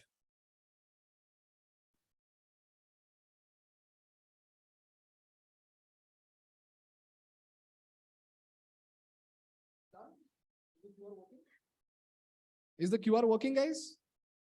Yes? Okay. Even if it's not working, you can just click a picture of this and then send them the drive link. Okay. So what is the conclusion for today's session? We've got 5 important takeaways. The first takeaway is, can you say it along with me, guys? The second takeaway is, third, number 4, and lastly, keep an eye on the. That's all from my side for today, guys. Thank you so much.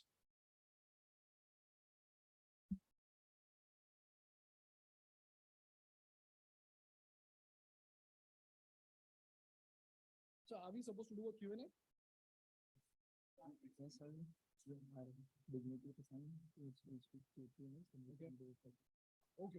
So are we going to do the Q&A or are we too late? No, sir. Actually, Sushant is after 30 and Arjun are going to have a Q&A together. Arjun and Sushant, is that okay? No, I want to leave. And leave after.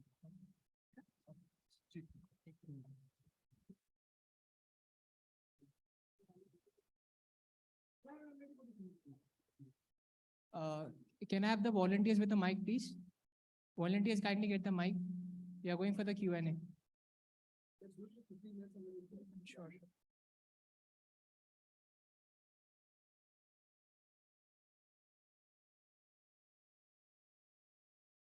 One second. Ganesh sir, we have a person who has come all the way from Pune. He caught a bus from 2:30 at night just to see this session.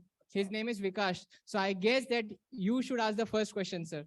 Everyone, please give a big round of applause. He has come all the way from Pune just to watch this show. Do you have any questions? Hello, Ganesh. My name is Vikash Sharma and I'm a big fan of yours. Thank you, bhai. Thank you so much. So my question is, like we are seeing in the recent years, there are so many startups coming up in India, and it's like we have around 108 unicorns, and 80s are very stable companies, and we hardly see the profits. It's like if we go to the past in 90s in US, the same thing happened where we can see the IT sector is booming so drastically. So did you not think like in 90s mein hua tha, the IT bubble hua tha, it's like recession hua tha. So in upcoming years, it's like there can be a startup bubble also. It's like we are seeing Swiggy, Zomato's lay off their employees. Like Blinkit is now hardly survive, and Zomato take over the Blinkit recently. And do you not think there's so many startups coming up, and this make this sector so riskier? Very risky. Why? Because most of the startups out there are just bullshit models. Okay. They all work in a theory, bhai. I'll tell you how these theories work, and maybe you will be able to understand and figure out what is the bullshit and what is not. If you look at the case study that we recently posted about Milk Basket, okay.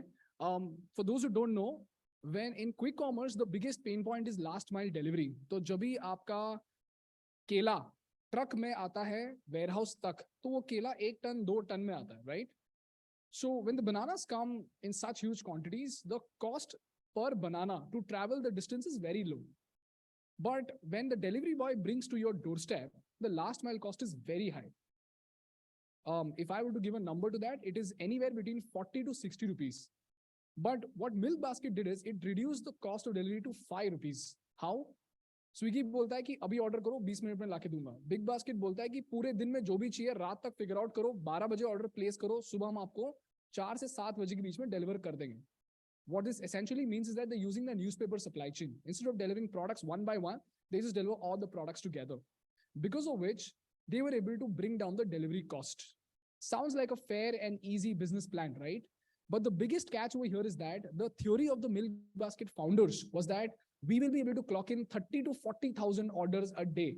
So when the warehouse starts operating, it is incurring a loss. Only when they hit 30 to 40,000 orders a day, they might see a profit, and it has to be consistent. So this is a theory. In order to test this theory out, it took them what, 4 or 5 years? And eventually when they were very close to profitability, Reliance acquired the company. Now, why did Reliance acquire the company? Because they saw merit in the theory. This is what most of the startup bubble is all about. Everybody thinks that the Uber model will work. Everybody thinks that OTT will work. So VCs just put in money because even they don't know whose theory might work. But like you said, the IT bubble that you're mentioning, it's called the dot-com bubble of the 1990s, whereby you could just go out into the market without a goddamn website. You could raise $3 million from the US market. Okay. Now, Jeff Bezos ka ek talk hai. If you guys find time, please watch it. TED mein, you say TED, Jeff Bezos, and you will see a talk which he delivered, I think in 2003-4. He mentions multiple types of startups that will succeed and that will fail. And the beauty is this trend repeats every time a game-changing technology comes up. So this happened during the electricity bubble, जहाँ पे सारे लोग electronic gadgets बनाए जा रहे थे, and people made foot massagers, and some people made washing machines, which had just crazy features but did not work. Eventually, washing machine survived तो करा, but ये जो fancy चीजें थी ना, वो सारी निकल गई. Then the same thing happened with automobile. 2,000 automobile companies were there in the US at a time, but by the end of the century, only 4 of them survived. Okay, so this is bound to happen. But the beauty is, at the end of this bubble, some of them survive and they want to become the Amazons and Google of the world. That is the cost of innovation that we have to bear as a society. Risk hai, but it is worth the risk. The question is, which one of the stakeholders are you? Customer hai, discount mil raha hai, to tumhare to maze hi hai. But entrepreneur ho to tumhare liye bahut risky hai. So it's quite subjective, risky, yes, but the ones that deliver great quality product and the ones that have substance, they will survive. Is that clear to you? Okay, cool. Let's move to the next question.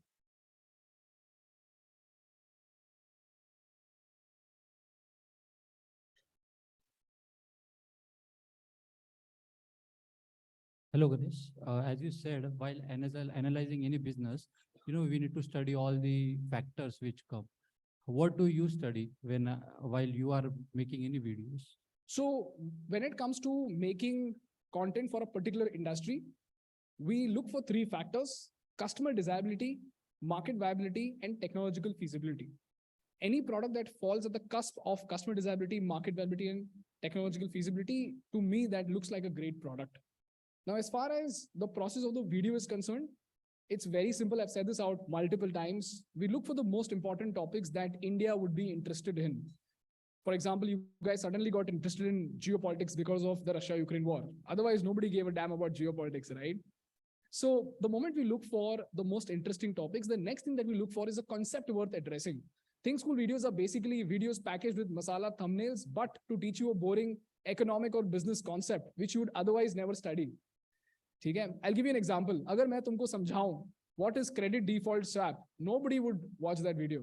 But अगर मैं तुमको बोलूं कि UK economic crisis is UK failing, तो तुम सोचोगे इन्होंने हमको colonize किया, ये लोग fail हो रहे, तो देखूंगा मैं. And I've literally seen comments, I'm so happy to see this video, not because I'm learning something, but because UK is failing. 200 साल हमारे पे राज किया, you deserve it. Okay, so we look for the concept worth addressing, and then we simplify the concept, show it to a test audience, and then we present it to you. This is the conventional process of making a Thinkschool video. The most interesting topic, concept worth addressing, simplification and storification. Like let's say Ajay wants to go out there and buy an Adani bond. That's storification. Validation from the test audience, and then it goes out to you guys. You give me feedback. This is a terrible video, bro. And then we improve upon the video and then we make another one. So that's the process. One more question. How can we get the sources of the data? जैसे कि for example, कुछ चीज में मुझे idea है, specialisation है, कुछ चीज में नहीं है. तो एक हर एक चीज को अंडरस्टैंड करके उसको प्रेजेंट करना. Bro, there is no such source particularly. For example, for government policies, I can give you 3 or 4 sources, but they're just broader sources. According to your requirement, you just have to surf through the internet and then verify it with the stakeholders. That's the only way to find credible sources. There is no secret hack to that. Okay, cool. Let's have the next question, guys. Let's have somebody from the back.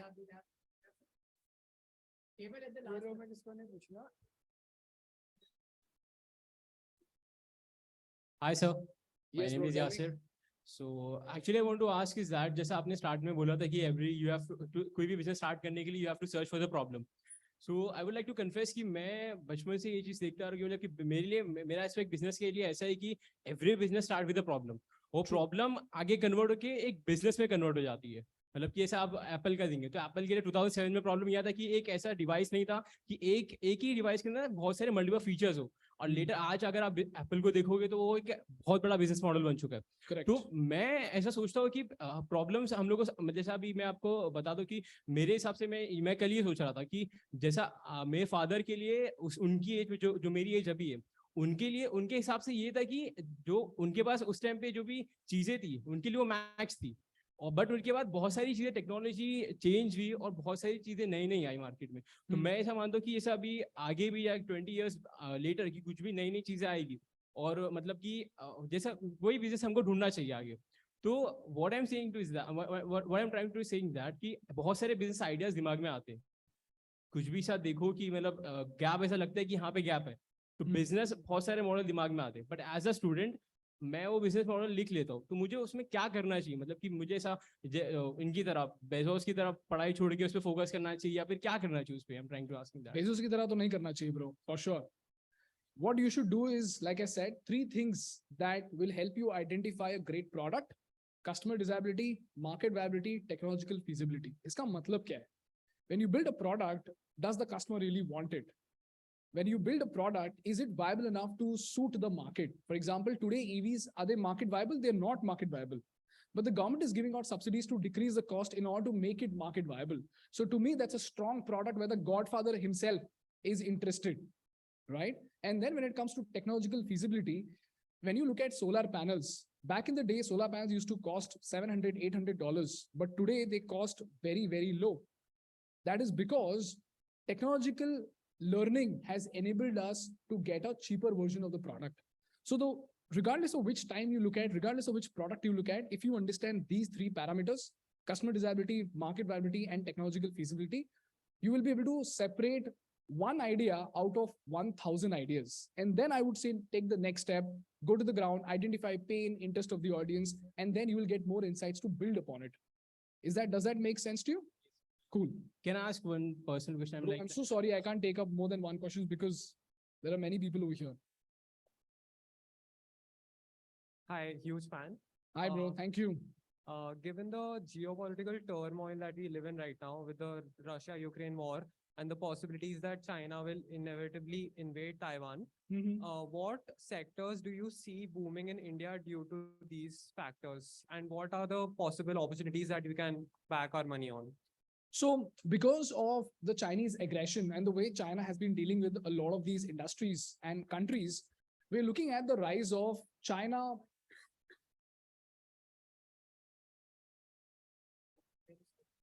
We are looking at something called the China +1 revolution. What this means is that all the companies that were too dependent on China, they're just moving out of China. Now, companies move out to Korea, but where are they going? They're not coming only to India. They're going to Vietnam, Bangladesh, and all the other countries. Classic example, textile industry. Very few companies actually came to India. So China +1 में बहुत बड़ा list है. In fact, I made a video on China +1. There's a PDF as a study material given in that link. And you will see that there are countless industries like textile, semiconductor, manufacturing, stuff like that. Those are the industries that might benefit. Will they benefit? We will see, because Vietnam and Bangladesh turned out to be more competitive than we thought. So China, Taiwan का इतना connection नहीं है. China अपने आप में एक बहुत बड़ा problem बन गया है, because of which industries are moving out. Does that make sense to you? Okay, cool. Let's take one more question and then we'll call it a day, guys. Yes.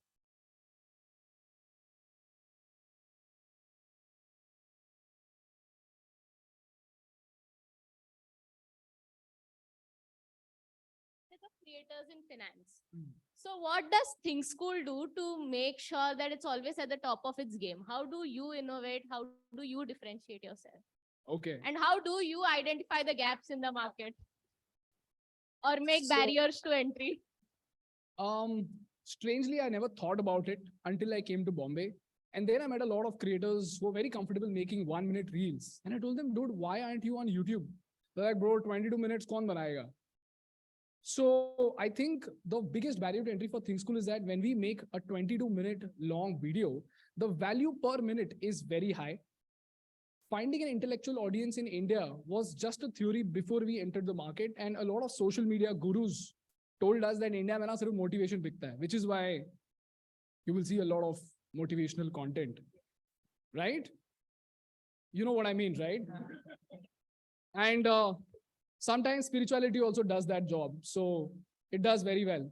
So what we did different is that we tried to get hold of the most intelligent audience by producing content that we would watch. And our theory was that there are enough intelligent people to make this a viable business. Our goal was to hit 100,000 subscribers. We just accidentally found out that there are 3 million smart people in India who would want to watch this content. So the first barrier to entry is the subscriber base, and the theory and the leap of faith that we took कि intelligent audience मिल जाएगी. Turns out the point with intelligent audiences, they're damn smart. So you have to work very, very hard to make sense to them. For example, if Arjun Vaidya over here is watching my content, imagine speaking 22 minutes in front of this guy about D2C. It's going to be extremely difficult, right? So our barrier to entry is value per time. Our barrier to entry is we found 3 million people like Arjun Vaidya, like yourself and all the other people over here. Our barrier to entry is we can make 22 minutes video without thinking about views. But when it comes to an Instagram content creator, because they're anyways making a lot of money being comfortable with their 1-minute videos, it's very difficult for them to make a 22 minutes video. And we just skipped the reels revolution, by the way. We're just making reels. I spend 10 minutes a day making 1 week of reels, and it looks like a joke to me. So that's the barrier to entry for Thinkschool. Does that make sense to you guys? Yeah. Okay. If Thinkschool was supposed to launch its content in 2023, what would you decide? How I would you would make business case studies. Okay. I will tell you why. Because the market is pretty huge, guys. And in social media, there is very less competition. You know where there will be competition? Simple. Commoditize. Onida and Samsung, why did they become very similar? Because they did not have anything different to offer, right? If you do things that are extremely difficult, I think you will just be separated from the herd.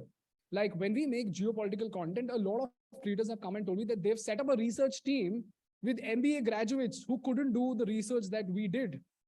None of the team members in my team are MBA graduates. Okay. So what actually separates us from the herd is the fact that we are able to make content that people must watch in a way that they want to watch. Are you getting what I'm saying?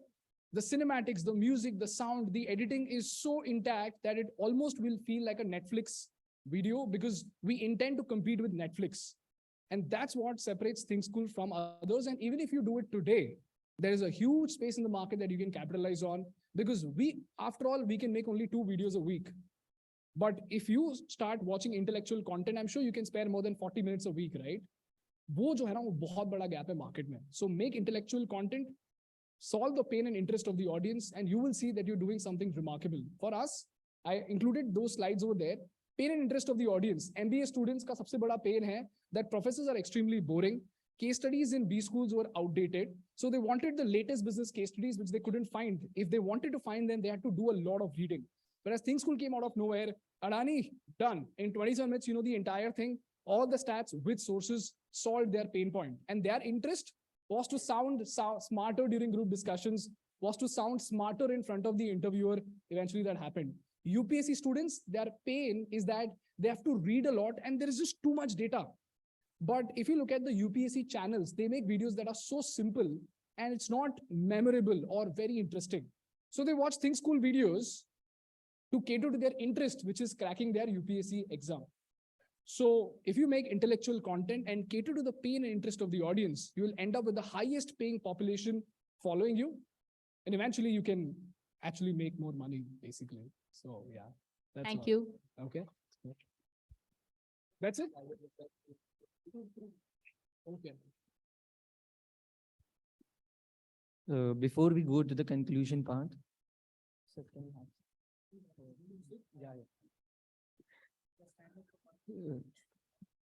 the person who will address us is the treasurer of WIC in the past, Vikasa chairman, and he has helped us immensely to make this session, to make this event possible. Presenting you WIC treasurer, Shreya Ketan Saya sir, to have a few words to the audience.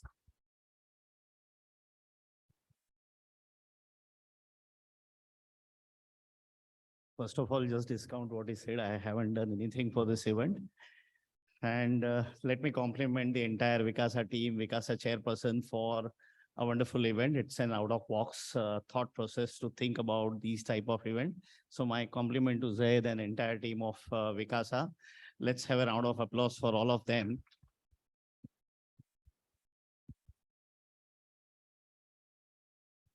In fact, when I sit here, I was feeling complex. So I at time was going out and trying to, run away from this complexity.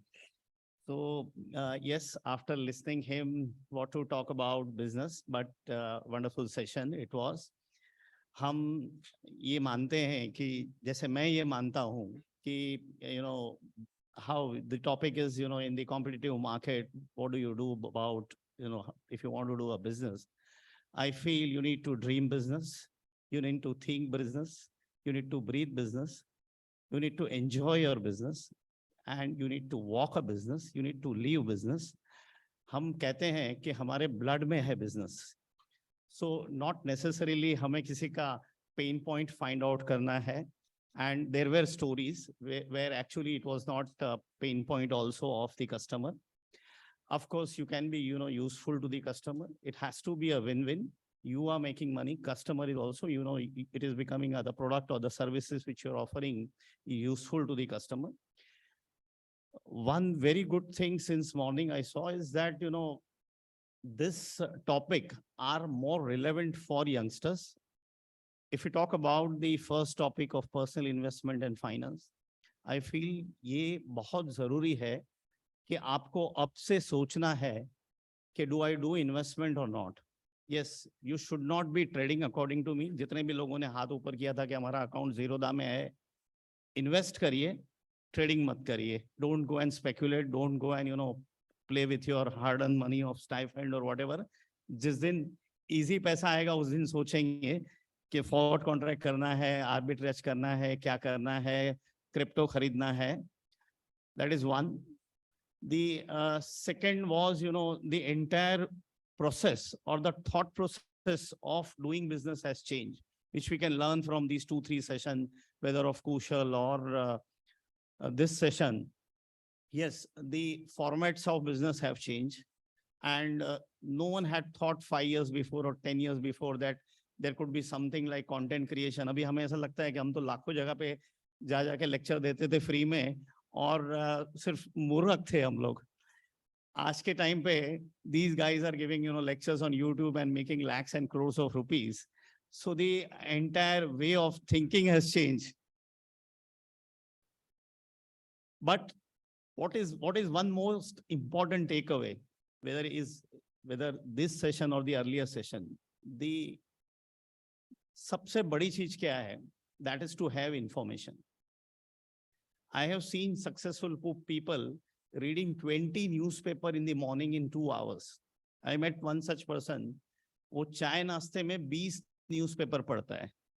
And these guy एक दिन नहीं जाएगा where he will not make lakhs of rupees. Forget about small amount. He will make lakhs of rupees in whatever he does. So information is king. You need to know each word. क्या नया शब्द आया है market में, क्या नया idea आया है मार्केट में, be it YouTube, be it your Twitter, be it your LinkedIn, be it your any social media, because वो information को थोड़ा fast flow कर रहा है, maybe newspaper थोड़ा slow है. So ये जो गति है information की, इसको पकड़ना है.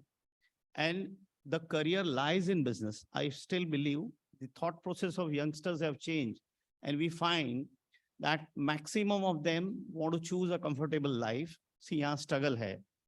There will be always a struggle in business. What we want to do is we want to enjoy Monday to Friday. हम काम करते हैं, Saturday, Sunday हमें enjoy करना है. एक महीना खत्म होता है, पे मिल गया. उसकी savings के बारे में भी हम तब तक नहीं सोच रहे थे. जैसे morning वाला session था, एक formula है कि मेरी earning minus my necessary expenditure, minus my expenditure which are not necessary, which are luxurious. I may go and buy the branded goods, and then what remain I do and go and do the saving. इसको थोड़ा सा change करना है. So I earn whatever I earn minus my necessary of expenditure. I decide some financial goals and I do investment, and बाकी जो बचा है उसको उड़ाइए. So weekends पे घूमना है, लेकिन कौन सी अमाउंट खर्चा करनी है जो मेरे सेविंग के बाद बची हुई है, और ना कि उसके बाद बची हुई अमाउंट की मैं सेविंग करूं.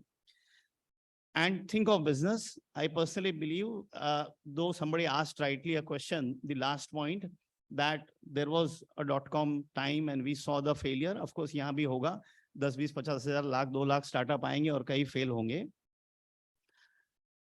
बिजनेस सोचना बहुत अच्छी बात है. स्ट्रगल करिए, बिजनेस करिए. I think that's where the future lies. अगर हर आदमी जाके जॉब करेगा तो फिर बिजनेस कौन करेगा? So do business. And once again, my compliment to the entire team of Vikasa for a wonderful program. Thank you so much.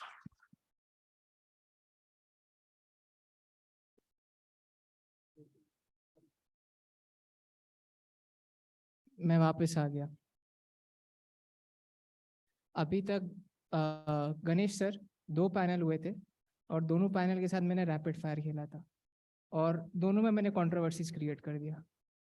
और मैं आपका फैन पिछले 2 साल से हूँ. हाँ, अच्छा, मैं आपको एक लाइव एक्सपेरिमेंट दिखाना चाहता हूँ. लोग मेरे को यहाँ पे नेता बोलते हैं. कौन कौन लोग सिर्फ आज थिंक स्कूल को देखने के लिए आए थे?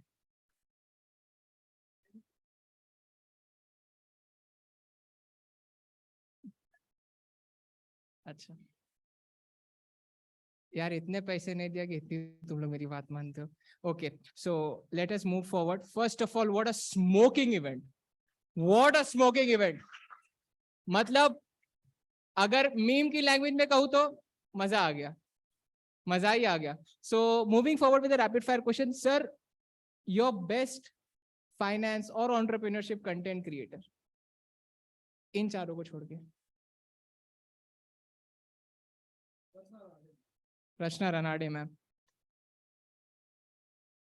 One day, I promise you, I'll get her too. Our team will get her too.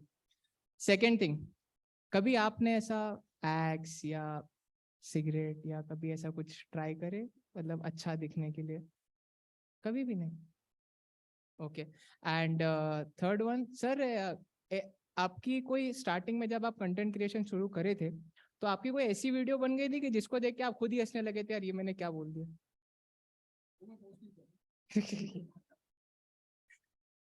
Fourth, last one, your celebrity crush. Mic mic.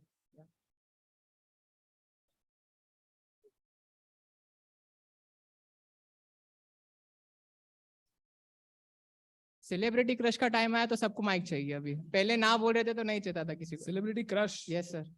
Jennifer Aniston.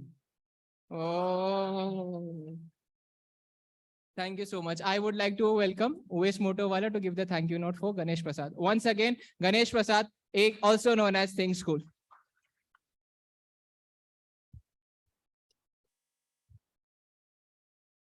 First of all, apologies for the sir. We were 1 hour late for the event. I stand here today as a proud and grateful student and express my heartfelt thanks to all of the students who have come here and invested their time in such a great event. I would express my thoughtful appreciation to the guests, Mr. Ganesh Prasad sir, to being here and sharing your thoughtful insights about the business and how to be competitive in the market. And we would love to see you again, sir. Thank you, sir, being here and motivating us. A big round of applause.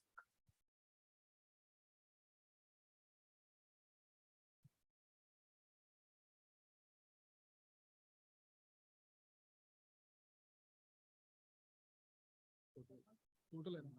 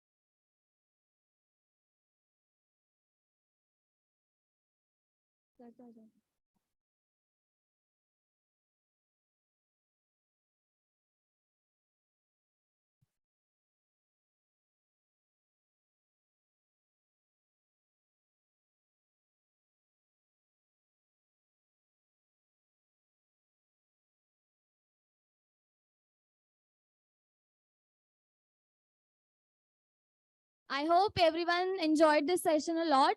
Now get ready for next session, and I welcome Renuka Saval, Managing Committee member, to conduct next session. Thank you. Hello everyone. I'm Renuka Saval, Managing Committee member of Vikasa. So guys, काफी technical session हो गया है नहीं ये वाला? तो सोचा थोड़ा आपके माइंड को रिलैक्स किया जाए विद द नेक्स्ट सेशन. सोना नहीं है गाइस, बिकॉज ये सेशन अब आपको लेके जाएगा आपके सपनों की दुनिया में.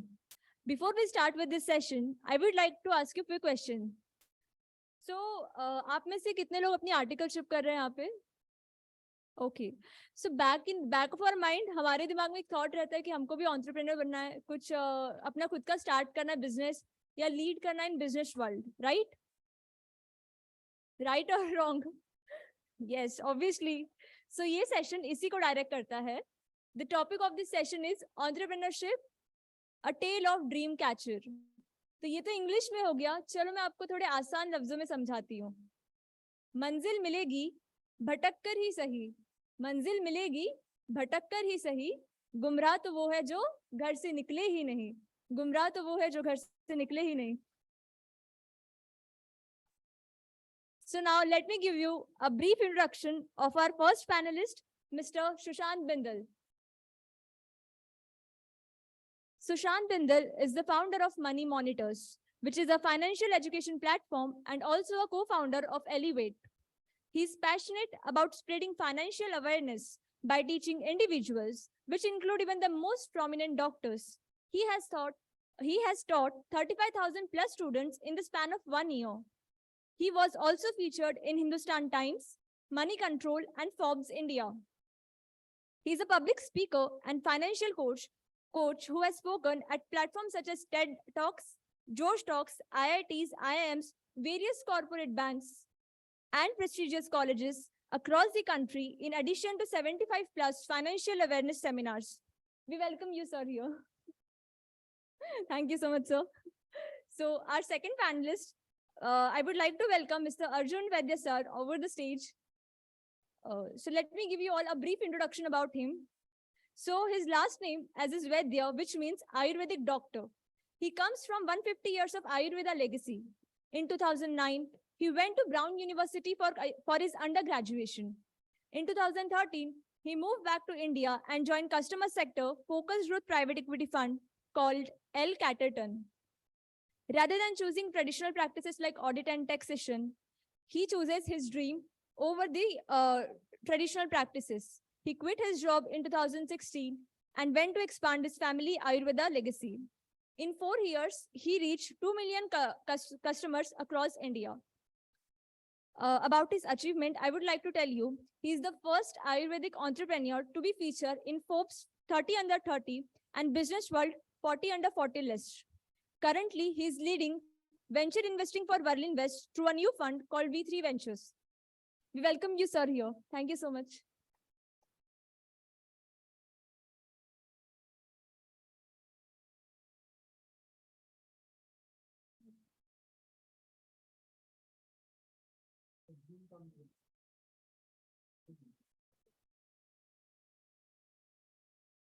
Now I would request Ketan Sayya sir to present memento to both of the panelists.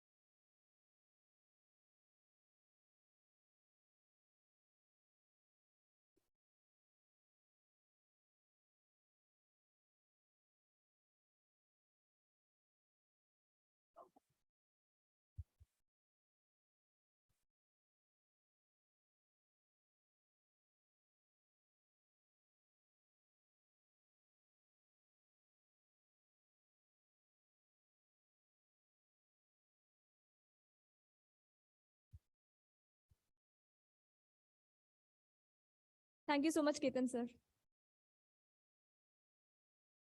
First of all, before starting the session, let me give you the economic landscape of India. Right now, we are a $3.75 trillion economy. If we grow at growth rate of 7 to 8% by 2047, while we are celebrating 100th year of our independence, we'll be a $27 trillion economy. Not necessarily the first, but at least second largest economy in the world. And entrepreneurship is the buzzword right now. And why? What is your age? Mostly 19, 20, correct? I would say you are at right point of time in right country, doing right profession and being at the right place.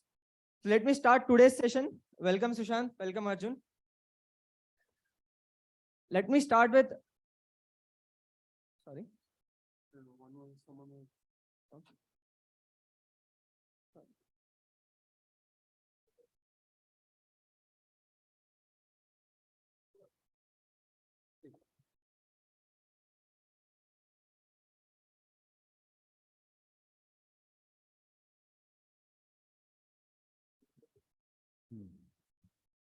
Let me start with Arjun first. So you are studying in the best school of India. You went to one of the best Ivy League colleges outside India. What was the thought in coming back to India and doing something? Yeah, firstly, thank you so much for having me here. And it's a dream come true to be on a panel with Sushant Bindal. Look, I went to school very close by to here, actually. I did my 11th and 12th in BKC in the Dhirubhai Ambani International School. I went to college in the US. I did my undergrad at Brown University. I'm probably less qualified than most of you. I'm not an MBA. I did a BA for my undergrad in economics and politics. But I've been patriotic all my life. I wear this band with the Indian flag on my hand. I've been wearing for the last 13 years. I've been given a lot of opportunities that a lot of you have been given as well, which is more than most people in our country. And so I did not think even once of staying in the US after my undergrad. I got great exposure. I had the best 4 years of my life. I met people from more than 100 countries. 75 people from outside of India flew down to Bombay for my wedding, who were in college with me at Brown. But it was very clear from day one for me, even in 2013, when actually everybody used to come back, everyone used to stay in the US after their undergrad, that I wanted to come back to India. Why did I want to come back to India? Because I had got an opportunity that other people didn't have, to go to the US, to study, to get the education, to get the exposure. And so while I didn't come back to do service, I didn't come back to work in an NGO, I didn't come back to work in the government, whatever I did, in the for-profit world as well would contribute back to the Indian economy. And so for no moment in my time in the US, I did 0 interviews. I came back to India. I didn't even get a job. I got an internship in a private equity fund, but India aana. And when India aa gaya, in the last 10 years that I've been in India, I can tell you, have been the most exciting 10 years that India has in a long time. And the best news for all of you is you are entering in India, which is even more exciting, right? So I didn't even think twice about staying in the US, to be honest. India is lucky to have Arjun back, I guess. So how did Dr. Vaidya happen? Your grandfather was a doctor. He was one of the highest tax paying doctor in the country at that time. So what was the thought process behind Dr. Vaidya?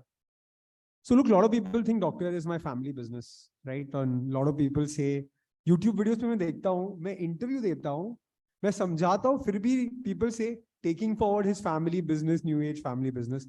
It's a nice story. The reality was doctor is मेरा family business नहीं था. My dada was an Ayurvedic doctor. He had one clinic, which my great-grandfather, great-great-grandfather had. The legacy of our business was not a business. It was an Ayurvedic clinic, which was run by our family. Vaidya, my last name, as they said when they introduced me, means Ayurvedic doctor. I come from a legacy of 150 years of Ayurveda. My grandfather, great-grandfather, and generations before, all Ayurvedic doctors. But family, legacy, tradition, parampara was not the reason why I became an Ayurveda-based entrepreneur. I grew up with asthma. I grew up with juvenile bronchitis. I grew up with pumps, nebulizers, inhalers, steroids. I love cricket. I love football. I'm actually playing football today like I do every Sunday at 8 o'clock. But when I was a kid, I couldn't play football. I couldn't play cricket because there's too much dust in the cricket field. So while my friends were playing cricket and football, I was the only kid playing golf and squash. I didn't have Coke, Limca, Fanta, Sprite like all my friends did at birthday parties. I didn't have ice cream till I was 13 years old because asthma prevented me from doing all of this. And 14 years of Ayurvedic treatment later, my grandfather cured me of asthma. The first thing I did after I was cured of asthma, I started playing cricket again. I went to a school close by. We didn't have a cricket team. I convinced a history teacher to become our coach, started this cricket team. I showed up to every single practice and I became captain of my school cricket team. When I became captain of my school cricket team, I started believing that actually Ayurveda is more than just family legacy for me. It's something that can have a deep impact. And so I promised my grandfather that I will do something with this legacy because it gave me my life back. Then I went to the US.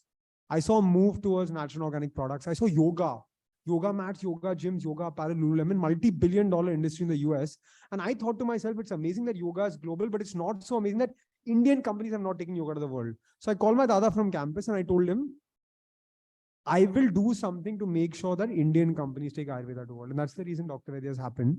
I came back to India. I told you I got a job in a private equity fund. I worked in finance and my dada passed.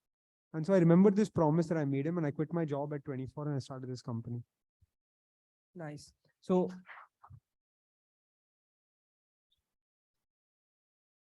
in 2016, Jio came and after that, the creator economy kind of started. So Sushant, first of all, what is Elevate and what is creator economy? If you have to make understand in layman terms, what is creator economy? Yeah, I am the kind of a person who was against the creator thing. मेरे को सब लोग बोलते थे कि देखो finance आता है तू रील बनाया कर, बोला मेरे को ये सब नहीं करना, रीलें नहीं बनानी, डांस नहीं करना, ये नहीं करना, वो नहीं करना. तो for creator economy for me is, you know, it was my way because मुझे ना स्टेज बहुत पसंद था स्टार्टिंग से, बचपन से कि भाई स्टेज तो चाहिए बोलने के लिए. तो somewhere I started teaching. Some of my students made a page और मेरी क्लास की रिकॉर्डिंग्स में से क्लिप्स निकाल के इंस्टाग्राम पे डालने लग गए और मुझे पता भी नहीं कि मेरे नाम से इंस्टाग्राम पे पेज है, right? And then due to that, a lot of colleges started inviting to that page कि अरे हमको आप स्पीकर चाहिए हो इस कॉलेज के इस फेस्ट में. बोला अच्छा इससे सेमिनार्स मिलते हैं तो इसलिए कर लेता हूँ. So I started content creation to get speeches in colleges. That was my way of it.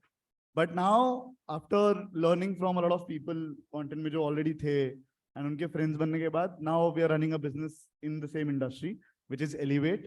जहाँ पे हम लोग the best of the people, Thinkschool है, और भी बड़े YouTubers, Instagram लोग हैं.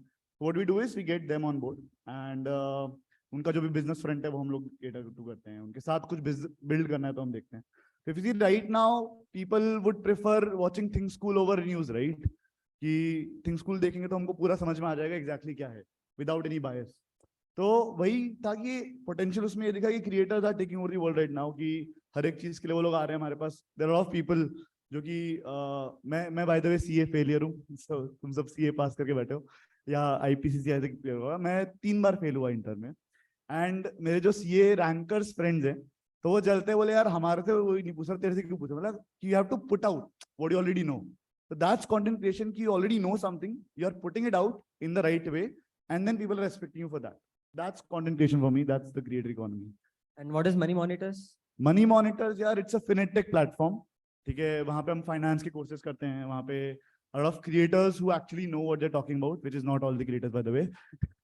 They come and they teach, and there are certain CFOs of different companies who are teachers there. So what we do is we do different courses on finance. काफी colleges में directly चलता है, IIMs में है, IITs में है. So that's what Money Monitors is. So I'm running 2 companies over. Arjun, you took an exit from Dr. Vaidya and started something in VC. In VC, mostly the startups that you evaluate just are on a product market fit stage and not established that much. So what do you look in a startup while investing? What is your investment philosophy? See, first I'll tell you one thing, right? VC में product market fit stage पे है, but I look at 3 things. I look at founder. Who is that person? Why do they have a right to win? Why will they fight through tough times to make it happen? Because बाहर से entrepreneurship बहुत sexy लगता है, newspaper articles होते हैं, your story में article आता है, unicorns बनते हैं, but reality is a very tough journey. So I look at who is this person and why will they fight through tough times. To give you my example, there are a lot of problems that are to be solved in space. We just saw Chandrayaan 3 get launched, right? But I had no right to win in building a company that took a rocket to the moon, right? But I had a big advantage in Arthveda because I had 150 years of family legacy. So that's on founder. 50% of my decision will go on founder. 20% of my decision on investor will go on market size. I am health conscious. I like to work out a lot, but I'm sugar-free and gluten-free. I have no sugar and no gluten.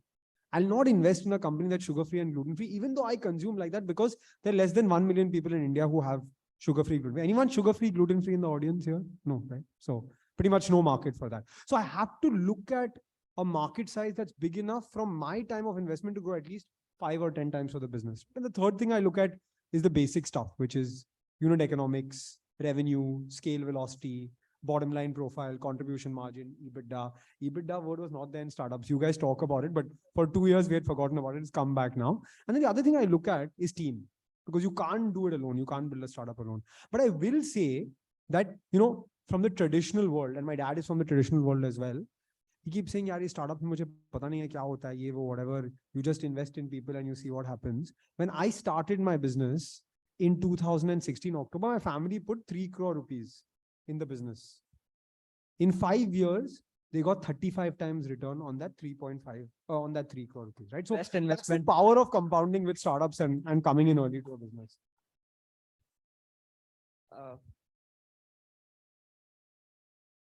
Sushant, next question to you. I want to know more about your grandfather. Your brother told me that you will tell something about your grandfather. I don't know that. So my grandfather, he was one of the first chartered accountants of Shekhawati से कौन-कौन है यहाँ पे? Rajasthan Shekhawati?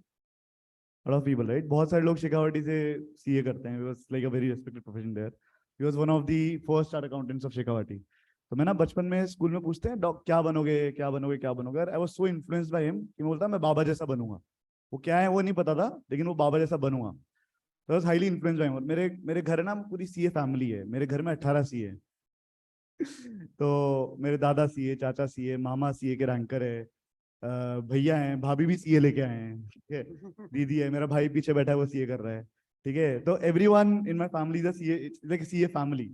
तो मैं जितनी भी हल्की सी प्रैक्टिकल नॉलेज ला पाया ना, it was because of him. उनकी CA फॉर्म में मैं 9th क्लास में स्कूल से आया, फटाफट से उनके ऑफिस में जाके बैठा, क्या कर रहे हो, ऑडिट क्या होता है, ये क्या होता है, वो क्या होता है, वो ऑडिट जा रहे हैं, मैं पीछे पीछे जा रहा हूँ साथ में.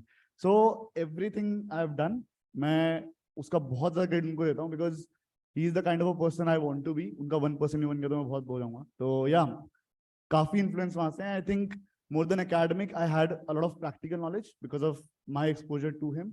So I learned a lot from him. So yeah, everything about him is what I love. Great. Pan card का स्टोरी बताओ. पैन कार्ड के लिए मिनिमम एज कितनी चाहिए अपने को? ये कर रहे हो, शर्म करो. there's no minimum age, okay? ठीक है? और मेरी फैमिली है ना obsessed है इन्वेस्टमेंट, स्टॉक मार्केट, इन सबसे. तो when I was about to born, मेरे डैड ने मेरे नाम, मतलब मेरे नहीं, एक लड़के के नाम से एक लड़की के नाम से पैन कार्ड अप्लाई कर दिया. पैदा नहीं हुआ है बच्चा अभी तक, अप्लाई कर दिया कि लड़का हुआ तो ये वाला पैन कार्ड काम में लेना, लड़की भी तो ये वाला. ठीक है? अच्छा, डीमैट के लिए मिनिमम एज कितनी चाहिए? पैन कार्ड होना चाहिए तो डीमैट आ जाएगा. तो उन्होंने ये बोला कि जो भी बच्चा हमारे घर में पैदा होगा, every earning member of the family, वो उनके अकाउंट में उनके हर बर्थडे पे ETF शेयर्स ये खरीद के इन्वेस्ट करेंगे, ताकि जब वो बड़े हो जाए, 18, 19, 20 का हो जाए, उसको बिजनेस करना है तो उसके पास कॉर्पस पड़ा रहे. That was his thought back then in 97, 98 when I was born. So yeah, that was a story about my grandfather कि उनको इतना vision था. And now when we were sitting outside, Sushant told me the story. My daughter is 6 months old and I'm starting to invest ETFs in her name. And Sushant told me which ETFs to invest in. So Arjun, you sold your Dr. Vaidya for a great valuation and you got 100 crores net, correct? Thoda or of course, but if I have to, what is the philosophy of money for you? क्योंकि एक बार इतना पैसा आने के बाद, why one will take a plunge again? So what is money for you and what is the philosophy of money? So, you know, someone asked me, you got this big amount of money randomly, right? And then how did life change and what did life change, etc. That. So 2 things in life changed. One, I bought a house in the same building as my parents. That was my dream, to be able to live in my own home in the same building as my parents. Number 2, I went to, my dad said, abhi company bech diya, at least gaadi to upgrade kar lo. I bought only 1 car in my life. When I was 24 and a half, and I started my company, my dad had given me a Honda Jazz. And 24 and a half year old in Arthveda industry, where everybody is older, people are like, you can't take this guy seriously. How is he the CEO of the company? I can't even grow facial hair, right? Like, he can have a mustache and beard. I still can't have a mustache and beard. So I was like, yeah, my dad was like, you have to be a little bit more serious, right? So he said, chal, go to buy a new car now. So I had 9 lakh rupees saved. So I said, 9 lakh rupees gaadi mein invest karenge. So I saw this Maruti Ciaz. And then we have a Hyundai showroom right next to our building. So my dad gave me 6 lakhs and I got a Creta. So he said, abhi company bech diya, like you should upgrade your car. So I said, okay, theek hai. And then he started taking me to these showrooms where you get expensive cars. Now, I did not know what a car costed, right? Because wo Creta 15 lakh mein mila, so I thought 30, 40 lakhs mein kuch gaadi mil jayegi. When I saw the price of cars, I said, mere se nahi hoga. So I upgraded my car from a Creta to a MG EV because I invest in tech. And I said, jo delta hai between the MG EV and the expensive car, I'll make 10 startup investments. So actually life didn't change, to be honest. I got the security of having a roof over my head, which is my own, and that will stay forever. And I got a slight car upgrade to an EV. But otherwise, to be honest, I don't have this crazy lifestyle. I don't have these wants for all these materialistic things. We got some security, we got some safety, but then 70% of my monthly income today, I still invest back in startups. So most of my money that we made from that exit, etc., that is invested, and that's about it. So there is that feeling, right? That accomplishment, exit hua, like that moment that money came in the bank, the transaction was complete. There was a beautiful moment of, okay, 5 saal ka effort has culminated into this, and that's great. But from the next day, life started again. And honestly, I'm too young to retire, right? So of course, yeah. I want to add something. So stock market में ना 2 terms है, smart money और dumb money. ठीक है? So smart money दिख गया. अभी एक कॉन्सेप्ट है जो मैंने लास्ट नेशनल कॉन्फ्रेंस ये का था लास्ट ईयर इंदौर में, तब मैंने एक कॉन्सेप्ट डिस्कस किया था और वही वीडियो मेरा इंस्टाग्राम वायरल पे गया था 7.6 मिलियन. आई डोंट नो कितने देखा नहीं देखा. तो I want ask some questions, आपको आंसर करने हैं. ठीक है? कितना पैकेज एक्सपेक्ट कर रहे हैं अपन सीए के बाद? 10 से 12. तो लेट्स अज्यूम कि अपन, पहली बात तो लेट्स अज्यूम कि सीए क्लियर कर जाएंगे. सेकंड अजम्पशन, अपन 1 लाख पर मंथ कमा रहे हैं. ठीक है? What is the first thing you guys gonna do? कोई सेविंग इन्वेस्टमेंट मत बोलना, मुझे पता नहीं करोगे, क्योंकि 18,000 या 18,000 5,000 रुपए स्टाइपेंड से तुमको 1 लाख मिल रहा है सीधा. क्या करोगे सबसे पहले? क्या करोगे? गोवा और अच्छा. और मतलब एक जनरल मेरे को हमेशा आंसर मिलता है क्रेडिट कार्ड ले लेंगे, आईफोन लेके आएंगे, ये करेंगे, ये सुनो। यस, 1 लाख से तुम्हारी सैलरी हो गई 1,50,000, 2 lakh rupees. Now what will do? करोगे क्या उस पैसे का? घर तो 2 लाख में घर नहीं करेंगे, गाड़ी खरीदेगा, कार लोन लेंगे, क्योंकि अब शो ऑफ करने के भी तो सीए हैं, इतना मेहनत किया है तो सीए के पास अच्छी गाड़ी तो नहीं, कार लोन ले लेंगे, गाड़ी लेके आ जाएंगे, फिर हल्का सा हुआ होम लोन ले लेंगे और घर लेके आ जाएंगे।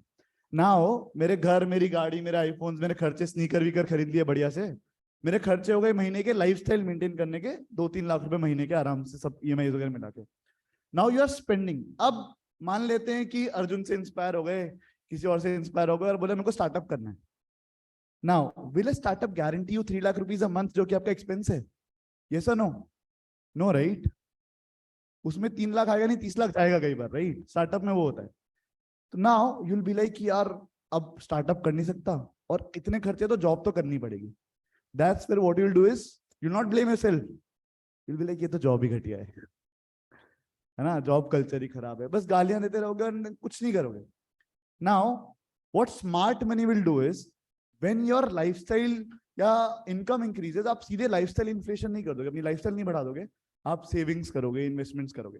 तो लेट्स से आपने जब कमाना शुरू किया, आपने 20-30% अपनी सैलरी का इन्वेस्ट करना स्टार्ट कर दिया, don't you think when you saturate yourself on job और तुमको स्टार्टअप करना है, तुम्हें थोड़ा सा कॉर्पस बच गया साइड में, यार 6 महीने में अपना घर चला लूंगा, ठीक है, उतना पैसा है, 6 महीने के लिए एक्सपेरिमेंट कर लेते हैं, अगर स्टार्टअप चला चला, वरना जॉब के लिए वापस आ जाएंगे, right? So that's what you should do, because आप लोग अभी स्टाइपेंड पे अभी तो कुछ कमा नहीं रहे हो, मुझे पता है घर से जा रहा है, ठीक है, लेकिन जब कमाओगे तो please make sure that you act with your money smartly. Got it? चलो। What was your first breakthrough? You handle, you manage a lot of money of different people. What was your first breakthrough you got in for money monitors, and you teach there?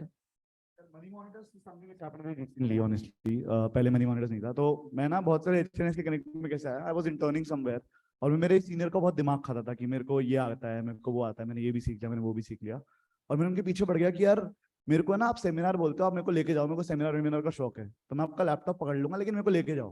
तो वो ले गए और मैं उनका दिमाग खाता हूँ इतना, उनको जिस एक सेमिनार में 6-7 सेमिनार हो गए थे, 8 सेमिनार जा रहे थे, रास्ते में मैं उनको बोल रहा हूँ मैंने ये सीखा है, मैंने वो सीखा है, बोले चुप कर। वहां जाते हैं, स्टेज पे चढ़ते हैं, बोले यार आज मेरा बोलने का बिल्कुल मन नहीं है, please welcome Sushant Bindal on stage. Not prepared, कुछ भी। सामने कौन बैठे हैं? सीईओ, सीएफओ, सीईओ, बड़े बड़े लोग, और मैं हूँ 19 साल का, ठीक है। तो मैं जाके बोल दिया, I ended up speaking for like 1.5-2 hours there without any preparation. मेरे को जो भी स्ट्रैटेजीज में आती थी, तो somewhere those 2 or 3 people in the audience who were CXO of some company, they saw कि यार बहुत ही फ्रेश थिंकिंग है, तो उनके पास तो करोड़ों रुपए होते हैं, बोलते यार तू हमारा थोड़ा पार्ट ऑफ फंड्स मैनेज कर दे। मैं बोला यार मेरे को नहीं पता फंड मैनेजमेंट क्या होता है, मेरे को मार्केट्स पता है, इन्वेस्टमेंट्स पता है, कि मैं पापा लोग के साथ काम क्यों क्यों। तो बोले नहीं तू कर। तो my senior then जो मेरे को लेके गए थे, he was so supportive, he's like you are fired, you are starting your company tomorrow, and that's how it started. So coincidence या कुछ भी बोल रहे। सबसे पहला ट्रेड कब किया था? What was your age? सबसे पहला trade I was in my 10th standard. मैं ताऊजी मेरे स्टॉक मार्केट में काफी इन्वॉल्व हैं, मैं उनके पास गया, मैं देख रहा था क्या होता है, रेड ब्लू स्क्रीन दिखती है, करती है, तो मैं ना कुछ तो कोई तो शेयर था, वो याद भी नहीं आ रहा, निकुंज को भी याद नहीं हो, पता नहीं, कोई तो एक रेगुलर में कोई प्रोडक्ट दिख गया और उसका नाम दिख गया मेरे को स्टॉक में, और मेरे को प्रोडक्ट बड़ा अच्छा लगा था, मैं बोला ये शेयर खरीदते हैं, ठीक है। तो बोले ठीक है, तो उन्होंने ना बहुत स्मार्ट थे, वो 1 शेयर करके डाला और बोले खरीद ले, और मैं भी ओवर स्मार्ट, मैंने 2 0 लगाया, enter. That was my first trade. By the way, we made 36% return on that stock in 1 year. Damn. Achha, but I want to say one thing, right? Look, all of you are starting your career and all of that right now. It looks like Sushant and I have been friends for a really long time. But I know Sushant only because he sent me one random Instagram DM. He used to live in Bangalore at that time. And he just sent me an Instagram DM saying, Sir, मैं Bombay आ रहा हूँ, आपसे मिलना है. I was like, ठीक है, right? And I was like, ठीक है, because I used to do this a lot, right? I'm telling you the importance of cold calling and the importance of reaching out to someone with no fear. Today, Sushant and I talk at least 3 to 4 times a week, if not more. I share a lot with him. He maybe learns some things, but I learn a lot from him as well. This relationship started with a random cold Instagram DM. He came to my building. We met in a conference room for 1 hour. He told me everything. Now we live in the same city. We live close by, etc. All of that. In the pandemic, Zomato had started selling essentials, right? They were selling everything, medicines and sanitizers and all of that. So, हमारी आयुर्वेदिक दवाई की काम थी. Everyone was caring about immunity boosters. So I thought, yaar, it's so relevant to put my immunity boosting products on Zomato. So I reached out to someone. South Bombay ka city head ka connect mil gaya. So I spoke to that person and I said, ye hai, we are Dr. Vaidya's, we are a big company, biggest company in Arthveda online. We want to list on Zomato. That person said, "Theek hai, I'll get back to you." Next day they called me and said, your products are not relevant for Zomato. So I thought, yeah, it's absolutely relevant. Everybody is calling me personally saying, ye products chahiye. Hum abhi 5,000 orders per day se 11,000 orders per day kar rahe. Why are they saying no? So I didn't take no for an answer. I just wrote a random cold email to Dipinder Goyal. I found his email from somewhere. I didn't know him. I didn't even bother to ask anyone for a connect to Dipinder. I wrote an email to Dipinder Goyal saying, sir, this is my background. This is my company. These are my products. This is why I think it's relevant for Zomato. In 2 minutes, he replied to my email, CCing 3 people, who CC'd 3 people, who eventually CC'd that person called me the next day and said, list your product, right? So in this part of your career, I was always scared, yaar, if I write to that person, will they reply? Will they not reply, etc. All of that. Now the amount of people that send me Instagram DMs and have a conversation with, I think one thing to learn from Sushant is send that Instagram DM, build that relationship. Now we're very good friends, right? But we didn't know each other at all. And I am, by the way, not from this world of content creation, etc. I don't know most people in this world, right? So I had no clue who is Sushant, but we had that conversation and it led to something.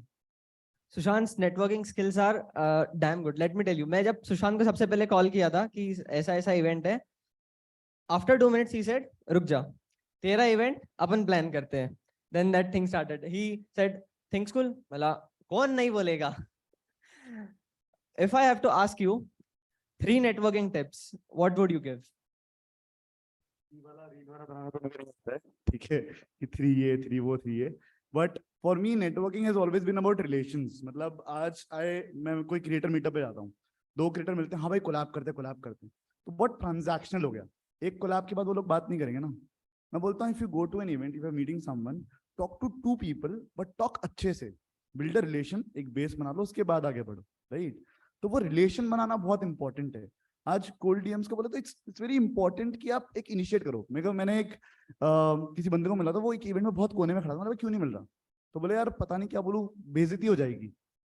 तुम सबको भी class में ma'am ने कभी पूछा कि है ना, कोई क्वेश्चन पूछा, तुमको आंसर आता, तुम्हारा हाथ यहाँ रहता था, यस, यहाँ नहीं गया, क्यों? गलत आंसर हुआ तो वो जो लड़की मेरे को पसंद है उसके सामने बेइज्जती हो जाएगी. यस यस, तुम्हारी इज्जत क्या है? इज्जत तो बनानी है ना, अभी इज्जत तो है ही नहीं, तो बेइज्जती से क्यों डर रहे हो? 8 मैक्स क्या होगा, तुम कुछ फकअप कर दो, लेकिन तुम जानते ही नहीं हो उसको, ना वो तुम्हें जानता है. ठीक है, यस और no? So networking is all about first of all taking the first step, initiating the conversation, maintaining the relation. And एक बहुत अच्छी चीज मेरे दादा ने, अगेन मेरे बाबा ने मेरे को बोली थी कि give give give give give in then take. तो मैं आज रैंडमली अर्जुन को ही पता है कि जो मेरे को अच्छा लगे मैं ऐसे ही रिकमेंड कर दूंगा कि यार ये बहुत अच्छा है, वो बहुत अच्छा है, वो बहुत अच्छा है. यू डोंट नो कि वापस कहाँ से क्या निकल के आएगा. तो अगर तुम जाओगे ना, मुझे ये चाहिए आपसे, तो बोलेगा तू है कौन. वहीं पे आप एक रिलेशन बनाओगे, उसको कुछ ऑफर करो कि this is what I feel is good for you and blah blah. And then he might sometimes, कहीं वो और बैठा है और कोई बड़े आदमी से बात कर रहा है, तो बोलेगा यार वो एक बंदा है, उससे बात कर. So networking is not about just introducing yourself, taking an introduction and doing a transaction. Networking for me is relation. That's what I would. Everyone has those people ना, जो WhatsApp पे message करते रहते हैं. Like every single time I speak to some people or they message me on WhatsApp, it's, hey bro, how's it going? Listen, I need your help, XYZ. Then I give the help, no reply. 3 months later, hey bro, how's it going? Listen, I need your help with XYZ. Then it went to not even, hey bro, how's it going? Listen, can you recommend a performance marketing agency for me? My thing is, no, because I have been told by my grandmother, keep giving without taking for expectation, or we keep giving without any expectation of taking. I keep helping, but I feel bad, yeah. I feel unhappy about it. There is someone who genuinely has a relationship with me, who genuinely spends time to meet me without asking me for something. When they ask me for something, I'll do more. So actually, I think I totally agree with him. whatever you do, right? Obviously, at some point, there will be some give and take. But there has to be a relationship before the give and take, because otherwise, the give and take may not happen. And even if it happens, doesn't happen with full heart. If someone says, if he tells me, "Yaar, I am going to start a D2C brand, I need some help," I will sit for 1 hour, I will recommend the right agencies, and I'll keep calling once a month. If you, who I don't know, who has no relationship with me, ask me for help, I'll send 3 agencies numbers, and that's about it, right? So आज तक अपना कोई transaction हुआ ही नहीं ना? अब तक हुआ नहीं, देख लेंगे आपको। Great. If we look at D2C brands right now, so all digital first brands are now moving into brick and mortar model as well. So for next 5 to 6 years, what do you feel, which kind of brands will survive? यार, I would say जब हमने start किया ना 2016 में, when we started Dr. Vaidya's, that time there was nothing like D2C. अभी हर दिन हम D2C सुनते हैं, Mama, Boat, Licious, Wow. All of you guys know these brands, right? In 2016 when I started, none of these brands existed. Or these brands had just started. We started at the same time.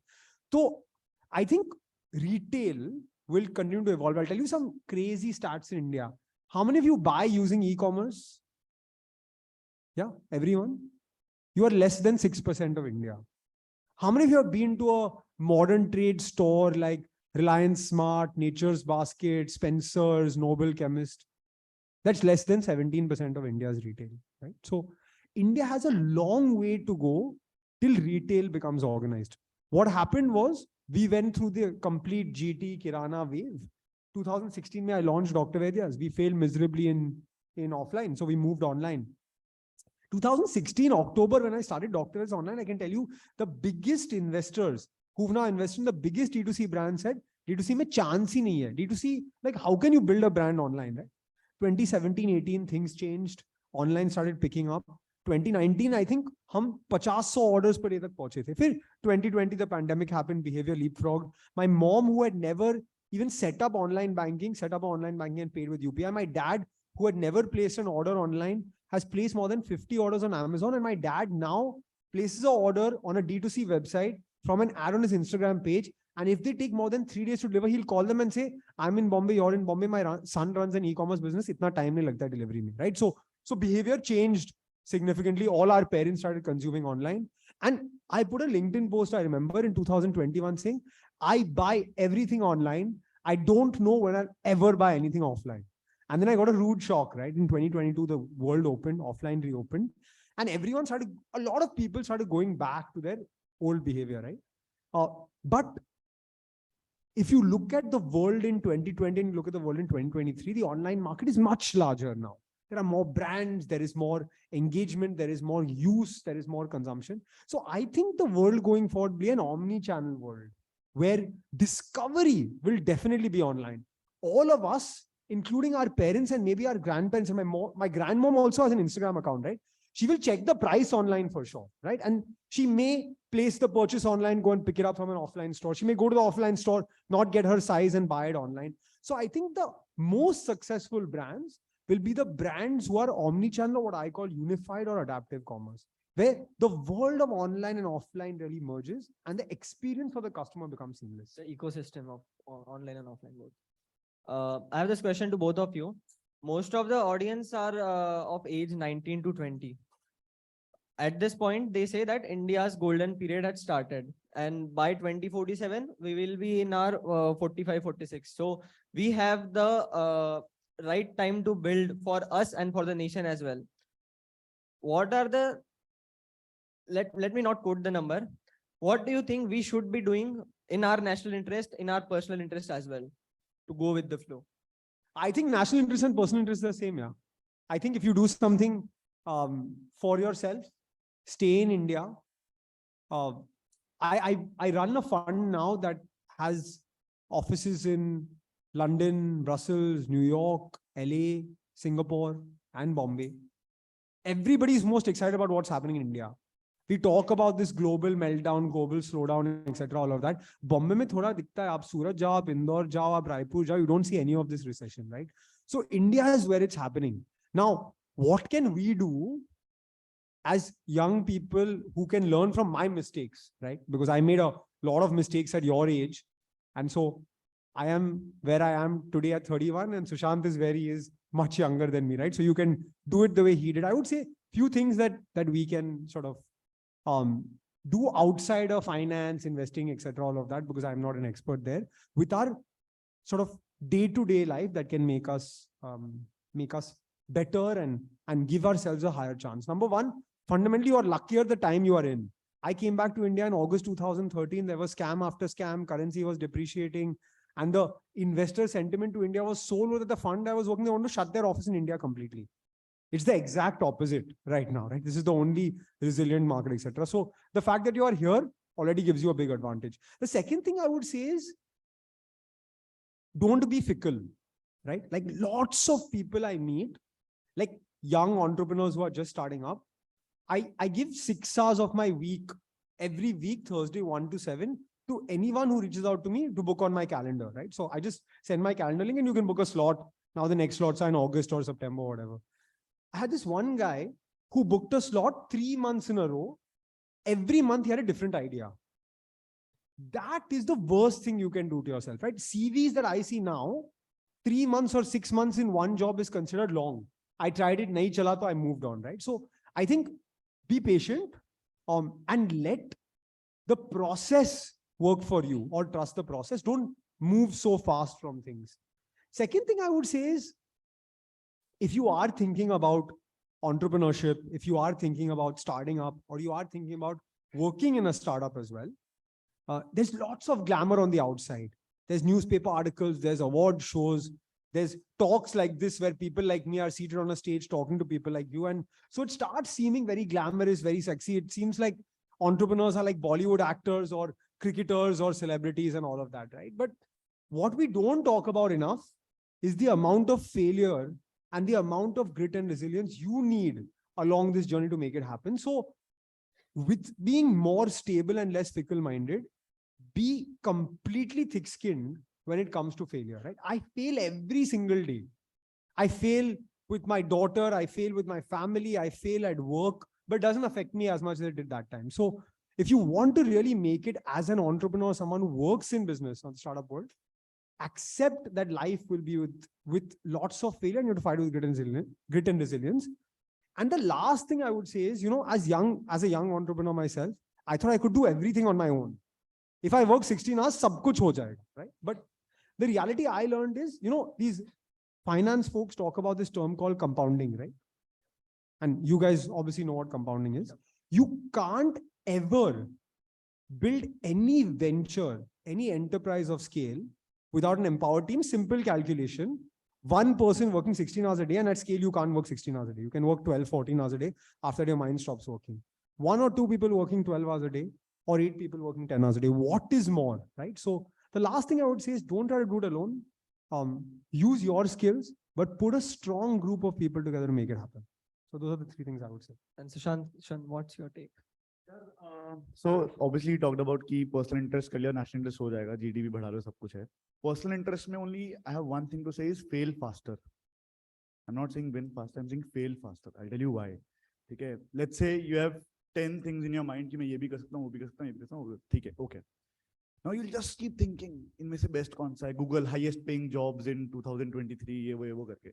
उससे better पता है क्या है? उन 10 में से कोई 3 shortlist किया, तीनों इंडस्ट्री में हर जगह अप्लाई किया, इंटर्नशिप के लिए ट्राई किया, 1 महीने किया. When you do something, you realize you are made for it or not. You realize this is not my thing. You move on to the next thing. You fail faster, you move on to the next thing. You fail faster, you move on. I failed in CA twice, thrice in fact. 3 bar fail किया.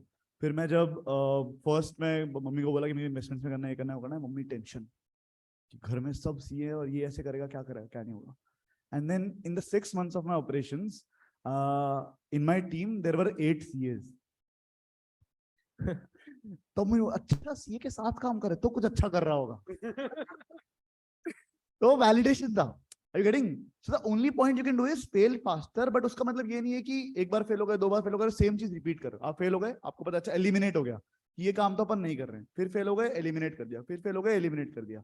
Then you come to that one thing which you love doing कि भाई इसमें तो बड़ा मजा आ रहा है, तो उस पर डबल डाउन करो. फिर उसे अपॉर्चुनिटी छोड़ो मत कि अच्छा ये भी करना है, इसमें और कैसे एक्सप्लोर करो. There are so many people who think कि now I want to ask question कि startup people think I want to have something very unique, तो मैं startup कर सकता हूँ. Instagram स्टोरी कहां से आया? स्नैपचैट से। रील्स कहां से आया? थ्रेड्स कहां से आया? What is the most used app on your phone right now? Acha, I thought WhatsApp, which is also part of the same ecosystem anyway. So it's okay. Yeah, exactly. So to build a great business, तुमको wait नहीं करना है कि अरे बैठे बैठे लेटे लेटे ये आइडिया आ गया चलो इस पे काम There were many Facebooks before Facebook, many Googles before Google, many Apples before Apple, many Amazons before Amazon.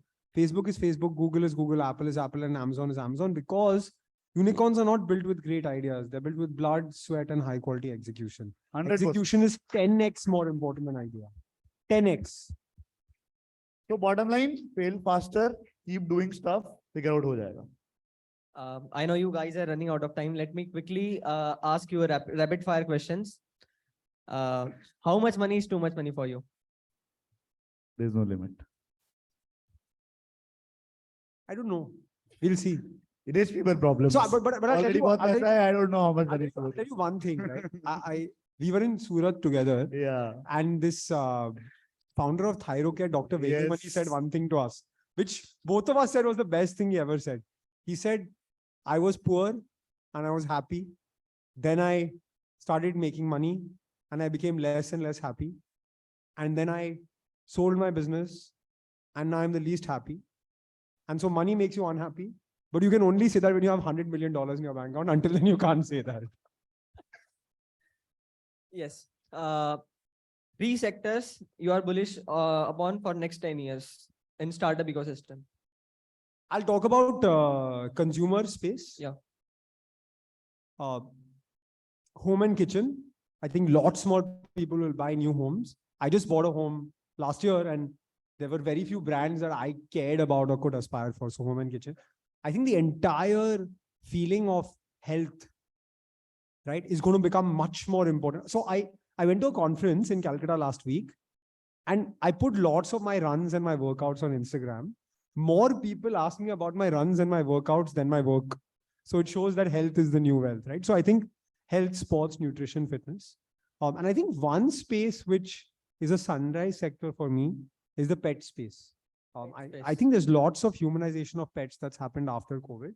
And this is an industry where there's very little work done in our country. Globally, there's been a lot of work.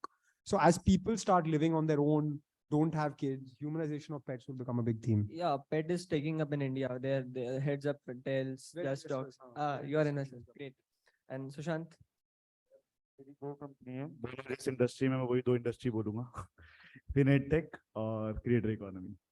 Great. Now my last question. If I give you $10 million right now, which business would you start? No, but I would start I would start another D2C brand. I would focus on any problem, and we were writing the themes for our fund for investments, right? So I would focus on a problem that, and my wife is working on one, I won't reveal so much more because she's going to start up soon.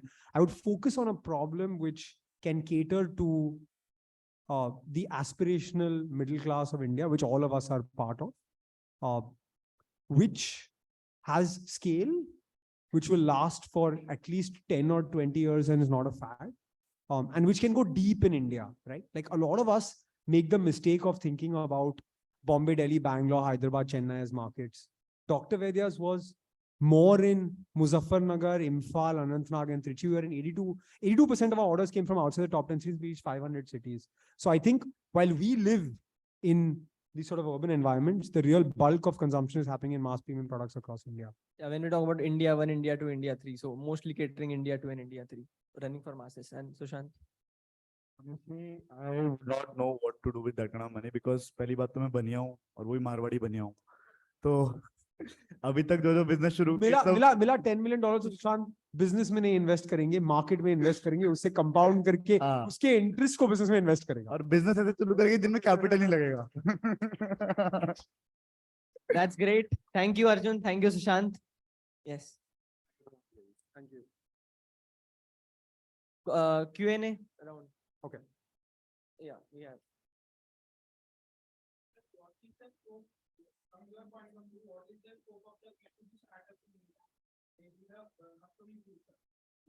B2B. हाँ तो B2B will be as big, if not bigger than D2C. Why? Because actually the marketing doesn't go to end consumers, it goes to businesses. The transactions are larger. The only thing I would say about B2B is you are entering an industry with very, very large businesses. देखो D2C में अगर एक brand 100 crore cross होता है ना, तो it's considered a big business. B2B में 1000 crore नहीं है तो big business नहीं है, because margin profile is different. But when you build a business that's 1,000 crores, the infrastructure you have is a moat. So B2B businesses will have to be built by people who have much more technical expertise, who understand the industry better, and you'll be up against these people who are running large enterprises, right? Dr. Vaidya was up against maybe 5-6 large enterprises, but lots of mom and pop Arthveda companies, and so we were able to succeed.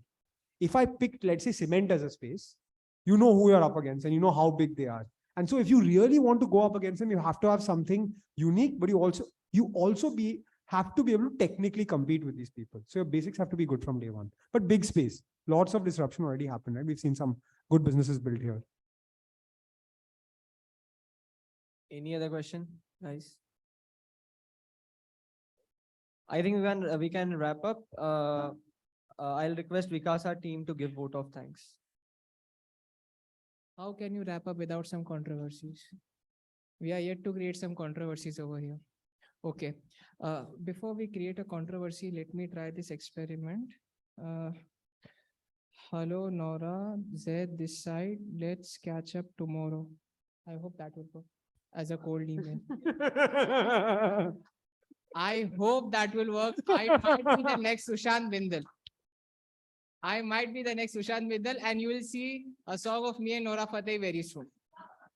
Okay. That's So- the real win, guys. Okay. God bless those eyes if they see me dancing. God bless those eyes. Okay. Vaidya sir, कभी आपको ऐसा घर पे feel हुआ है कि आप थके आ रहे घर पे आए और है आपकी मम्मी आपको अचानक से बोलती तेरे को क्या तू दवाई बेचता तू आ जाता है घर में आके बस बोल बचन करते रहते? नहीं यार ऐसे तो नहीं होता है, बिकॉज मेरे दादाजी की बिजनेस को मैंने आगे बढ़ाया ना, तो if she was saying that to me she would be disrespecting my grandfather who is no more, तो नहीं. Okay. And my grandmother is still alive, so she can't say that. Okay.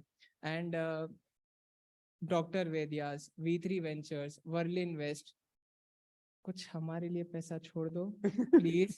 हाथ जोड़ता हूँ मैं आपसे. हमारे साथ काम कर लो, ठीक है ना? We are hiring. फिलहाल तो 6.5 का रेट चल रहा है मेरा.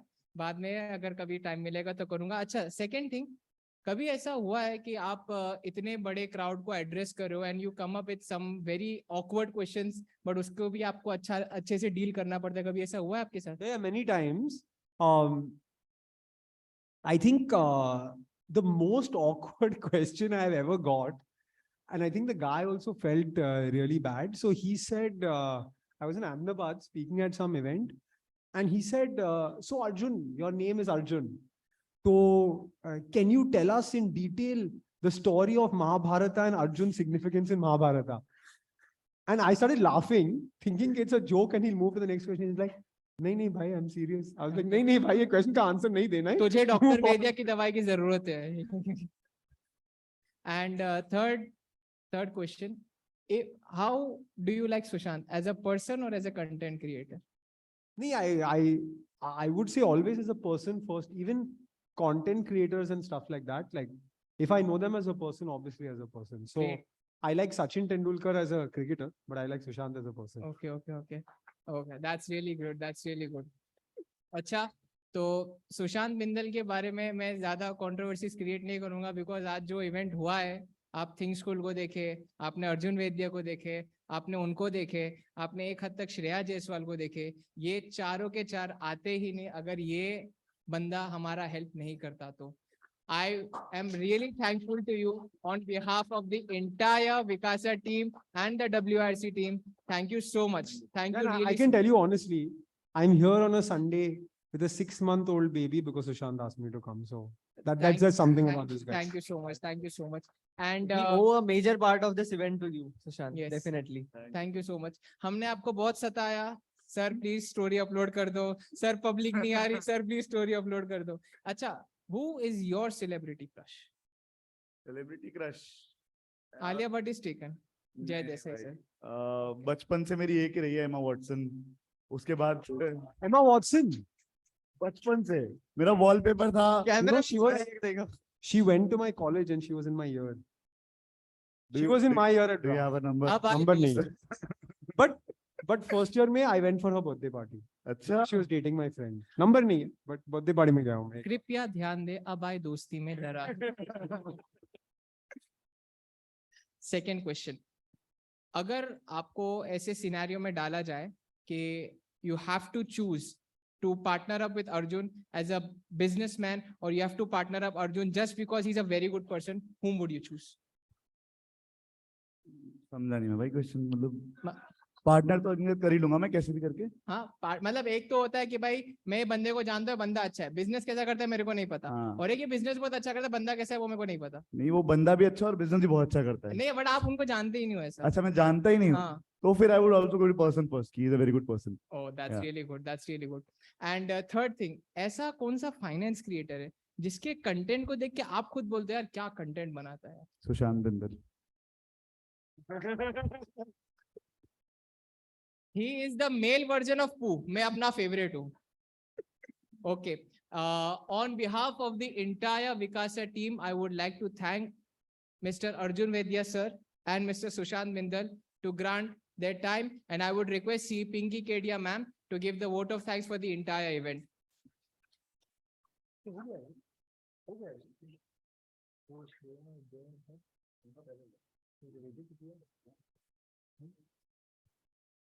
So now we come to the end of today's session. So आप लोगों को कैसा लगा? आपकी तालियों की गड़गड़ाहट से पता चल सकता है कि आप लोगों को पूरे डे का सेशन कैसा लगा। प्लीज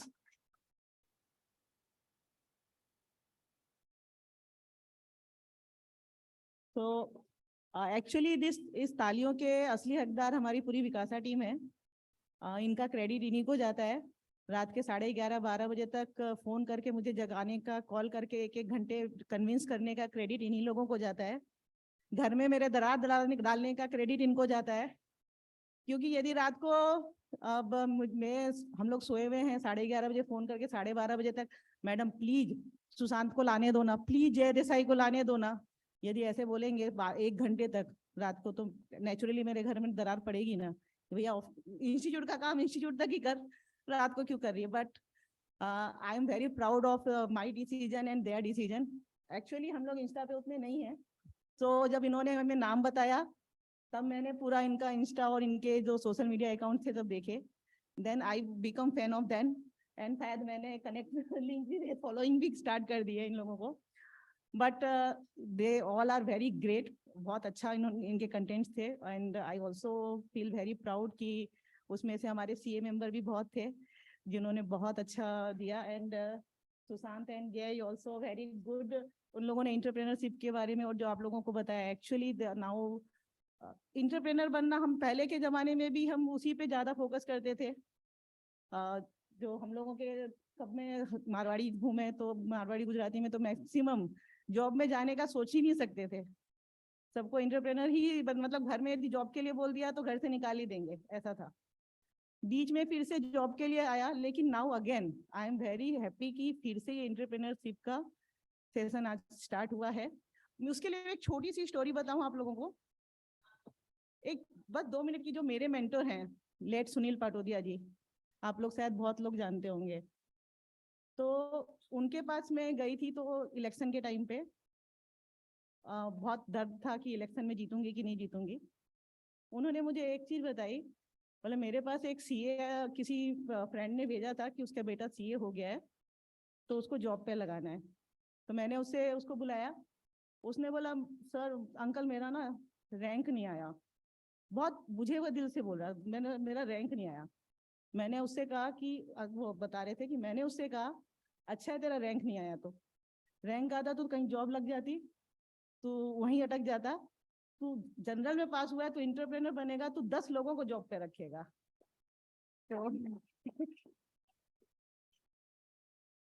तो कभी भी ये नहीं सोचना कि आप लोग सब स्टूडेंट हो, कभी भी ये मत सोचना कि हम फर्स्ट अटेम्प्ट में नहीं क्लियर हो पा रहे हैं तो हम नहीं आगे बढ़ सकते हैं। This is not the thing, मतलब लास्ट मोमेंट तक भी आप लोग अपना सीए कंप्लीट करना है एनी हाउ, बीच में छोड़ना मत। क्योंकि अभी मैं जब रिजल्ट निकला है काफी लोगों से मिल रही हूँ, बहुत लोग नहीं अब हमको आगे देना ही नहीं है, इतनी बार दे दिया एग्जाम देना ही नहीं है। जैसा श्रेया ने भी बताया कि जैसे ही नाम के आगे 2 सीए शब्द लगे ना, वैल्यू कितनी बढ़ जाती है। उसके बाद आप किसी भी फील्ड में जाओ, बट सीए छोड़ना मत। बस मैं यही बोलूंगी आप लोगों को। एंड यदि आप लोगों को ये प्रोग्राम अच्छा पसंद आया, आप लोग हमारे विकासा फैमिली का व्हाट्सएप ग्रुप भी है, आप जैद को या हमारे कोई भी टीम मेंबर को आप ज्वाइन होने के लिए लिंक मंगवा सकते हैं। And we have 2 WhatsApp group, एक तो पूरा फुल हो चुका है, दूसरा भी फुल होने वाला है। And we have Instagram account, we have LinkedIn account, you can follow us and we will regularly. ये अर्थवेदा हमने सीरीज ही स्टार्ट करी है एक तरह से, आज हमारा पहला एक्सपेरिमेंटल सेशन था और शायद हम लोग फुल ईयर हम लोग कुछ ना कुछ ऐसा अर्थवेदा में करते रहेंगे सेशन। एंड इन लोगों को फिर से इनवाइट करते रहेंगे कि कुछ ना कुछ नया टॉपिक लेके। So thank you all the participants, my Vikasa team and my back office staff Vijay and Rupesh, Vinay Mishra ji and हमारा शिवम।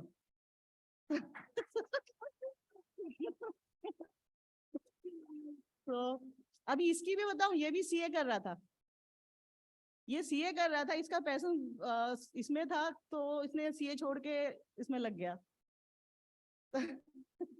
तो ऐसी बात नहीं है कि मतलब सीए नहीं किया तो कुछ नहीं कर सकते, बट सीए करो वो ज्यादा अच्छा है। मैं इसको भी पीछे लगी हूँ, नहीं तो ऐसे ही दौड़ाएंगे हम लोग इसको जैसे ये दौड़ रहा है। तो इसके भी पीछे लगी हूँ कि सीए जो कंप्लीट नहीं किया कर ले complete, but let's see. Thank you and we will meet again, but अभी जाइएगा मत, अभी सरप्राइज आइटम जैद अभी खोलेगा। Thank you. Before 1 second, please. Before the surprise is revealed, I would like you to meet 2 participants who have secured the first position in branch level pitch deck competition. So I think since we have entrepreneurs over here and we have those people who have mocked an entire business with regards to safety papers, I would like them to come on stage and Mr.Sushant Bindal and Arjun Vaidya to please grant them the trophy. सबसे पहले इसने ये नहीं आपको background नहीं बताया होगा, background क्या था। बैकग्राउंड ये है कि हम लोग WIRC में या इंस्टीट्यूट में हर साल नेशनल टैलेंट हंट प्रोग्राम होता है। आप लोगों को सबको पता है ना। तो इस बार नेशनल टैलेंट हंट में क्विज इलोक्यूशन रखा था, क्विज नहीं थी, क्विज की जगह पिच डेक कंपटीशन रखा था। पिच डेक कंपटीशन पहले ब्रांच लेवल पे होता है, ब्रांच लेवल के बाद रीजनल पे और रीजनल के बाद नेशनल पे होता है। नेशनल तो ये जो टीम है ये हमारी ब्रांच लेवल पे विनर है। So please welcome, round of applause from them. Sir, would you please come forward, sir?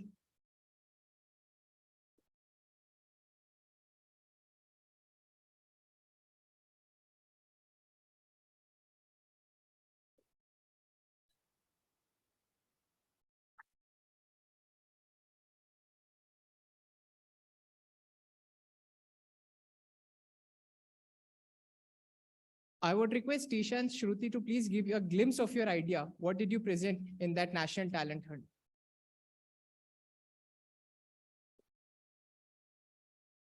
Good evening, everybody. So our idea was Maitri. Maitri was a biodegradable sanitary napkin, which was cost effective. So nowadays, sanitary napkins are biodegradable, but those are on very expensive lines. So our idea was to make it cost effective and as well as biodegradable. Thank you.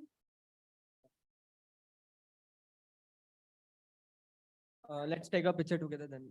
They both have to leave.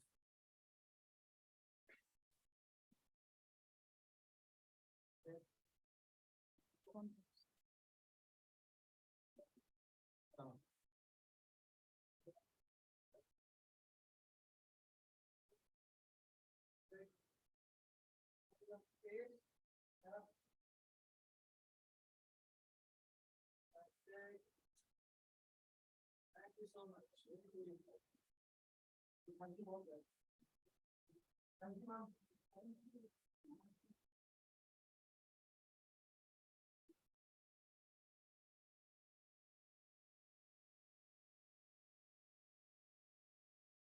Thank you so much, guys, for such a wonderful session. Can we have a huge round of applause, first of all?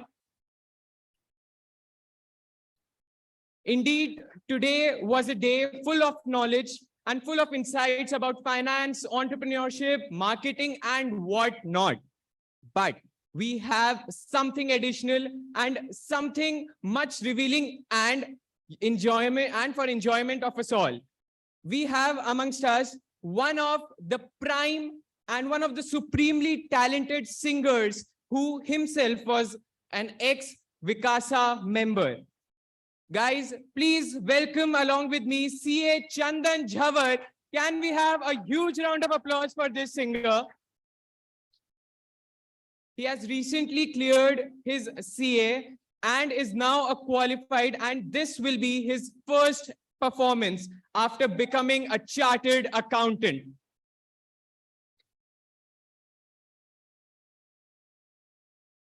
चंद लाइनें चंदन झवर के लिए कि सुरों को अपने खूबसूरत अंदाज में पिरोते हैं, सुरों को अपने खूबसूरत अंदाज में पिरोते हैं, कभी गम की बारिश तो कभी प्यार की सौगात ले आते हैं, सुरों को अपने खूबसूरत अंदाज में पिरोते हैं, कभी गम की बारिश तो कभी प्यार की सौगात ले आते हैं, हमारे दिल के हर जज्बात को कुछ यूं छू जाते हैं, तभी तो ये सीए चंदन झवर हमारे सच्चे गायक कहलाते हैं. Guys, let's welcome him and prepare yourself for a wonderful jamming session.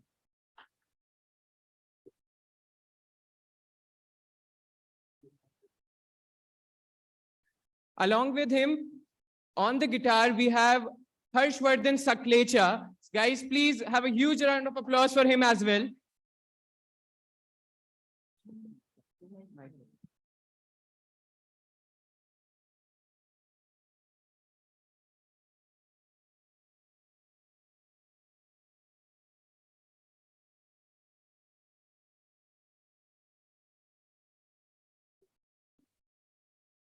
Hello. Hello.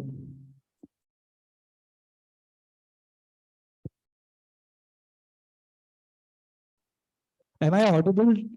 आवाज आ रही है? कुछ ज्यादा ऑडिबल हो रहा है. हेलो. हेलो. अभी आ रही है आवाज?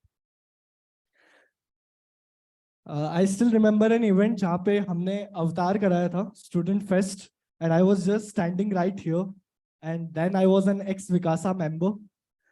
और हमने गाया था, उसके बाद में सब मुझे इतना ज्यादा जानने लगे कि हाँ चलो कुछ गा लेता है. And finally today I am performing as a chartered accountant over here. I just recently qualified in May 23. So एक चीज है guys, सपना देखो सच होता है. सपने देखो यार सच होता है, और अपने पैशन को मत भूलो. आज शायद सीए के तौर पे नहीं आया, लेकिन एक पैशनेट सिंगर के तौर पे आप आया. So thank you and I really hope कि आप एंजॉय करो. Change the mic.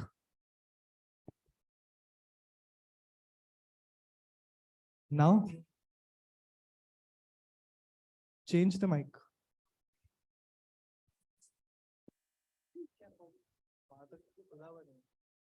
Hello.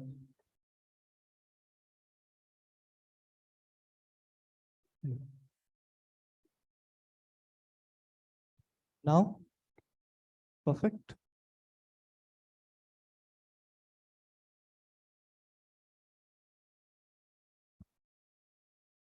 Hello, hello. Is this fine? Perfect. Thank you.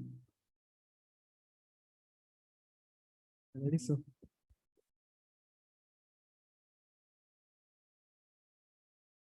Yeah.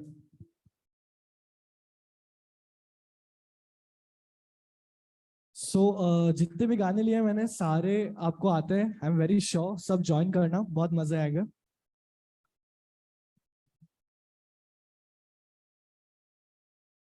नैना तेरे कजरा रे, नैनों पे हम दिल हारे, अनजाने से तेरे नैनों ने वादे किए कई सारे, सांसों की ये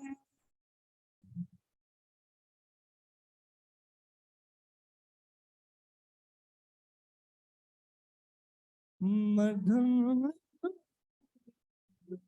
चले तो से कहे बरसे का सावन, बरसेगा सावन झूम झूम के,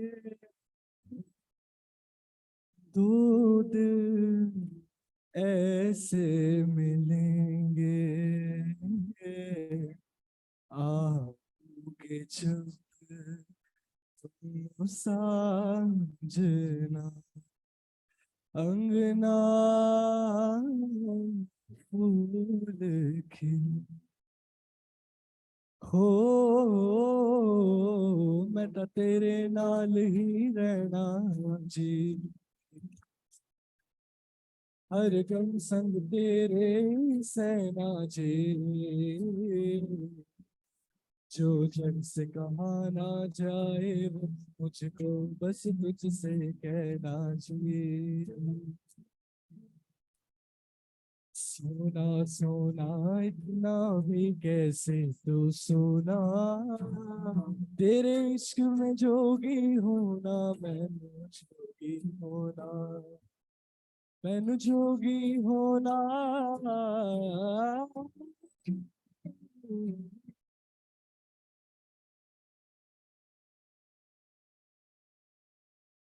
सुभान अल्लाह, जो हो रहा है पहली दफा है वल्लाह, ऐसा हो या ना, लगता है जैसे कि अब तुम ही तो हो, हर घड़ी हो मिलता तुमसे हूँ, जितना मैं उतनी मिलने की वजह है बड़ी, मिलने की कोशिशें प्यार की ख्वाहिशें होती रहे, तुझे देख के सांसें करती शोर, लब में थोड़ा हो, लब में थोड़ा हो, सोचू तुझे तो है सुबह, सोचू तुझे तो शाम, मंजिलों पे अब तो मेरी एक ही तेरा नाम है, मेरी बाहों को तेरी सांसों की जो आदतें लगी है कैसी, जी लेता हूँ तब मैं थोड़ा और, जाने कौन है तू मेरी मैना जानू ये, मगर जहाँ जाऊं मैं करूँ मैं वहाँ तेरा ही जिक्र, मुझे तू राजी लगती है, जीती हुई बाजी लगती है, तबीयत बाजी लगती है, ये तूने क्या किया, जिंदगी बेवफा है ये माना, मगर छोड़ कर ना मैं जाओगे तुम, मगर छीन लाऊंगा मैं आसमां से तुम्हें, सुना होगा ना ये तू दिलों का नगरा, धिमता नन दे रे ना, धिमता नन दे रे ना, धनी सामा सागम धानी धामा गपा, गम पसा सा गम पनी नी, गम पनी धप मगरे गम धपा, रे म पद म पनी नी धप म प गम रे सनि सरे रे मा म पाप धा ध म म नी नी, नी रे सनि धनि धप म प धानि धप मगरे गरे सनि सरे रे गा, ना तो मैया की लोरी ना ही फागुन की होरी, मोहे कुछ दूसरा ना भाए रे, जब से नैना ये जाके एक धनुर्धर से लागे तब से बेरहा मोहे सताए रे ओ परदेसिया आओ पधारो पिया कैसे तुझको दिखाऊं यहाँ है क्या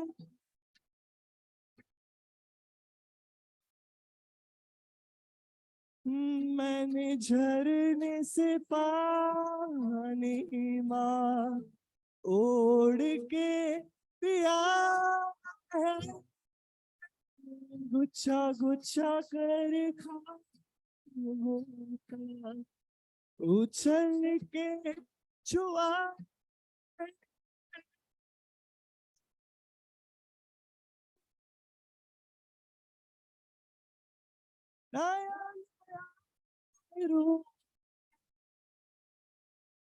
यहाँ सब कुछ माफ भी लगे बिन तेरे मुझको अकेला हो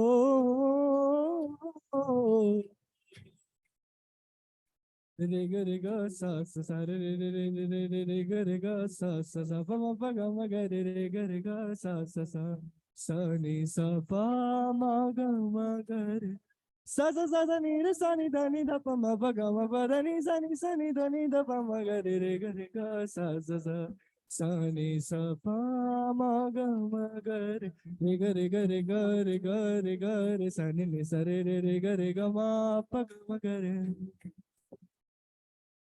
Pama pada pama pa pama pada pama pa pama pani sarega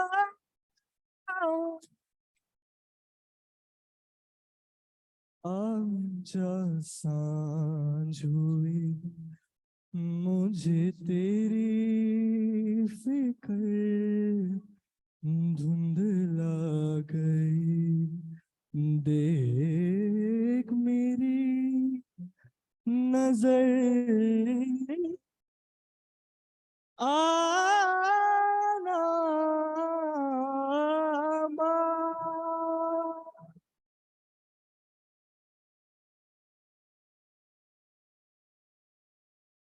Thank you so much, guys. Thank you so much. Thank you so much.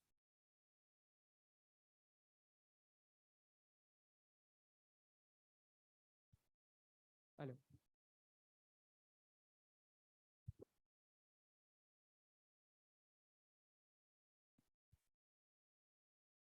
Hello. Hello. Sorry. Hello. What a stimulating performance. Guys, let's put our hands together. Thank you so much. And we have another surprise for you. Another musical performance because the legacy in Vikasa continues. And from past Vikasa member to the current Vikasa member, we have the singing gems amongst us.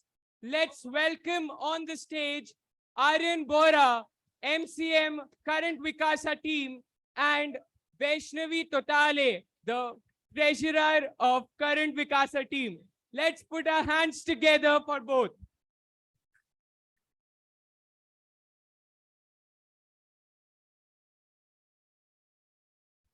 Hello hello भैया वो पीछे वाले mic में output नहीं आ रहा है यार थोड़ा हेलो आएगी आएगी प्रमोद सर माइक माइक चालू करो आएगी आएगी लास्ट परफॉर्मेंस है लास्ट 5 मिनट 7 मिनट आप सभी से रिक्वेस्ट है 5 मिनट के आगे आ सको तो प्लीज आ जाओ ना हाँ जहाँ वो सब हम एक्चुअली चंदन भैया को कंप्लीट तो नहीं कर सकते हैं स्टार हैं और सो बट हाँ एंड हमारे कोई इंस्ट्रूमेंट्स भी नहीं है ना कोई परकशन है तो आप सभी से रिक्वेस्ट है कि आपकी हूटिंग आपकी क्लैपिंग्स वही हमारे लिए परकशन का काम करेगी तो जहां अच्छा लगे हेलो आई होप अब ऑडिबल है परफेक्ट हेलो हेलो एको हो रही है एको तो अच्छा है यार पहले तो मैं मेरा नाम करेक्ट कर लूं, ये वैष्णवी तोतले, वैष्णवी तोताले नहीं, वैष्णवी तोतले, MCM विकासा, ट्रेजरर विकास। ट्रेजरर विकासा, सॉरी।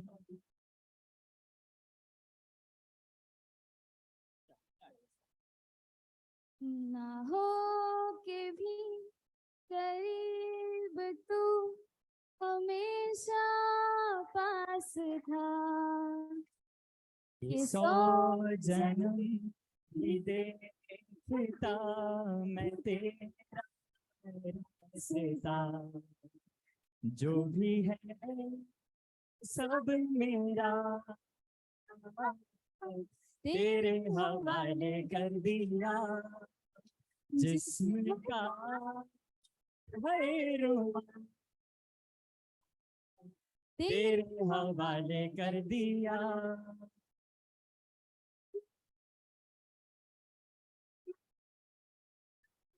ला,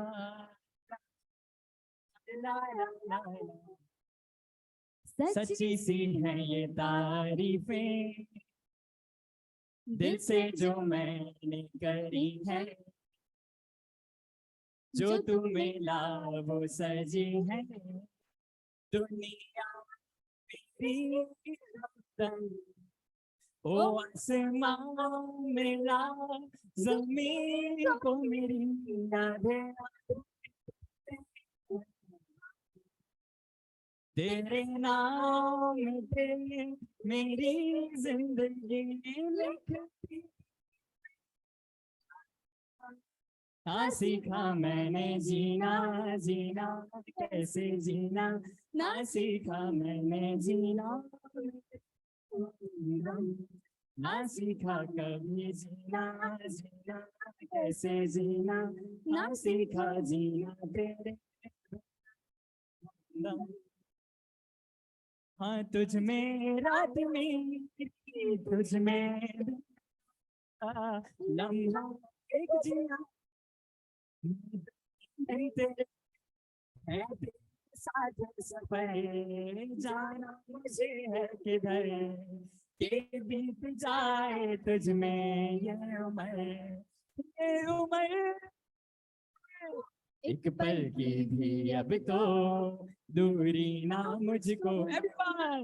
एक तू ही यार मेरा, मुझको क्या दुनिया से लेना, एक तू ही यार मेरा, मुझको क्या दुनिया से लेना।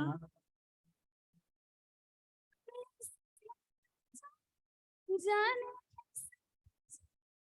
फिर भी जाने,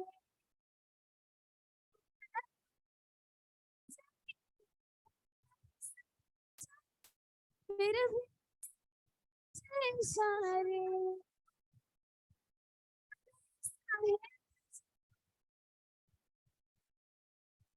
नैना धीरे धीरे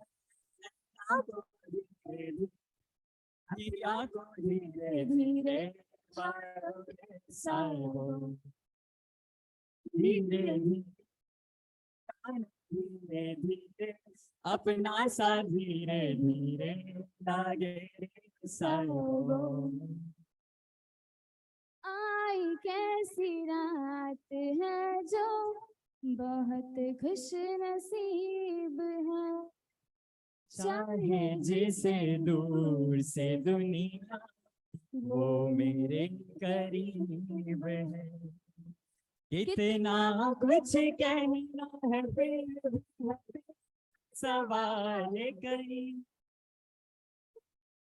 सपनों में जो रोज कहा है फिर से कहूँ या नहीं, आंखों में तेरी अजब सी अदाएं हैं, तेरी अजब सी अदाएं हैं। हाँ दिल को बना दे जो बदन सांसें वो तेरी वो अदाएं। Thank you so much everyone. Thank you.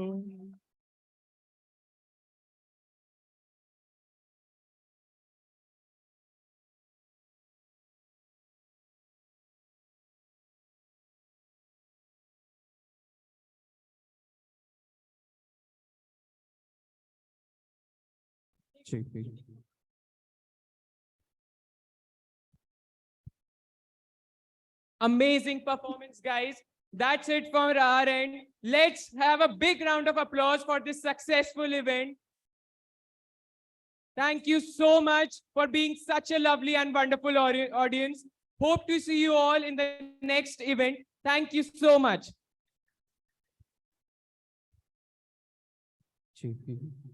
Hello.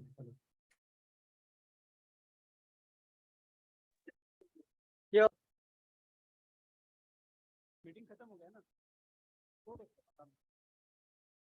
Guys, all the people who have volunteered along with us, please gather on the stage for a group photograph. I request all the volunteers to please come forward for a group photograph.